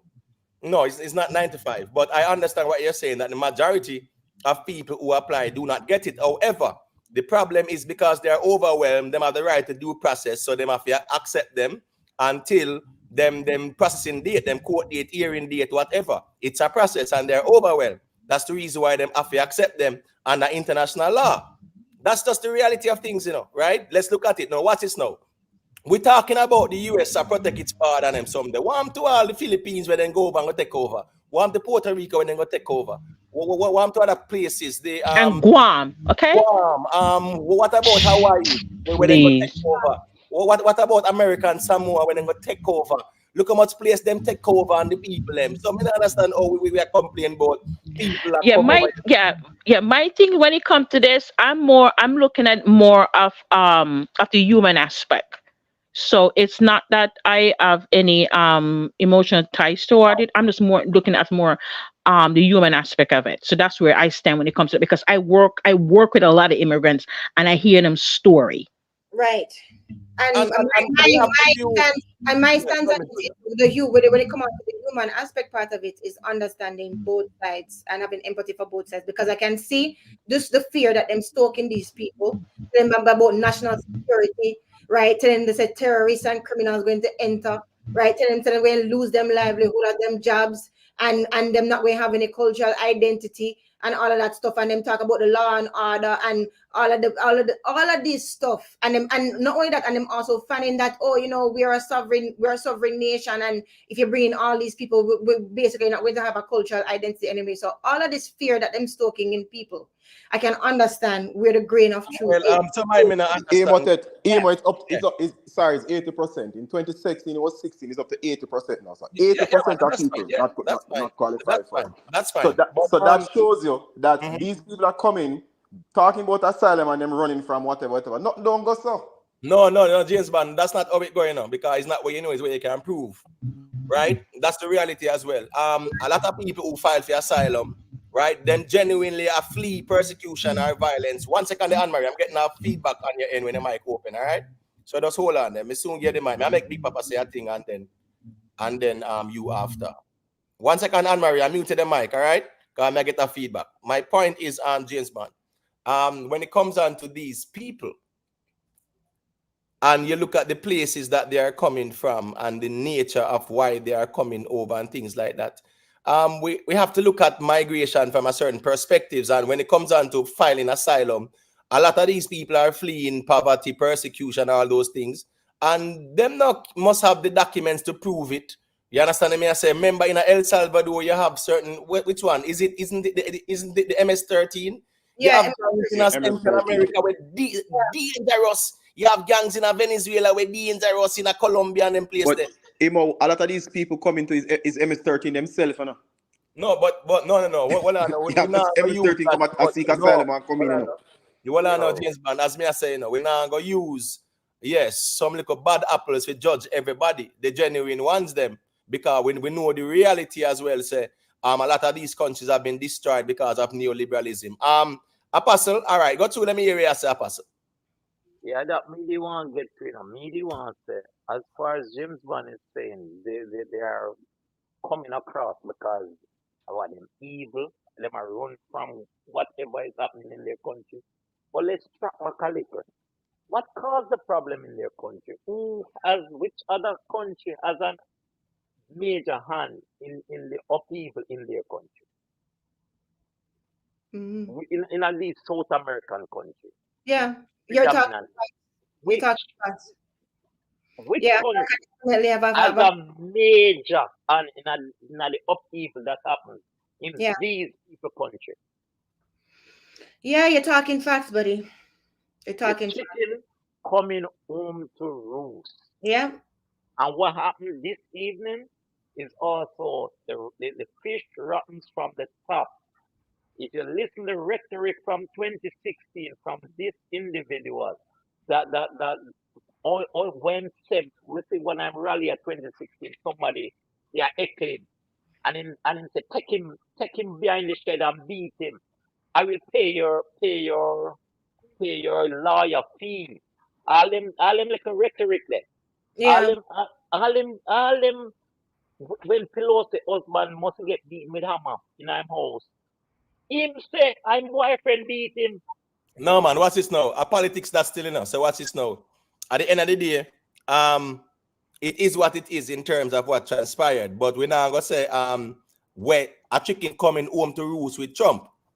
Where we know say what's going on in Central America and South America is chicken coming home to roost in terms of destabilization policies of the US. We get the part there, we see the part there clear. But this part here is not because in where him say about the Pelosi husband or whatever. I just you have some little head people when them head chick. The asylum, but hold on, the asylum seekers too, James Bond. To push back on that, there is a process for them to seek asylum, and they do actually have to go through interviews and screenings as well, right? So that is the process. Them have to actually demonstrate that them meet the definition of a refugee, right? Mean that them being persecuted either by them religion, them nationality, political opinion, any kind of social group, race, I think, right? Then them apply, and then them have to get interviewed and screening, and them have to actually have supporting documents. So it is not a light thing when they're actually being screened to come in for asylum. You there? Yeah, it's Yeah. just that the process is very rigorous. A lot of people who have genuine issues would not qualify because them not have the documentation to prove it. Case in point, whole heap of the Asians them. Case in point, even in Venezuela, you have a lot of people because you know how it go. You have people who are leftists and people who are against the government, and the political persecution they are going. Them can't prove that too. But they know them have to run away because the government send some people for them, whatever. So it's in a means the rate at which them really accept them. But there is every country has laws and rules and regulations that you have to follow. Did you know that if you in America, if you're a Haitian, if you make 35, I think it's $35,000 or $30,000, you can petition for anybody in Haiti, you know. And the visa take like 30 days to come through. You know. They get a 2-year visa to work and whatever, and then after that you figure it out. And why is that so? Haiti, Venezuela. I think about 3 or other 4. I'm not sure of the other countries on it, but I know Haiti and Venezuela is on it for sure. So why people don't do them something there? That there's rules and regulations to follow for a country.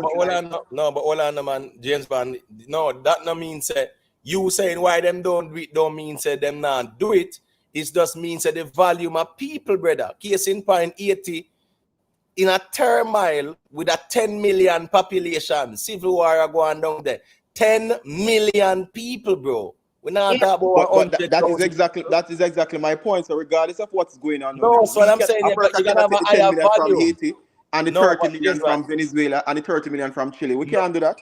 No, but hold on, man. So hold on. So who did tell them say that them have the right to go take over the Solomon Islands and down to Hawaii and Samoa and Puerto Rico and the Philippines and them place there? So why nobody couldn't tell them say they can't do that? So it's okay for them take over people place and take over the thing. Why are you talking about? How long ago America did that? Where you say? How long ago America did that? So hold on. It matters how long them do it, or it matters it was done. Which one? What I am saying is, So all these years prior to 5-6 years ago, when we have this influx at the border, what was going on then at that time in those countries? Why we never had that influx? Since as whatever America that's the result. That's the result of remember Venezuela.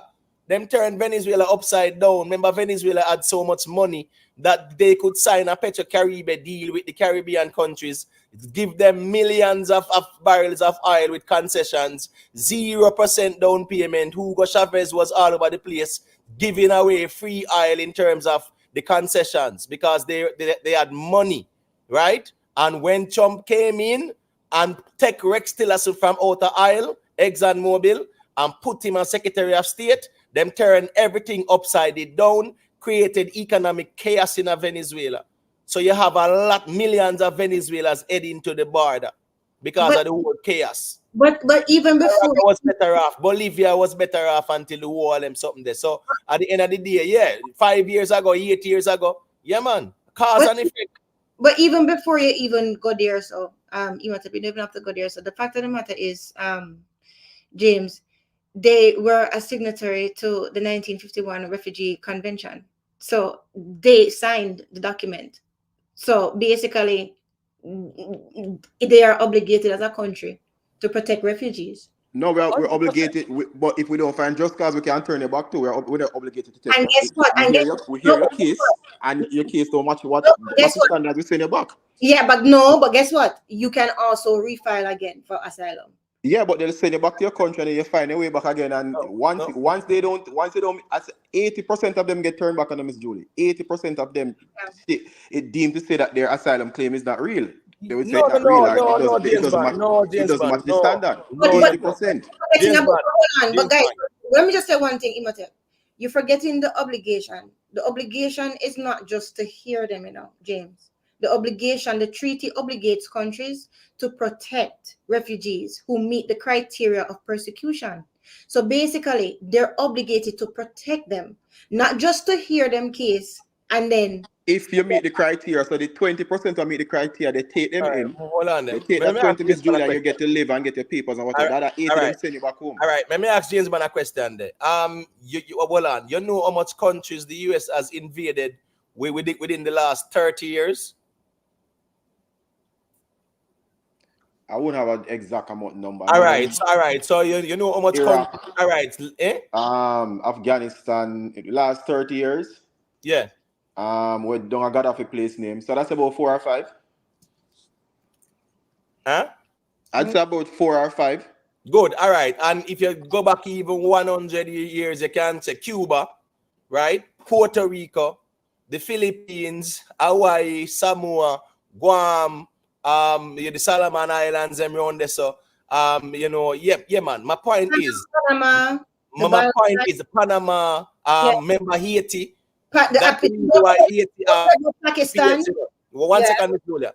Remember, yeah, I said Trump suspended the TPS, the yeah, temporary protected status for Asians, yeah, knowing the history of the US, how they went in 1915 and invade Haiti, destabilize the country. It was a part of the Monroe Doctrine to destabilize Haiti yeah. as the free democratic black republic in the Western Hemisphere. And Guyana, they invaded, take it over. No, not Guyana. They invaded Grenada in 1980.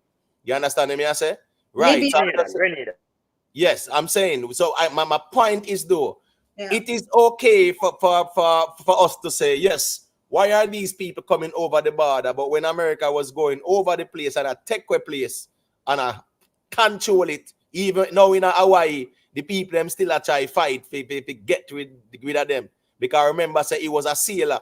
I don't remember his name that actually went over there and start trade with the people and take over the place. And the US government co-signed it and everything. So my point is, for those who are saying, why are these people coming over here? And yeah, man, they don't have right and this and that. Remember, say America capture whole heap more place than people who are come over here in a real life. So it's like I think it's a bit hypocritical in a sense, knowing that throughout history, a whole heap of countries then go and take over the country and have the people under rule. Puerto Rico is a case in point. Puerto Rico and an American thing, then just use badness and take it over in a real life. So what I'm saying is that it goes both ways too. So I don't know one-way street. You understand me? I say people big up on yourself, drop a like on the stream, And if you don't want to check in on the panel, the link is pinned at the top. So I'm just saying, I have no problem if anyone wants to oppose this immigration thing, but when it's speaking about it, it has to be a humanitarian conversation, not talking point or a neoconservative talking point to say, whatever. You have to look at the cause and effect. Okay, what countries are they coming from? They're coming from Venezuela. Oh my gosh, that country was doing so good until Trump came into power. That country was so rich because Hugo Chavez was even, giving away the oil. But I don't understand your point though, Imotet. So what are No, you but trying to say? hold on. My point is, Venezuela, that was one of the richest countries in the Western Hemisphere because of their wealth in oil. That their economy was doing so well and they had so much money. They were destabilized by Trump, which resulted in an economic collapse of the whole society. And a lot of people become political prisoners. People start fight against the government. Them want Maduro out, and then government start target them. Government start say that's why them are linked with CIA and one bag of something. So you have hundreds of thousands of quote unquote people on the run. These people are head to the US border. Places like Nicaragua, El Salvador, Guatemala, the whole of Central America, it's the same problem. So I am saying all these people are running up here because of a cause and effect scenario. So just like how them go down and destabilize the countries them because them want them fall in line, right? Or because them say, oh, you're leaning too left. Look at Cuba case in point. The only sin Cuba committed is to what? Be self-reliant and not take no talk and don't make you bully me. That's the only sin Cuba commit. What other sin Cuba commit? So we can't go on like say that's the man them unclean and them something there. Remember, when the president, man, Roosevelt, man, Theodore Roosevelt, Yeah. they charge up San Juan Hill. That was the Cuban American War, the Spanish American War, Yeah. right? They Yeah. went over there and captured the place. Up to this day, them have Guantanamo Bay for one next one. 100 years are, well, I think Cuba say as soon as it up, them now renew it and whatever. Look how long them have Guantanamo Bay, about over 100 odd years, right? So my point is, we have to look at the geopolitical problems, the economics problems that were manufactured as well. If we understand the economic hitman, if we understand how neoliberalism work, we understand the whole of South and Central America was doing fine until they went down there and mess it up so that American corporations could benefit. The same thing done at 80. 80 was doing okay until they went down there and mess up 80. And now we Jamaicans are show xenophobic towards the Asians them. And even James Mann say why more Asians can apply for more Asians. So the reality is that a cause and effect. The US went down there and tear the country apart. Puerto Rico, then go down there and to take it over too. We saw Katrina, which hurricane was it? That hit Puerto Rico. That wasn't. No, man, that was 1918, there and about. What's the name of the hurricane? Anybody remember? No. I don't remember it right now, but Trump did go down there and throw a napkin to the people. Yeah, it was throwing paper towel. Right. So I'm just saying, case in point, you look at the Philippines, you look at Hawaii, you look at those places. Yeah. America just go in and take over the people in place. Yeah. You get what I'm saying? So I don't understand how one way we kind of see say people are come take over our place. But that don't even say that's a take over place. That don't even include all of the military operations then that them actually go and include themselves in other people things, right? The amount of wars. Remember, America have over 700 bases worldwide. Yeah. Right? 700 bases worldwide. Them have about 60, 70 bases in Africa or more. Yeah. Oh, yeah. Right? All over the place. Them I don't think those things are necessary. Necessary for what? It's neo-imperialism to dominate others. That's all it is for. It's an empire that dominates others militarily. That is what the Roman Empire did. That's what the Greek Empire did. That's what the Persian Empire did. That's what the Babylonian empires, that's what empires do. Dominate others. And then you just take some tributaries. So then pay taxes and whatever. And that's what they do. They dominate countries. They control the resources. The same thing with France, right? All of the African countries, them are using the franc or France currency. Their national reserves are kept in French bank. Them gold reserve are kept in French bank. The French companies are milk Africa and them sitting there. It's all about that. That's the reality as well. So I'm saying during the whole process, you have destabilization of the country's economies and things like that. So when the people them come on the border under international law, the thing go, it was Hurricane Harvey. Thank you, self. Under international law, they really have to give them due process. But if you look at these countries' economy, look on Panama, they invaded Panama, right? I remember saying Noriega and them that was in 1989. Right. Let's not touch Panama. America is the best thing to Panama. Let's not touch Panama. No. Remember saying America is the best thing to Panama. No. What's this now? Remember, hold on. What makes you say that now? Yeah. What was Noriega doing in Panama? Why America? Remember, Noriega was partner with Pablo and them man there. Remember, that's how Noriega really come to fame. When the man Pablo and the man from his neighbor Colombia, Panama was free and open to them for them to bring their money come at the bank down there.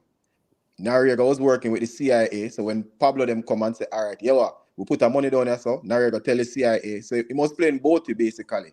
Right, and then he decides to have too much money now, so he must say, what, screw America. But let's forget. Let's forget Noriega. Let's go back a little further. If America did not build the Panama Canal, what will Panama be today? No, but all I know, they had to build the canal for the very reason they built that canal when? In the 90. The French started it first, and one of them people them couldn't manage it, and then all right. So the point is the canal was built as a result of World War II. You get what I say? And guess what go on now? The ships we did have to go around. So the German U-boats would be wreaking havoc on those ships, merchant ships. So the Panama Canal was the way, just like the Suez Canal was in Egypt, right? Was the short route for American merchant ships Yeah, escape. we know the Good. I reason. am But what saying, I'm but saying is, what hold would on, hold Panama on, be no, today without the no, canal? hold on, no. I am saying they didn't go there to build it because they were benevolent or them care about the people. They built it because it was more important to their geopolitical interests and their economic interests. So I'm saying that's why they built it. And yes, it's beneficial to Panama. But as you say, Noriega was on their payroll. They made that man who he was, right? They made him who he was. And then they have to go in and take him out. So you create the monster. And then now you look at the whole instability and things like that. You have Panamanians, them head up the side. Yeah. Nicaragua, the same thing. You were down there funding the Sandinistas them.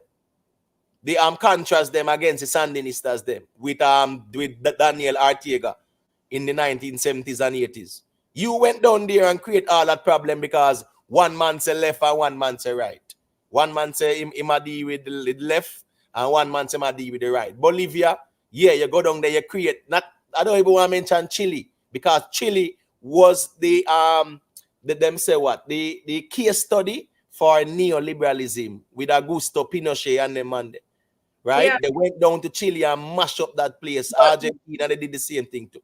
So but all of this were going in terms of people wanting to come over here. It's based on economic circumstances. Is a chicken coming home to roost in a real life though? But Imhotep, when you're talking about the Panama Canal, that's what I'm saying, is balance is so important. I understand what James Bond's saying about the fact that it helped with the infrastructure and stuff with Panama, and where would Panama be now. That is true. But it's true, it was of strategic importance to the US, right? Because first of all, it reduced them travel time between any kind of eastern and western coast in the United States, right? So it allow for what I say quicker deployment of military forces if anything happened with the Pacific Rim countries, right? Right. There's economic benefits to it too, right? All Because right. it actually helped to grow the US trade and commerce, right? Right. And the thing is, Miss Julia, It Yeah. at have the to time go to when World it was Trade and built, Commerce. That's one of the US. all right. So at the time when it was built, Yeah. it was one of the most strategic thing because the German U-boats was wreaking havoc on the merchant ships within the Atlantic side. Right. You get what I'm saying? So here we go. They had to build it because at the end of the day, they were losing ships like nothing. There was a sink. Right. And So it was very important. So them not go down, they go build it because them say, oh, we love these people and we care about them. No. And It I was know in their they interest. had control. The fact that they had control over the whole Right.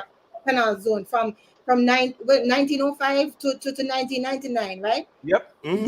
How you think the US got so much influence over Central America and the Caribbean in it regardless? You understand? All right. So That is why. Hey, So, let me say. whoever feedback. You hear what? Can you hear me? Is it me? yeah, man, go ahead, Miss Julie. No, but can you? Is it a feedback from me or no? It's not me. Okay. No, you're good. So I'm just saying that them control it for so long, and you don't see how that actually helped them to exert influence over even the Caribbean and the rest of Central America, right? Miss Julia, you know what's money they make off of that? Exactly. You know what's money they make off of the Panama Canal? Is anyone familiar with the? Mr. Get right there, K Young. Is anyone familiar with the Suez Crisis? Oh God. Anybody remember what really going on there? The Suez Crisis was when Britain and France, right?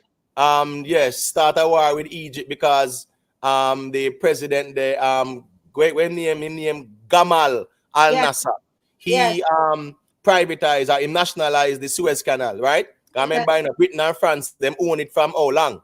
And them collect all of the money and whatever with the Egyptian government. But long story short, the man say, yo, nationalism, and we to control it. What do you think them do? Them actually start the war and bring in Israel over there and them do them thing. Now, the reality is that, my point is, these economic powers, European powers, right? They have always used ways and means to control some place where them not have no reason to.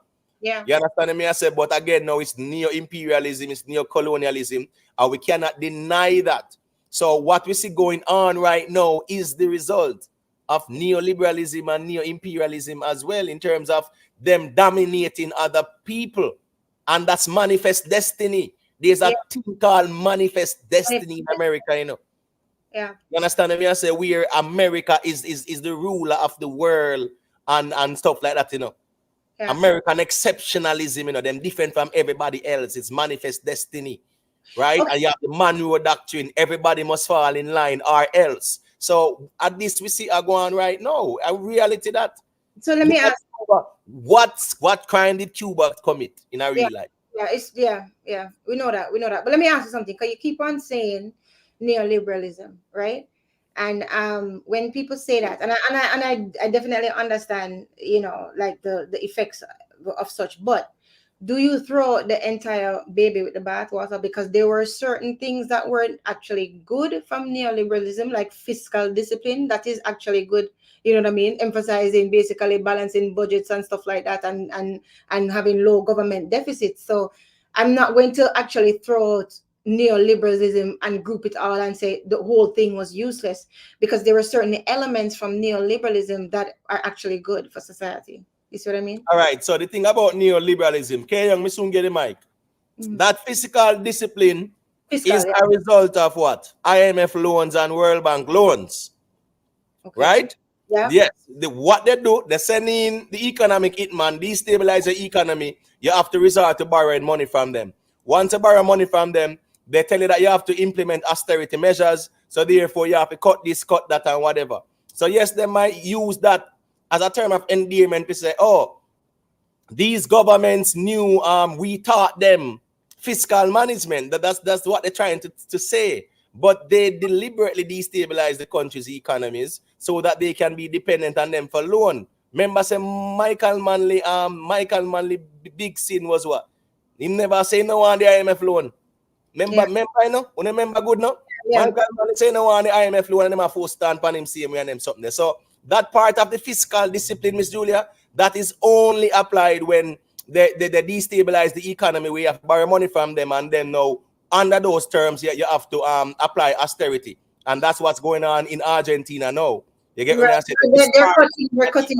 They're cutting spending to social programs. Exactly, it's a serious matter. So that's really the result of neoliberalism. So that aspect of it, Miss Julia, is also bad. But I mean, anything can be abused, but that is the part that I do not like about it, when them cut spending on social programs and any kind of public services, right? So and them saying that, you know, basically that will attract investment and stuff like that. So that's part of it that I definitely do not like. But I do like that the whole spirit of neoliberalism, it emphasizes, you know, individuals taking hold of their lives and initiative and entrepreneurship, right? And personal responsibility. So that part of it, the spirit of it, of what it's supposed to be, I do appreciate it, because that would be the free market enterprise, Miss Julia, not the neoliberalism. It's a different bargain that. No, but neoliberalism, it actually does emphasize a bit. It promote competition, right? No, but the thing is, you know, no, I'm not saying, Miss Julia, neoliberalism is the machine that drives the free market enterprise. That's right. It is a tool that is used to protect the free market enterprise, and the use of force will be used to protect America's national interests. Right. So that's what I'm saying. Oh, neoliberalism was applied the way it was done, because the free market enterprise was around before it.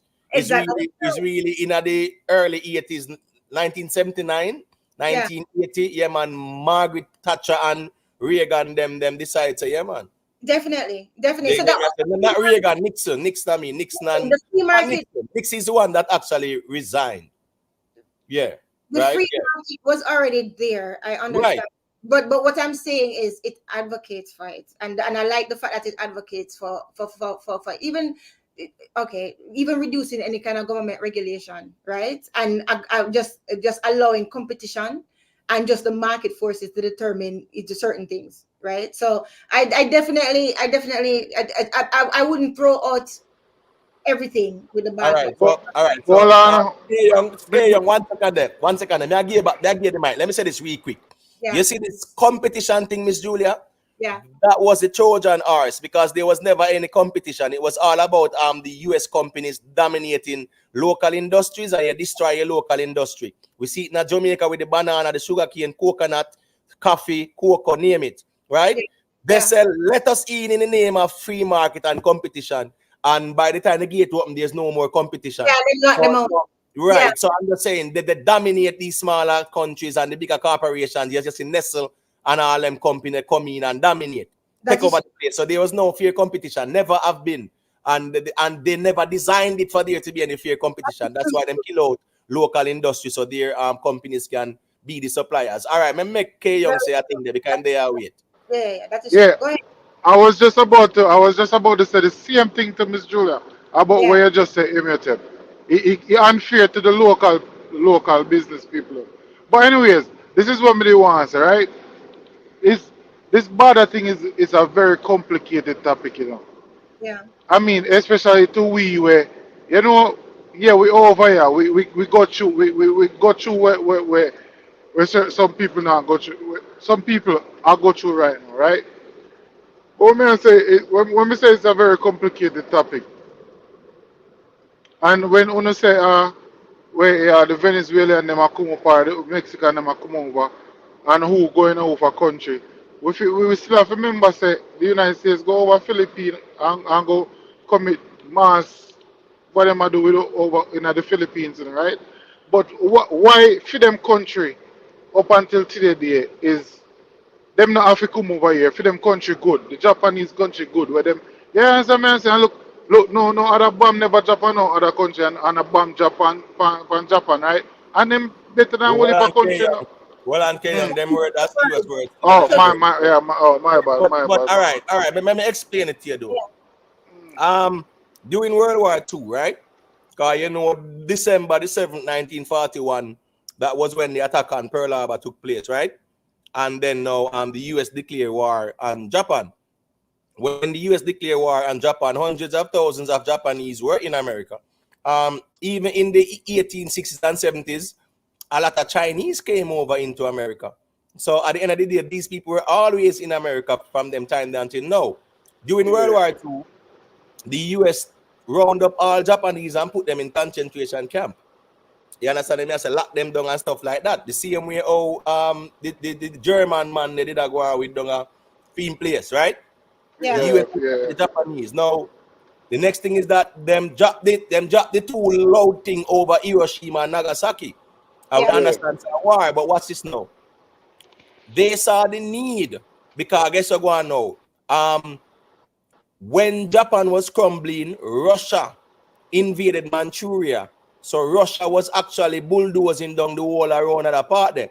The Yeah. US was afraid of Russia being the superpower like that. So what the US do? Had to have a strong Japan, have a military base all over the place down on the side with the Pacific Island, them and in Okinawa and those places, right? The yeah, same way all them have military base in a South Korea and them place there. So my point is they saw that a strong Japan because Japan has always been one of the big industrialized nations at the time. As a matter of fact, you look yeah, at the history of Japan, it was one of the fastest growing industrialized nation from the time that it started, even above the European nations. So Japan was always considered a superpower.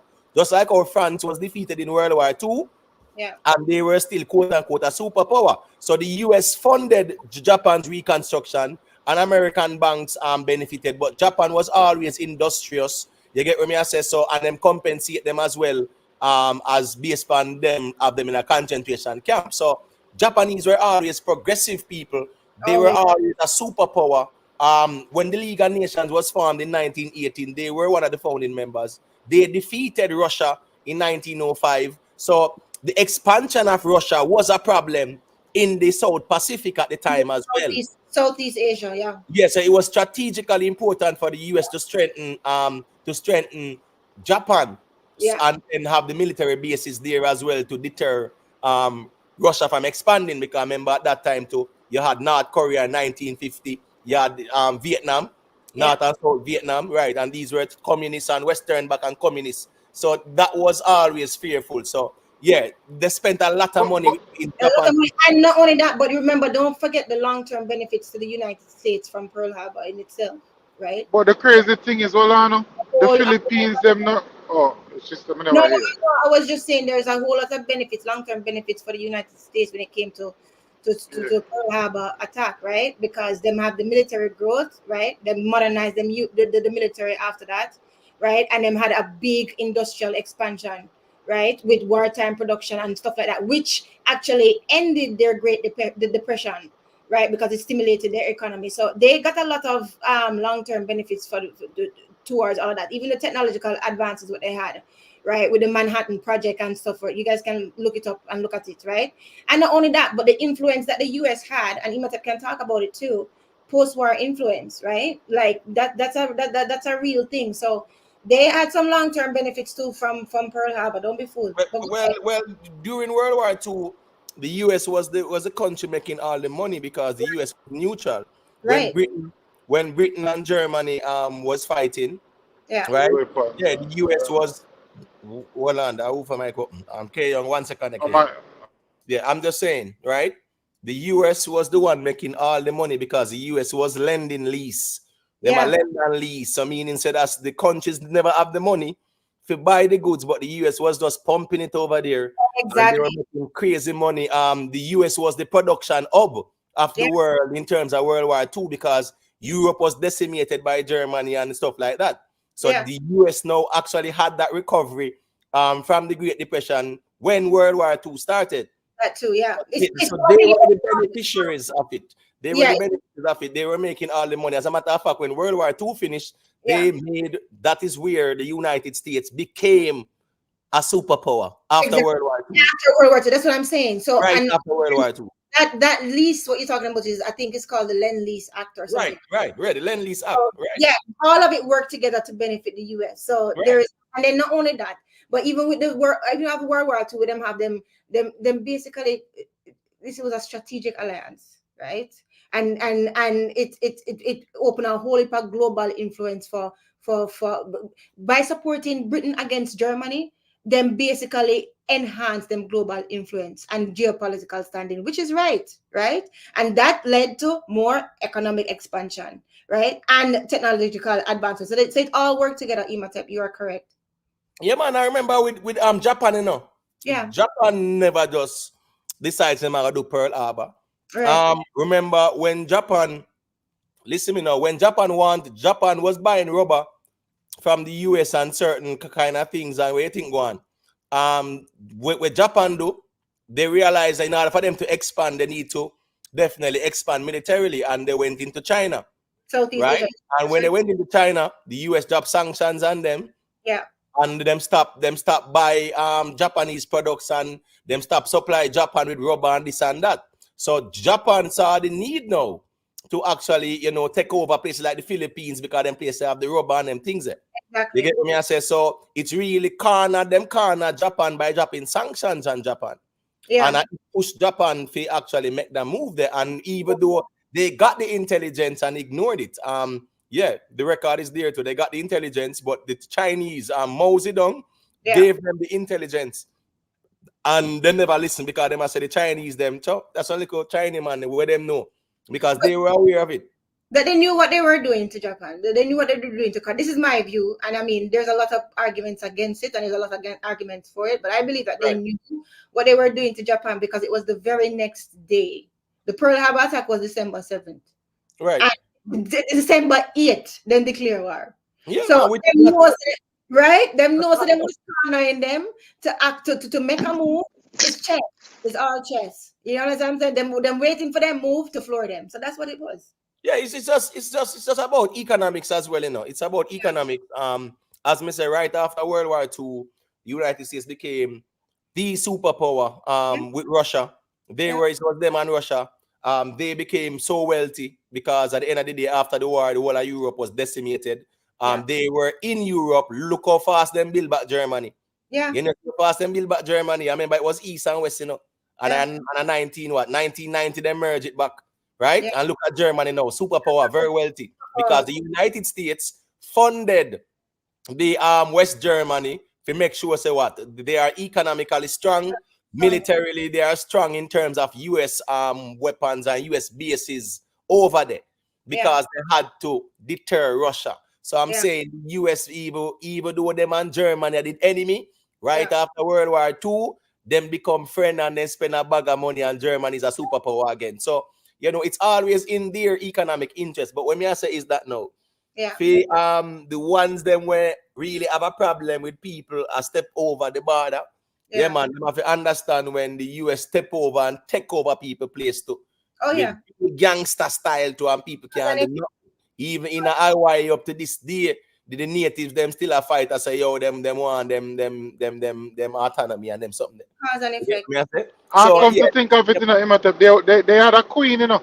I never know. So, oh, they had a queen, and then yo, yes, when the 100%. queen see the height, the might of the military, of the American military come, she just give up, you know. She didn't even fight, you know. She just give up. When we read, Yeah, yeah. when we read the story, No, yeah, when they started out as remember it was private men, just like yeah, when Columbus quote unquote discovered Jamaica. You know what Spain do? Spain gave it. Yeah. Jamaica belonged to Christopher Columbus at one point in time in a real life. Yeah. You Yep. understand me? I say so. Here go on. A lot of these men, just like Cecil Rhodes in Yeah. South Africa, there. And up until this day, then not till this day, but up to recent, they have Zimbabwe as Rhodesia, right? Yeah. Because Cecil Rhodes had money, was from England. He wanted to run a rail line from what? From Cairo, which are in Egypt, to what? In a South Africa there. You understand me? I say because he had money. And Yeah. when do peer colonialism then go over there, over South Africa side there and deal with and get the resources. So my point is these men, very influential men, they could just go into these places and then they will use the military to support them interests. Yeah. So Yeah. it's always AT&T, IBM, all of them big bank down them places. I saw you go. When me read a book called Addicted to War, brother, man, I tell you, there's a marine guy, he man tell you everything. But From what going on Haiti to what going over in the Philippines. It was so crazy, brother. yeah, yeah. And guess what? When them man. just a start out, the Philippines get the worst, you know. Over in a 600,000, you know. Yeah, But them man. man Yeah, they still come man. back. Them man they still come back. And that me I say, oh them help them. I guess them help out who them really want sit No, one on and top. them, Yeah, man. You have to read the yeah, room, man. Remember, them have a much base in the Philippines, Watch this now. During World War yeah, II, Japan invaded the Philippines, Yeah. Remember said Douglas MacArthur, Philippines, in the day as the last stronghold, And Yeah. for run left that going to Australia and say, I shall return. So the Japanese and they take it over at that time too. You understand me? So after World War II, them fight and get it back and whatever. My point is that when they come on to the Philippines, it was the Spanish that control it. And Yeah. during the Spanish-American War, that was when them even get a part of the treaty, yeah man, then get Puerto Rico and the Philippines and them thing there. You Yeah. get what I say? So a man just sign to some man just sign a treaty, and Yeah. just give it some land there, Give it Just, away. just give it away and then belong to them. The same thing with Jamaica. The Yeah. Treaty of Madrid in 1670.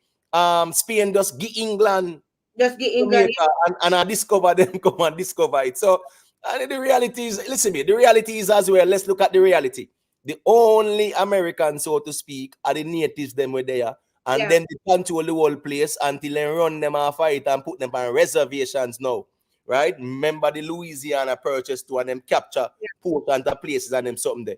All of this are cause and effect. The United States was based on what? You look at the history, the natives then did own the place. Where are they now? Yeah. So all of who has said this and that, we have to remember them history there. Because if the hey, natives hear who attack, so they will say, who is you? And me if you yeah. where you are said. Because me did Bro, me own the drive truck in a Man, me sorry for cut you. I mean I tell you say, it's so bad. But even in Florida, a lot of them get abandoned, you know. Right? When you go out to the west, like if I-40 go all the way through a reservation in New Mexico, right? Brother, you know, see, you hardly see man everybody mix up. They man, them done, brother. You see me? Who Yeah, that are man, then. native? Talk about Yeah, man, native them. you guys were talking about Cecil Rhodes, right? Right. Mm-hmm. Know that he is actually one of the co-founders of the Beers mining company. So all of them blood diamond there. But yeah man. Him and the Oppenheimers them man. Remember say Miss Julian, Nigel Clark, you know. Yeah, Dr. Nigel Clark is a Rhodes scholar. the Rhodes scholar. Yeah, That yeah. is where it came That's where from. the name came from. Rhodes. A matter of fact, what Oh. we call Zimbabwe right now, right, and Zambia, them actually called it Rhodesia. Rhodesia. Yeah, me say it earlier, Miss Julia. Mm. Oh, I never hear you. Sorry, Yeah, I didn't. man. But Yeah, yeah, man. No, Mugabe changed it to Zimbabwe. It was called Rhodesia. there you And go. he wanted the train line from Cape Town to Cairo. Yeah, yeah, That was how he wanted to control the place. So my point is, now we have road scholar, yeah. and yeah, man, people proudly be a road scholar I because know. they don't understand They who don't Cecily understand Rhodes is. and you know what I always say that Imhotep, I say why them just do it for the name sake, but now that we know the destruction of this man, right? Especially pushing the advancement of the British Empire, right? Especially into Africa. Why would them have this road scholarship? You understand what I'm saying? Why would they continue with the name? It's even the name. No, that is a problem, Miss Julia, man. I just hypocrisy again to with that because none of the black man is supposed to accept no road scholar. Right. After when Cecily was doing in South Africa there. Exactly. Remember Cecily was them push out the Zulu war there, you know. Exactly. Every war down in South Africa, Cecily was pushed that in, man. I'm telling you, man. You know, Exactly. death and destruction with them, man, they go on with just to plunder the wealth for Britain. And Right. Britain. But what you just said well for Britain, you forget what the But hold PS. on, our religion play a part too. Hold on there. Hold on there. No religion with Cecily was not with Cecily was at all. No, me never say him with it here, but me know say with some most of them. You But can me religion play a part. Oh, go ahead. Go ahead, Miss Julia. Yeah. So what you just said a while ago about the British, you forget say him help establish the BSAC, the British South Africa Company. Yeah, I was just about to say that to me. Exactly. You know, yeah, man. Cecily Rhodes them as Mr. Miss Julia, I study the history of them place there. And me can't talk about it like me and Miguel. You understand me? Because that's some study them place there. And you kind of realize man proud to be a road scholar, and anybody who a road scholar with the governor general must see a pointer if a road scholar or picker or whatever. Everybody make the newspaper and everybody proud to be a road scholar. He's one of the main abusers and things like that. So main I just hypocrisy, you know. Yeah, main abusers of Africa, and him don't think that much of Africans either. That man destroyed Africa, man. The man destroyed Africa. Man. Right? And Britain, what's it saying? Remember, you know, you had Britain, South Africa Company, Britain East Africa Company, Britain West Africa Company, owned by private individuals. But guess what? The British military protected their interests and it benefit the crown as well. So I that's what them used to do it. You get what me I say? But me just make HQ say a quick thing since him there with Miss Julia. Yeah, big up HQ. Yeah, man. Good night. Yeah, man. Bless up. But even in a full place, you know, in a Imhotep. The John D. Rockefeller, Exxon Mobil, them man they used to thief us back in the day, brother. Them man used to what? The man used to thief us back in the day, robber them same way, you know. No, used to thief what? Horse. Horse, yeah. What do you mean by that? Them man there back in the days, man. No, but what on HQ, you know how wealthy John D. Rockefeller was? John D. Rockefeller, the man that found a Standard Oil. He was one of the richest. Oil company. So where him a thief oil asked for? No, man, they attack them grandparents, man. Just like. No, you mentioned John D. Rockefeller, my general. No, all right. Let me sorry. Yeah. I must say, all right. So like a Rockefeller now, you know, say for them wealth, like no, them man they wealthy, like them wealth come from way back, Yeah. 1800. That's like all Rothschilds and them money. What we know it two year more. You understand? I used to lend people money from back in the days, and you know, like now we have the hard lenders. And when them lend them money, if you don't pay them, you know, your hand broke or your foot broke and them thing. I'm like from back in the days. Them man develop No, fish. Hold on there. No, man. No, do that, my general, man. No money at the waters like that because All right, all that's right. not so. Hold on, man. The same higher purchase thing where we come to grow and know. I saw the Yeah. man them lend you. Them say, where you have as collateral, all right, me have my bed as collateral, cool. If I can't pay me back, yeah, man, in a X time, yeah, you're gonna lose the bed. So if you Yeah. couldn't pay, you lose something. They not say they not broke no and they never bad up nobody like that. You Really, sign deal and really. you agree to it. So go on, continue there. Yeah, all right, all right, all right, all right. We couldn't know the water like you say. Yeah. Yeah, me stand to be corrected. And Yes, man. But me agree. But hear what you say. I mean, hear the reasoning. I mean, agree yeah, fully with with yeah, what I say. Even remember say even right now, what we call Israel. Remember say I No, Britain keep hold on on. No, making. we're not gonna this up. Hold on, HQ. We not gonna write this up. Yeah, All right, cause it's our yeah, problem. we want to try to It's get demonetized. it's all right. yeah. It's all But right. let, We could It's leave all this right, up. Timothy. Well, let me see if Listen, hold on, James Bond, Anne Marie. Yeah, no answer that thing. Let me know, listen, listen, um listen. Then, Yeah, man, after right after this, man. All right, but go yeah, ahead, Miss yeah. Julia. Like Free. James Bond and Anne Marie. okay, sorry, go ahead. No, go ahead, Miss Julia. No, what I was trying to say was, two, we have to be careful how we demonize some people just because of the fact that they're rich or because of the name. No, I'm not saying that there wasn't corruption there, but the Rockefellers actually did a whole lot when it come on to philanthropy, right? And they actually set the standard for large scale charitable giving because they did a whole lot of stuff for medical research, right? They did a lot for public health initiatives, and they actually that's where Rockefeller University actually comes from. The Rockefeller Institute for Medical Research, right? It them contribute a whole lot to scientific research, right? So and them also have an environmental sustainability fund, Yeah, even though yeah, but they took away from the environment too. yeah, So but them, Miss Julia. yeah, yeah. No, Go ahead. go ahead and land. I'm sorry. No, what Sorry. I'm saying is, even though that is true, they deplete. That is true, but I cannot look past some of the philanthropic contributions that they've made. Yeah, That yes, I right, agree with Julia. The same way, oh, Cecil Rhodes, right. after all of the wickedness what him do, in order to cover up and polish off him name, them creates a road scholarship and them start give away all kind of money. So hold on there. Hold on, That's Miss Julia. They can go show you the thing go now. Remember, say, the Rockefellers them were the ones them who even funded the eugenics movement. yes, I know that. Right, Yeah, and them test it, and then even the Germans then go over Namibia and yeah, up to this day, them a compensate the people them same way because they go experiment on them with eugenics. The yeah, Rockefeller started the the Oriental Institute in Chicago. So yeah, they go over Egypt now if you come tell you say that's a European civilization and them something there. So yeah, you see, if you look at the history of these people, their own standard oil, right? And members then go all over the world and control the thing, and them have the military, US military fee actually protect for them interests because it's America's interest as well.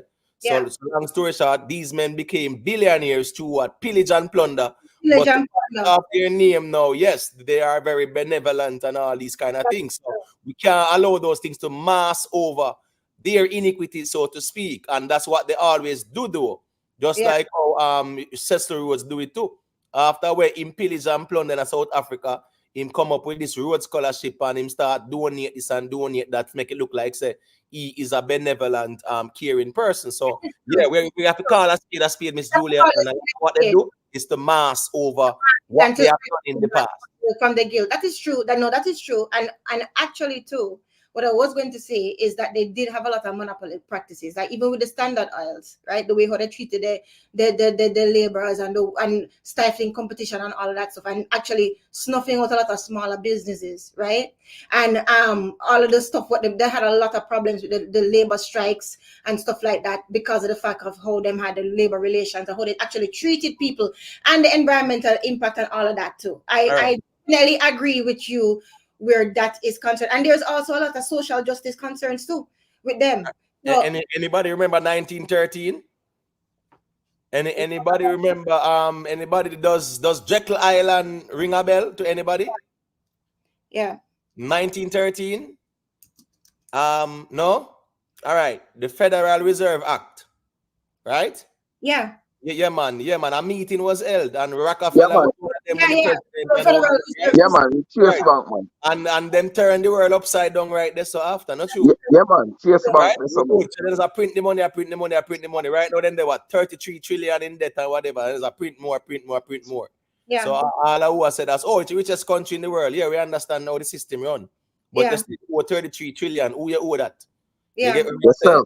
sir. That is So you know, you look at the whole intricacies of thing. I'm saying that's how powerful Rockefeller was, that him could have moved the thing and Yeah. created a Federal Reserve that era go on. Nobody can supervise them people, right? Yeah. Nobody can question them in terms of say boy them can audit them and them something. No, them just know say them raise the interest rate and them control certain gold reserve and international reserve, yada yada. I mean, I Yeah. says the man and just create that and redistribute the wealth from the people, take away the wealth from the people.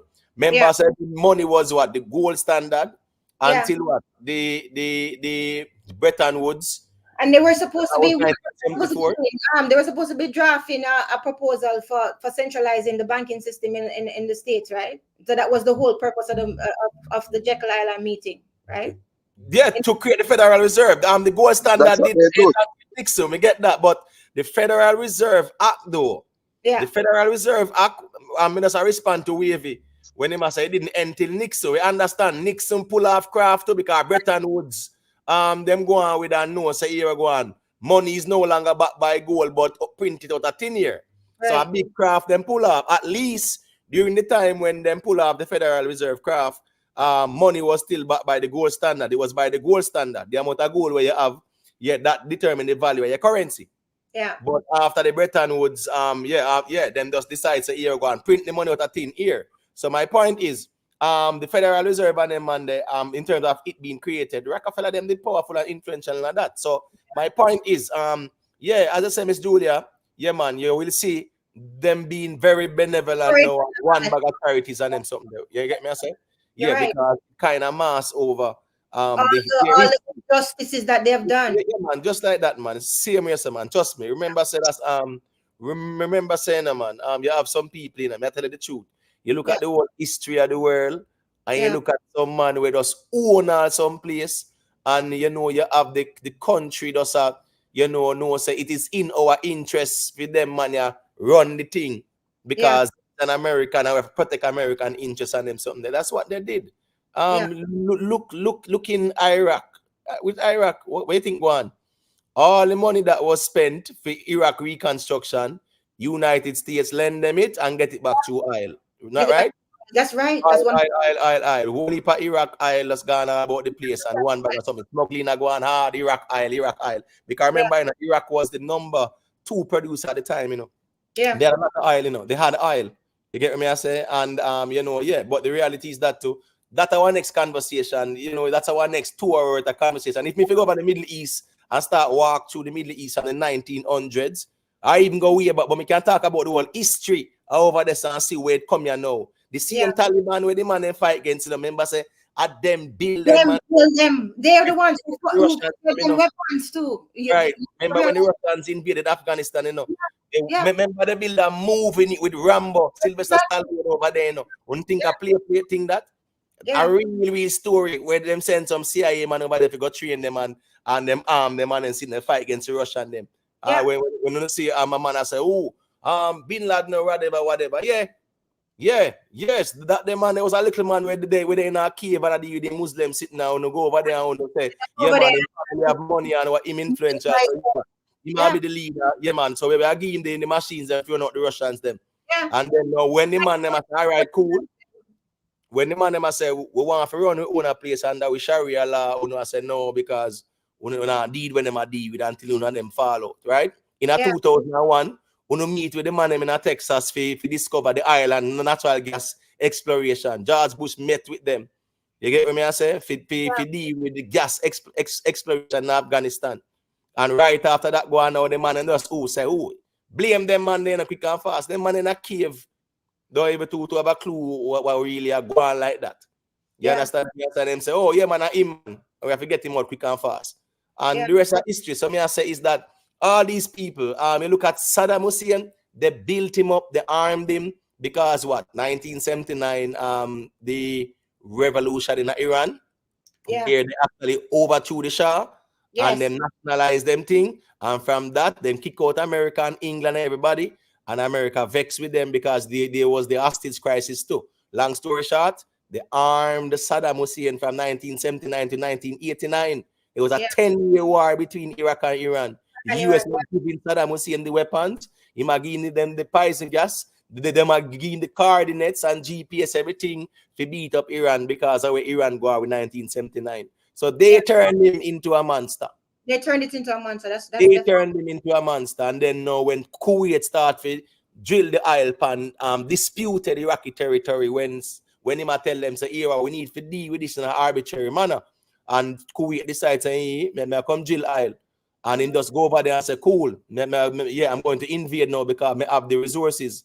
All the way him have a what? No US weapons and then sitting there. Yeah, yeah. You understand me? I say? Yes, so when he go invade Kuwait now 1990, they start the Gulf War and run him out. But members say at them boots him up and arm him up and everything to fight against Iran for 10 years. Yeah, so but it just goes to show, you know? that's the whole point why them support Iraq in the first place, the US, because them basically wanted to contain Iran, right? Them wanted to, because not only it's called the Islamic Republic of Iran. So basically, any kind of challenging to Western interests, of course, that's what they did. They got a benefit from that. Nobody cannot deny it. All right. So watch this now. And Yeah. if you look on the history of Iran, right? Yeah. And people will say, oh, them country that's like a bad country and whatever. For them sin, you know. It's just like Cuba, you know. Them resist imperialism and colonialism. Look at this now. 1954, their first elected president, a Brazilian named Mohamed Mossadegh, right? The first elected president. So I know it got them and the win and him nationalize Iran oil because them time the Iran have whole heap of oil. And Britain and America and Russia did get the whole of the oil.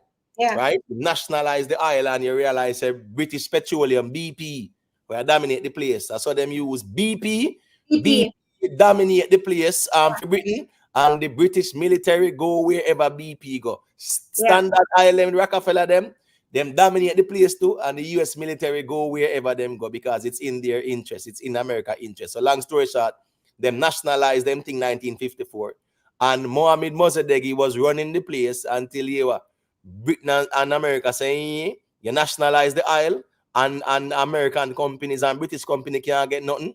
Yeah, man, we're sending the CIA and go on with a coup d'etat and stuff like that.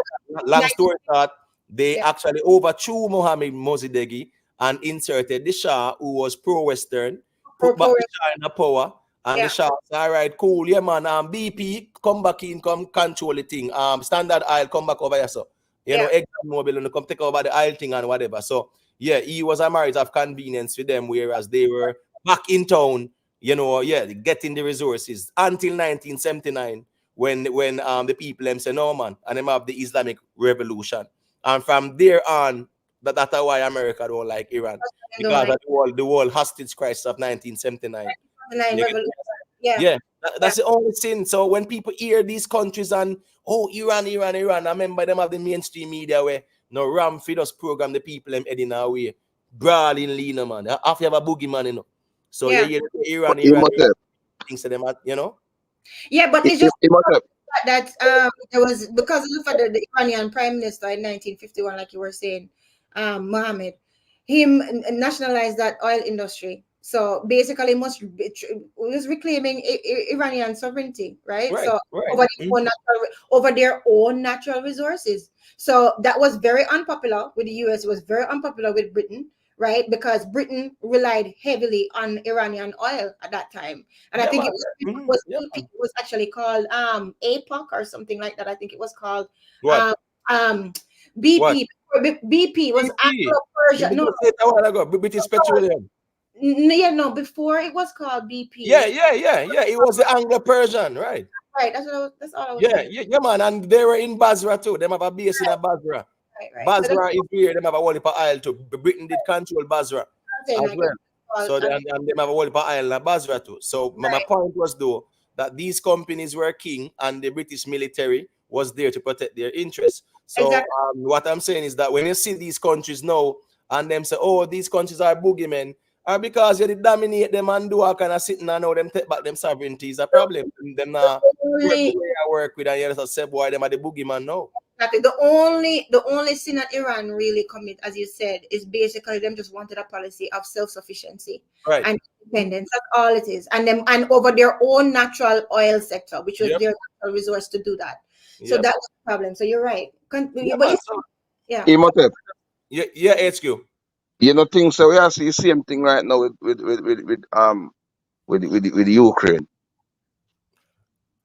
No man, it's a geopolitical chess game I play that's for weak in Russia Yeah, but as watch best out. as possible. Use Ukraine for weak in Russia because remember, you know, But all remember right, saying that, I see remember in 2014, you know, I see him coup them back for run out the pro Russian what's your name? Vandakov or something like that, the pro Russian president come out Victor, of Ukraine, you know. Victor Victor, Yanukovych. But the you know problem was, yeah. what is now, you know, how that started was they wanted him to apply for membership to NATO. Member said Yeah, but he NATO no want that. because what that's a red line because member saying no NATO they don't promise Russia said no eastward expansion. So therefore, what you do? Exactly. Remember, you know, wherever there's a NATO country, it means a US bases are there and US weapons are Right. posted there Exactly. as well.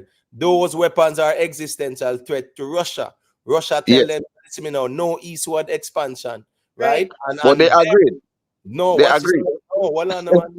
The president that did not sign off for them go join on NATO, they see them run him out, them do a coup d'etat and throw him out. And he was Exactly. pro-Kremlin. That's a pro-Kremlin. The man I Yes. realized a year ago now, based on the history, because what you know, Ukraine was part of Russia, you know. Even after World War II, Russia controlled Ukraine, you know. Right? Yes. Straight up until the 1990. The breakup of the Soviet Union. So even Crimea and the wall in place there, Russia did control that straight through. Right? But Let's not forget most that. of our citizens are Crimean Russian citizens. Right, Russian speaking. Right. Right, Russian speaking, and that's why Russian speaking, based sorry. on their laws, if you are Russian speaking people, you can have a referendum. Remember, Crimea was a referendum going on, you know, even though you hear them say the man them body it up and take it in a referendum going on, you know. Members of that going on, don't forget that, you know. Me, I People something me study, you know. I right, something so me me I study, say, you know, Imhotep. it's the people that actually made that choice with Crimea, you know, but me understand the whole politics behind it. But my point is, all of Yes. that Russia did control after World War II.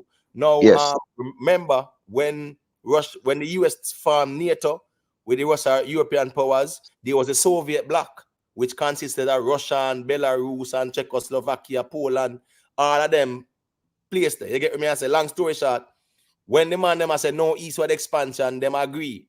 Now, if Ukraine if you become part of NATO, it means say what? US bases and US missiles with nuclear warhead will be posted in those countries. So that's an existential threat to Russia. Yes. And with the whole history, as a matter of fact, you know, listen to me. If you look at the whole history of Ukraine, Russia, the Belarus, right, it's a whole different understanding. The whole that was one land, you know, one Yeah. people, you know. I just really the whole breakup thing going on and shuffle up going on and them something there. So you have Russian speaking people in Ukraine, just like how you have the Donetsk and the Luhansk region, the Donbass region, where you Yeah, have the whole Donbass region are Russian, mostly Donetsk and Russian. Luhansk, right? What did they But do? They have a referendum to be a part of Russia because guess what? They are Russian speaking and they chose to do that, meaning say they want to be a part of Russia. That is the way it has always been. The same thing with but Germany. even though the mainstream media will have it look as it seems as if that Russia just go capture Kherson and all of them four regions that were just what do a referendum and say they want to be a part of Russia. Well you probably know, but just for the audience, the government of No, Ukraine. no, you know, so I don't want to talk too much about it still, my All right. general. Because what is now? Okay. YouTube have a policy where, Yeah. them conversations, they them not Okay. entertain it like that. You get Right. me? I say, yeah, man. Certain content, right? Then we Yeah. tell you, say, even say, all right, if me even turn on live now and say, me gonna talk about that straight, it now go monetize on them something there because the whole thing, them censor certain things. That's why even over what going on the Middle East side. Me see everything we go on and I can't even say nothing about it. Really talk. We understand the whole Okay. Yeah. YouTube, first thing first, YouTube was one of the most all right, YouTube was way better than everybody else in terms of censorship. But Yeah. now, trust me, yes, yeah, rest of all Google control it. Yeah, man, censorship no normal, man. The shadowing Yeah. no normal, brother. So And they are being pressured. They are being pressured also. huh? From the big C time, they have been pressured to censor. Well, as me, yeah, man. So as me said, that's why I'm not too talk about them something still. But All right. on a serious note, though, we are saying now, as it relates to immigration and them something, man, in America, yeah, Yeah. anybody if you complain about immigration in America, the Native Americans, them, the Indians, them, right? I feed them place. That's Everybody else is an immigrant. So yeah. at the end of the day, the same people them where are cost about immigrants, them are immigrants too. Yeah. Because Yeah. me not really see the natives them over the border are cost about that. That's the As thing. some immigrants where are cost about immigrants. And that's Right, so this conversation is going to be. right. And that's the thing too, Imhotep, because I'm hearing from both sides of the spectrum, both opposite sides of the spectrum, right? I am of the view that yes, it is true that this is cause and effect. And I mean, you sign the agreement. You're supposed to protect these refugees, people coming in. That's what you agree to, and you've caused a lot of it. So I'm of that view too. I'm of that view. But then when you hear the fear mongering from the other people, I remember say it's not only Jamaican people are illiterate or sorry ignorant to them government politics as well. A lot of Americans, they are ignorant to actually how the government work. Them don't even know them own country, other states and stuff like that. So it's easy for them to have this fear and think that these people are coming to take away from them and making it worse for them when them already having a poor time or a hard time to survive. So you understand. So I'm looking at both sides, and I can see how it's being used. But yeah, I'm of that view, Imhotep, definitely. Yeah, the essence of the argument, Miss Julia, is gonna go back to the real people who are native to the land. Yeah. You understand me? I say, and at the end of the day, everybody else are immigrants themselves. So Yeah. therefore, it's more replete with xenophobia. Yeah. But all right, look at this, Miss Julia. Raymond Redway say, remember in the 18th century when the rednecks in Texas, all right, people celebrate Juneteenth, right? Yeah.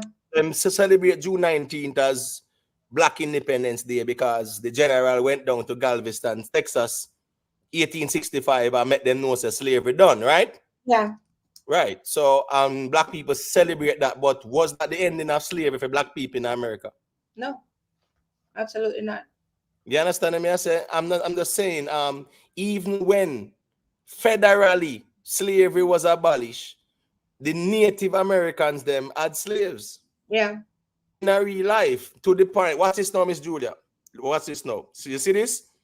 By Kirk, this yeah, man. This is part of the biggest problem in America where it comes down to an identity crisis with black people. Yeah. All right, what's this now, Miss Julia? After 1865, when slavery was abolished in America, Native Americans, they had their autonomy. The federal government had no authority over them like that. So the federal government could not abolish slavery amongst the Native Americans. Yeah. So anything go on. Yeah. Black people were still enslaved by them. Long story short, they own them, intermingling start going. Native American breed black woman and vice versa, and them something there, right? Yeah. So you have a whole heap of what? Former slaves, or some of them who are descendants of Native American because of slavery and the interbreeding and stuff like that. Yeah. Where you think go on, Miss Julia? The man they run come out now say them are Native Americans. Yeah. Yeah. And in a real life, a lot of us start by it because this Moorish science thing come in. And then now you have some people who said they are actually Aborigines. Right. Just because of that, and here we go on now. The history is there to show all of these tribes that had slaves and interbreeding and stuff like that. Up to a couple years ago, there were a lot of black descendants, black Indian descendants who were actually renounced by the chief. The chief never give them the birthright. Yeah. He said them are native. So all of that black intermingling now with the natives now, the man them have some picture which are true for sure. So you have Native Americans and black mingle. And a man say, yeah man, we this man, we are the natives, we are the original people. You get what me I say? And if them do a DNA test, it can show say West Africans. Yeah. I'm saying these people run up and down the place now talking about that they are Native Americans, West Africans them. So me I show you how all right, what's this now? Kirk said blacks really control America. You understand me? I say, yeah, what kind of blacks you talk about? Remember say you were what 1871, 1674 there and about black and white came about. So what kind of blacks we talk about? You understand me? I say? Yeah. We were what? We were West Africans. And But the misconception is that that the Native Americans only enslaved themselves. That is a big misconception. Black people were slaves. No, I know, but there's a misconception though, immaterial Right. who them actually have them by the narrative that Native Americans only enslave themselves. No, during the European colonization, they engage in the slave trade with the European settlers too. Right? Yeah. So as me say, again, now we just start. Some man just start read couple books now, and I wanna come out and say, boy, them indigenous and them and the natives and stuff like that, and because them not understand the history of slavery, so it goes beyond. So everybody talk about, yeah, man, the white man and slavery, but in America, not the white man alone did do slavery. No. I mean, you get me? I say the Seminole people, them too, them did actually have slaves. Yeah. You get me? I say down at Florida side there. So the reality is that the history is there, Yeah, and we can't cherry pick it and say, oh, we don't believe the history because he write it. You get me? I say, no, but go and go do a DNA test then, and see then send it back to West Africa and burn the bubble. Burn you. And when them say about how 1865 was the end of slavery. Listen, listen, end of slavery legally on paper, because even if you look on it, right? Even just the way, even just the way how they treated people after that. You remember the black codes? Don't forget about the black codes. You remember the black codes? Right? And not only that, even everything with sharecropping, right? And them still had lynchings, right? Them still had institutional racism, which we still have even today, right? Right? They still have. Listen, slavery did not end on that day. Well, let's just say federally it ended, because legally, if you're owning it, that would be a crime. Yeah. Amongst the natives, it was still legal, meaning saying the federal government couldn't trouble them. Yeah. You get what me I say? So when them a celebrate Juneteenth to say, yeah, black people were free, slavery still a go on, but I just saw that go. Missy Anne-Marie check in. I don't know if she wants that thing. Missy, check back in, Anne-Marie. Are you there? Anne-Marie? All right, look at her. But sharecropping is actually still a big exploitation economically on people. Convict leasing, them still had that too. So that's all of that exploits African American labor or African labor. So slavery did not end. It ended legally on that piece of paper, but there was a lot of systems that maintained it, right? Remember, say with Jamaica, right? Yeah. 1834 was supposed to be emancipation. Yeah. 1834, right? The planters them decide said them not do no emancipation 1834. Where you think go on? Sam Sharp rebellion, right? No, after them say right, 1838. Yeah. And then cool. After 1838, when the man them do? Man they start bringing in what? Chinese as indentured, because remember them they control China. Remember India as a crown jewel? Yeah. Then go over India and bring you over one bag of Indians. Guess what? Run off the black people them now. Them not have no if you got nothing to do. Yeah. After them I work them out for hundreds of years. Yeah. You understand me? I says, and them things that go on in Jamaica in real life. So at the end of the day, yes, slavery ended, but them bringing in the indentured servant kind of thing.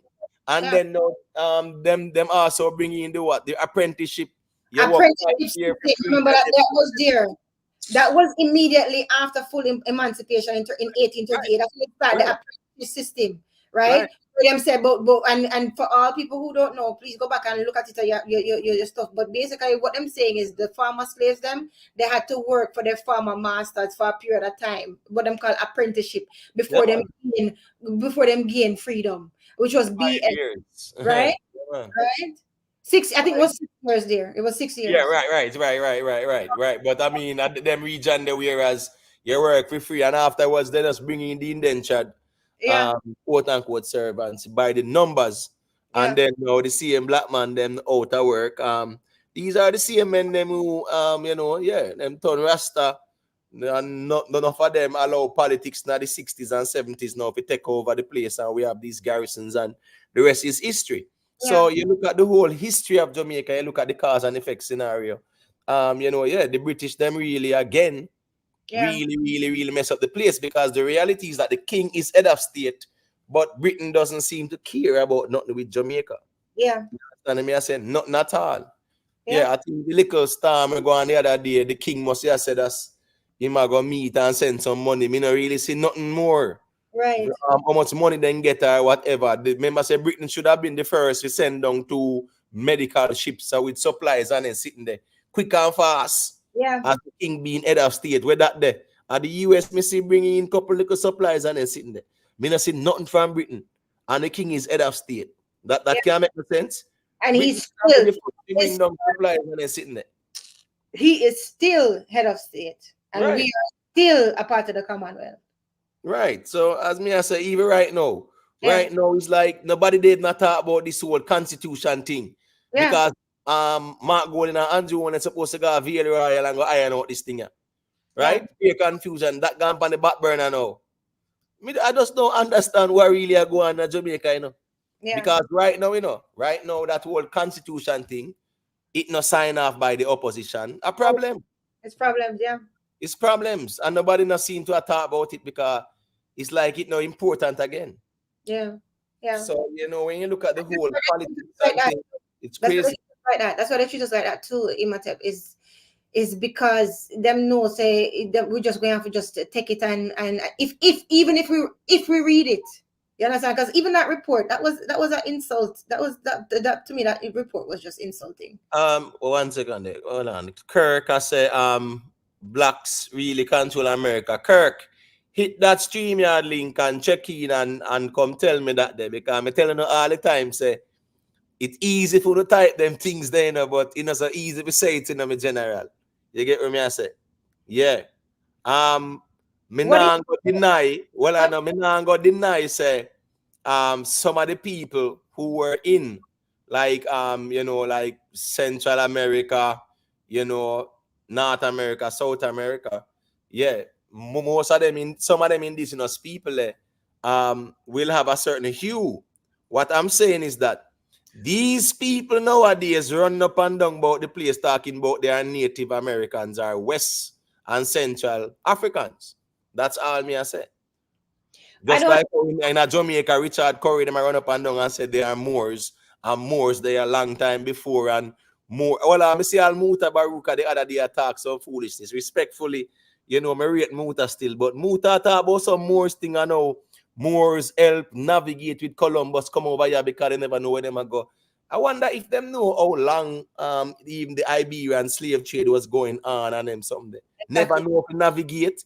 When members say the Romans, them the Greeks, them everybody navigate pan ship all over the place in the Mediterranean and sitting there.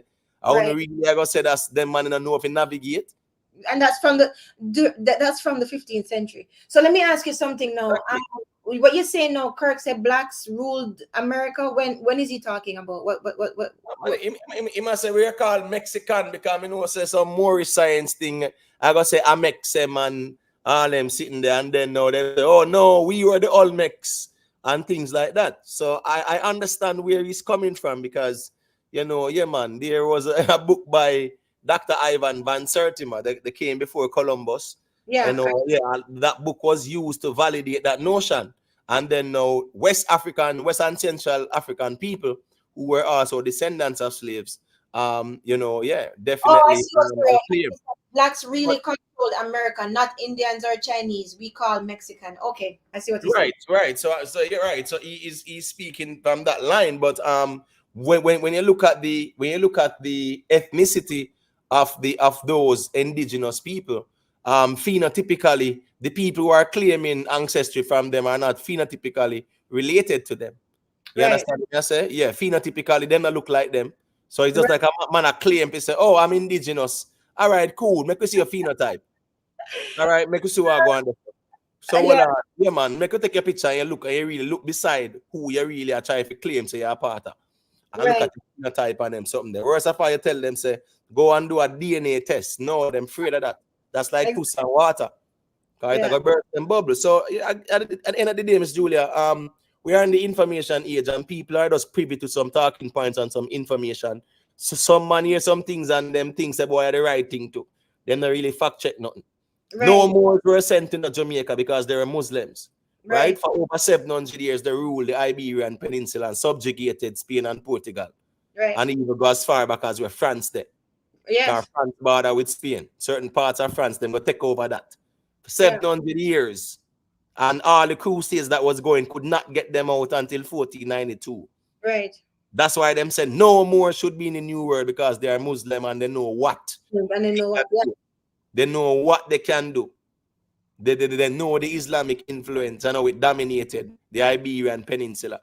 So Yeah. there was this story about, oh, Columbus came with Moors and things like that because Moors were navigators. Show the evidence of that. That's a talking point with tying to Moors being over here.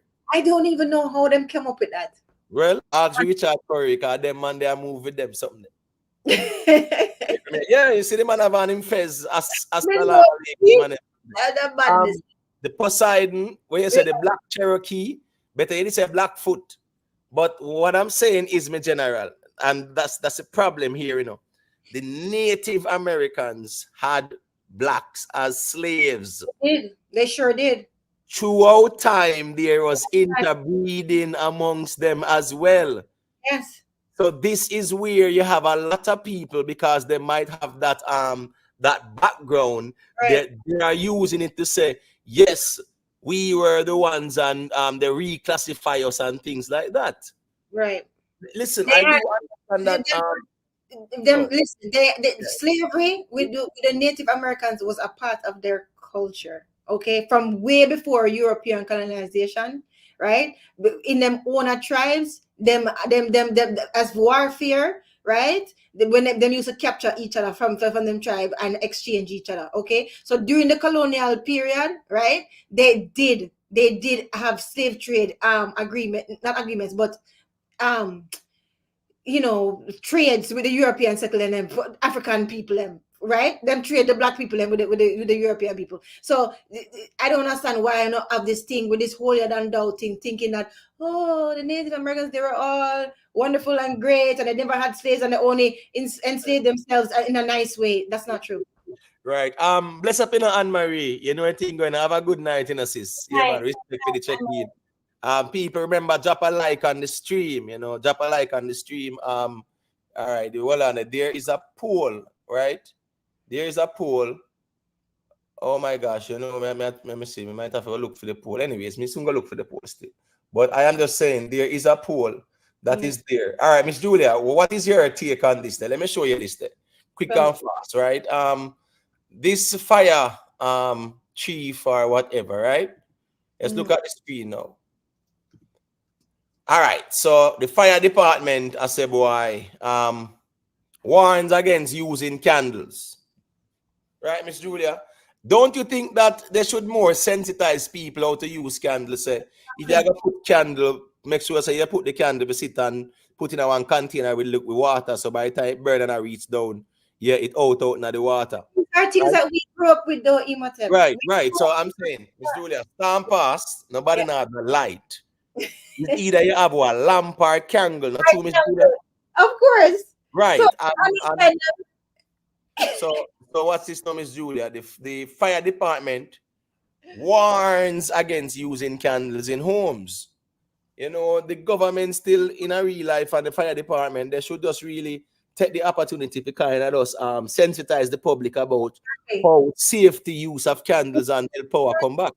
Because listen, when we growing up, Imhotep, they had public service stuff like that, telling you don't leave a candle unattended. If you leave near a curtain, you don't leave near a curtain. Exactly. Right. Put it in water. Like what you say, right? So I mean, and guess what? In our house, we know exactly where the candle and the matches them there, especially. But you know what's funny, Miss Julia? All Yeah. right. And In like that, this always gone. What we do? We reach for a mosquito destroyer and we reach for a long white candle. If you know how Miss much Julia, let me tell you something. You have sometimes, even when me grew up, like growing up until I was about 7 years old, me never have no light. yeah. So where you think go on? A Candle lamp, lamp. kerosene lamp, right? Kerosene lamp.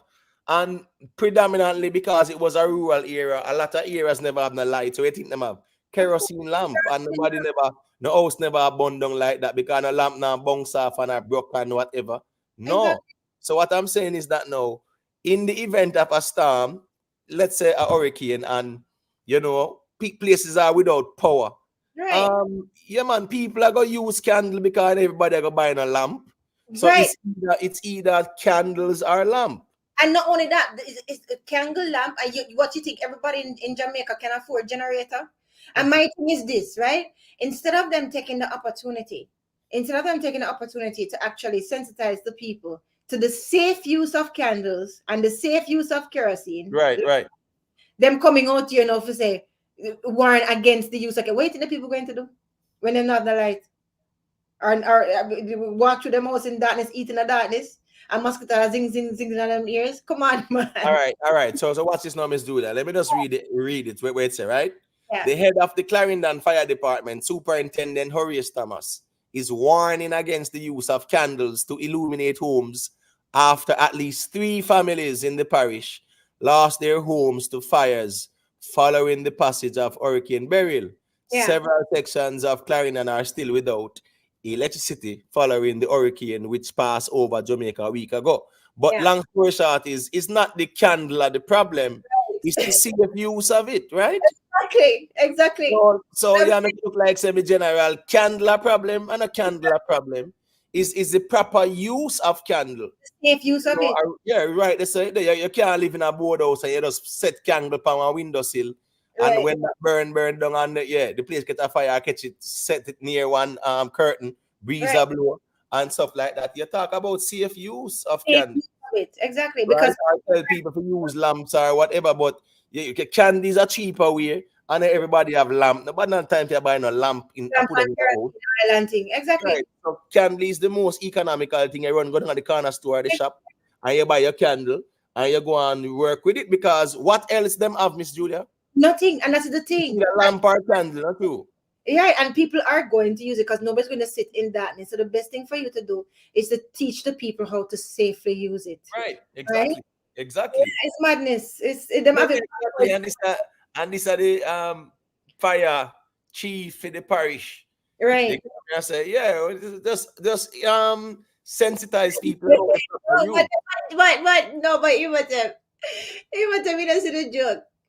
No, on don't use candle. On the sit down in the darkness and wait for light to come back. I saw in the news, Miss Julia, the police was urging JPS to try and return light as quick as possible to these crime-riddled areas. People, most of them, they even pay the light bill, letter one. Yeah. And two, in reality, you understand me? I say the people them who are pay them light bill, them to get priority. Yeah. Right? Yeah. So because these areas are crime infested, enough of them are thief in light and then sitting there. Yeah. You know, I say you talk about places like all back to and Riverton and them places.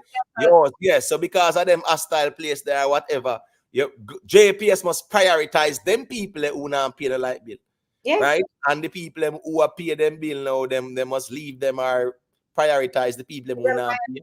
That don't make no sense. No. Here we go now. Police must just find ways and means how to patrol the place and secure the place. Yeah. Put one temporary police post down there. Me feel say them need to get it's like even North America, you see the camera systems them. Yeah. Where them will have like a mobile police post and them something there. Yeah. When you go and have them something them and get some camera systems now where you can have the mobile camera thing. Yeah, and I agree. set that up, have a mobile police station. You need more mobile police stations. Simple as that, you know. Simple as that. Yeah, you must have, but the government go cry for resources. Eh? The government go cry so not have the resources to do but they do have enough money. They have enough money to buy vehicles and them something there, and them are graduate what 200 graduate recently and them something them man. Mobile, watch this now. In times like these, you have to allocate resources in critical areas. So you hear what you do. You have a mobile command post, and you just dead them more time if you don't feel like say right, no light no come back on the place at because you know the place dark, you know it go man will step to man. Me understand that part there. But what me I say is that the priority should not be given to crime-infested areas above people who are paid the light bill. Actually paying the light bill. And You know, you must have, about them talking about them talk about resources. Listen, there's resources there, right? First of all, look at that report. Look at all these committees and all this money spent. What we're not seeing the evidence of, right? All these committees that them funding, how much billions of dollars, how much millions, hundreds of millions of dollars, and them so behind on them work, right? So listen, it's just not being prioritized. But go Yeah, ahead. man. James man, let me tell you something, James man. The Jamaica Constabulary Force, right? I understand say them are built step by step, whatever. But these people who are in power are some of the most nearsighted people I've ever seen.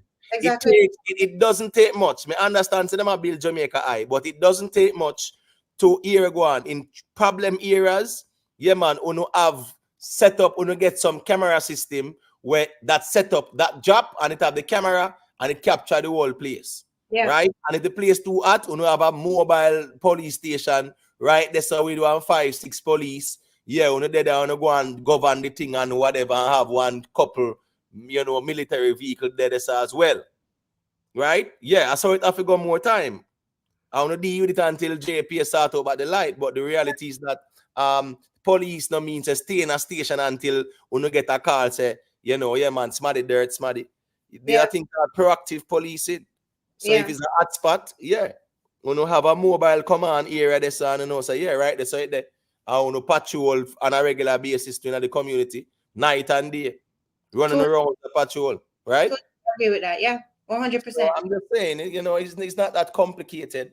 And it just takes a mobile command vehicle, mobile police station where we have all of them take something there. You understand me? I say? Yeah. Yeah. It's just an next vehicle and it can more than hold. you must have, Can hold 1, 5, 6 of them easily, brother. Easily. I want porta potty just right beside it too. You get me? I say, Miss Julia? Yeah. Yeah, Exactly. and the food come and whatever, and them train shift and everything, and the place good. So there are ways them can do it here, man. Where you say HQ? yeah, me I say to you now. So let's look on it now, right? A person who, me not sure, I am not sure of your background, but if you, who is not, let's say, a person with a security details like are them here, yeah, where you can look and say, look, it's not hard, and you can figure out how we can do this thing. When you see people with the resources, with the expertise, not doing these things, then it makes you to wonder if them really want to solve this thing. No. Crime is, let me tell you something. The crime problem in Jamaica, where people No, not understand, the crime problem in Jamaica is big business for some, especially private security companies. Yeah. They make a lot of money off of the instability. You understand me? I say a lot of money. They make a lot of money. Every business have security and surveillance and response team and things like that. So yeah, man. It's a booming business. When it comes down to the monies being allocated every year to the Ministry of National Security, it get the most money than everybody else, even more than health. You get me? I say even more than education. Right. And when you realize, crime fighting costs more than even health and education, you realize you have a serious problem. yeah, So well, at see, the end of the day, too, there's a lot that needs to be done. I think social intervention is one of the key components if you want to really see a drastic change. More engagement, more social intervention programs, less hostility between the police and the citizens. Too often the police are perceived as being very hostile. And you see the results as well too, whole heap of people ball and say, some extra judicial thing the police then go on. That whole heap of things. We know that already. We see it on I don't forget that one day. Notice all that one there. Notice the one, where the people them ball out, down a bag walk side there, where the camera pick up what really are going on and them sitting. You know about that? Yeah. We don't hear nothing about that. We don't hear nothing more about that, and that was sitting where captured on TV, CCTV, and the conflicting stories and one bag of sitting. And we know how that go again now. That boy, it's sad. And these are the reasons why the people don't trust the police like that neither. Yeah. Because a whole heap of little things go on. Yes, now for the man them a rude youth and them get trouble, but sometimes when they catch them, then they really catch them with nothing. Right. But here we go on now. Here we go on. Yeah, them just say them a come for them, and I eat that. But that's why the cameras through Imhotep, especially the police body cameras, are important because they don't understand. You see, the people who are against it are saying that, oh, watching police, blah blah blah. What them don't understand is it actually helps the police in the long run, because when you ensure police accountability, right, and basically offer that transparency to society, then that's how you build the trust with the police. Because when we can trust, say, if we can't trust you, we can trust the accountability system that will keep you accountable, then that's all good. Because then we will know that there will be transparency in any kind of investigation or misconduct, right? And there will also be some kind of, effective disciplinary measures against them. So that in itself, if we can't trust you, we need to trust the accountability system that's going to keep you accountable then, basically. You understand? If I can't trust you as my boss, I need to trust HR for no say, them are going to look out for me and my rights as a worker. You understand what I'm saying? So all of that. Body cam, Miss Julia, the body cam, listen to me. Anytime we have more body cameras being worn, we're not going to see a big difference as well in terms of police conduct and crime reduction and things like that too. Exactly. In our real life, because here we go now. The body worn cameras is also accountability for police officers who are public servants. Exactly. Yeah. So at the end of the day, yeah, man, you don't want to wear a body camera, then leave the force. It's as simple as you're a public servant and we expect transparency. Too many investigations. Members say in the come a complaint already say, like they are saying that out of 100 and odd police shootings, them I say must say one of them. Only must see one have a body worn camera, must see none of them and them something there. So the reality is that transparency, it's needed in the force right now. Definitely. The police force has always been a police force where, and listen me, we have to call a spade a spade. Corruption is a serious problem in the police force. Big problem. We can't go around a corruption really mash up the police force and really allow crime to fester too in a real life. You understand me? I say greed and money, top superintendent greedy, inspector greedy, sarge greedy, little man on the road, greed. Yeah. You understand me? I say you have some man, you have some policeman where him lock off all the whole taxi stand, which means any illegal taxi where come as a con load, some have to go squeeze him, fee more and then listen, man, me see all police run down. Me see police, either one policeman, one bike police, traffic policeman from half a tree. Him govern half a tree, man. So all of them price right taxi them and do any park, Meadowbrook taxi, the whole them taxi them. That them and they govern the whole half a tree with that. So me I say is that the whole them little man they were illegal, all is of your pay and like some sting operation set up and then catch him with the money and then sitting there. The police them. So yeah, man, the police corruption is a serious problem in Jamaica. Right?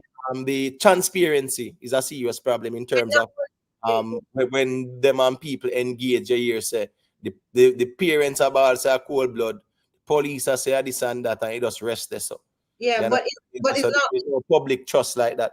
Yeah, but it's not only that though, Imhotep. It's like everything that you say and what we were talking about before, yes.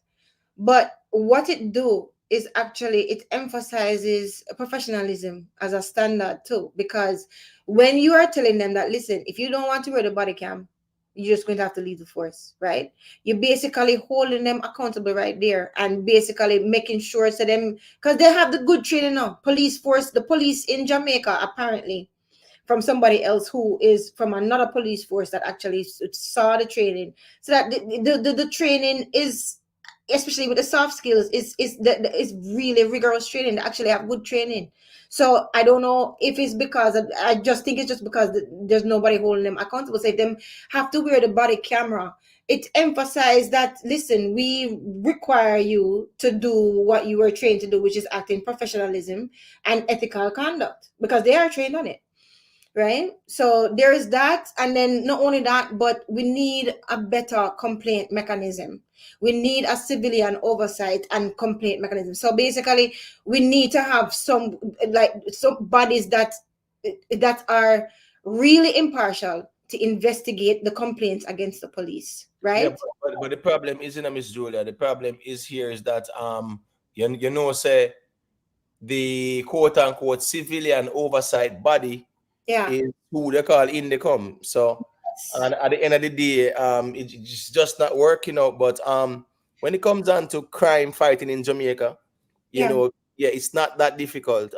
You know, hotspots, there are Right. things called hotspot policing, Yeah. right? Social intervention program, Yeah, they should hotspot. need that. Yeah, man, just make sure say that's collection of data, intelligence gathering. Yeah. You understand what I mean? I say, yeah, man. What them Those do? are yeah, we have to increase in capabilities, them man. You know, yeah, man. Intelligence gathering. Yeah, exactly, exactly. Yeah, And not only man. that, but the cameras are also a big part of that too, the intelligence gathering, because the body worn cameras, right? You're going to have a digital platform to have that. So what does that mean? That means that it actually improves any kind of reporting incidents, right? Right. Because it is captured digitally. So it actually cuts down on paperwork, no pun intended, literal paperwork, and actually the work to stuff like that. Yeah. Yeah, yeah. So at the end of the day, Miss Julia, there are definitely many ways and means. It's a step by step process too.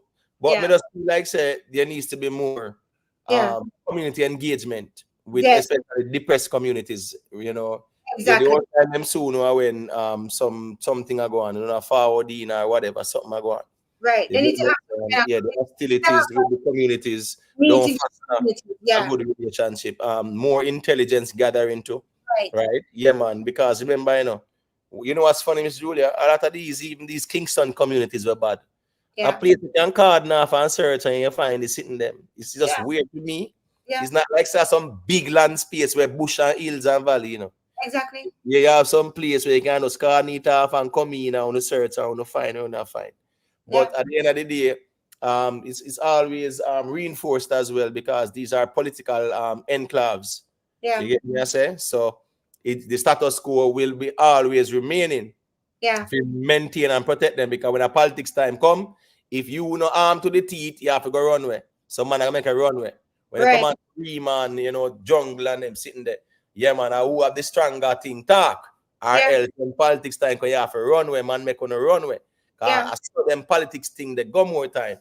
You And they understand? used to have they used to have police officers with youth training and youth stuff between them, and them don't really have as much anymore that really actually foster the community dialogue and between the police and the regular meetings and stuff like that, forums. Them can even actually talk about the concerns and of them community. Them used to have stuff like that when I was growing up before, even after Nothing Morgan, Yeah, right? man, it's like police youth clubs and things like Yeah, that. yeah, yeah. And it's like, no, it's like nobody cares about the youth anymore. And I'm telling you guys all the time, we always have to attack the problem by the root, not the branches. So we have to invest in youth empowerment programs, right? That it's skill training is not only one thing, it's not only education, it's skill training as well, is recreational activities too, because these young people, when I look at them faces, sometimes I say, my God, them stress, right? So it's like them need an outlet, right? So it's you can't just be everywhere them turn back and juke them. So I mean, so is all of those things is a multifaceted problem that will require a multifaceted and multi-pronged approach to Yeah, solve man. it.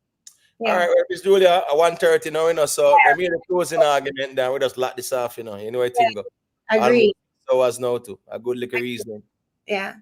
Yeah, man. So everything that I just said, we just have to do better for ourselves. You're right about the immigrants. We have to look at it as a humanitarian thing.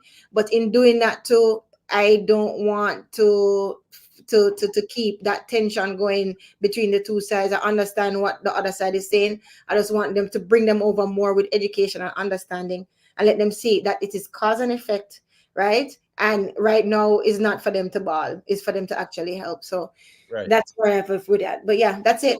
Yeah, man. Bless up, Miss Julia, man. HQ, what say you, my general, in closing? Quick and fast. Yeah, man, the next good reasoning, man. Next good reasoning and like reasoning and everything. Yeah. Yeah, Yeah, man. we have to go and listen. See, Bless Yeah, up, respect. bless up HQ, bless up. Yeah, man. Bless up. bless up, All right. man. Bless up, bless So up, man.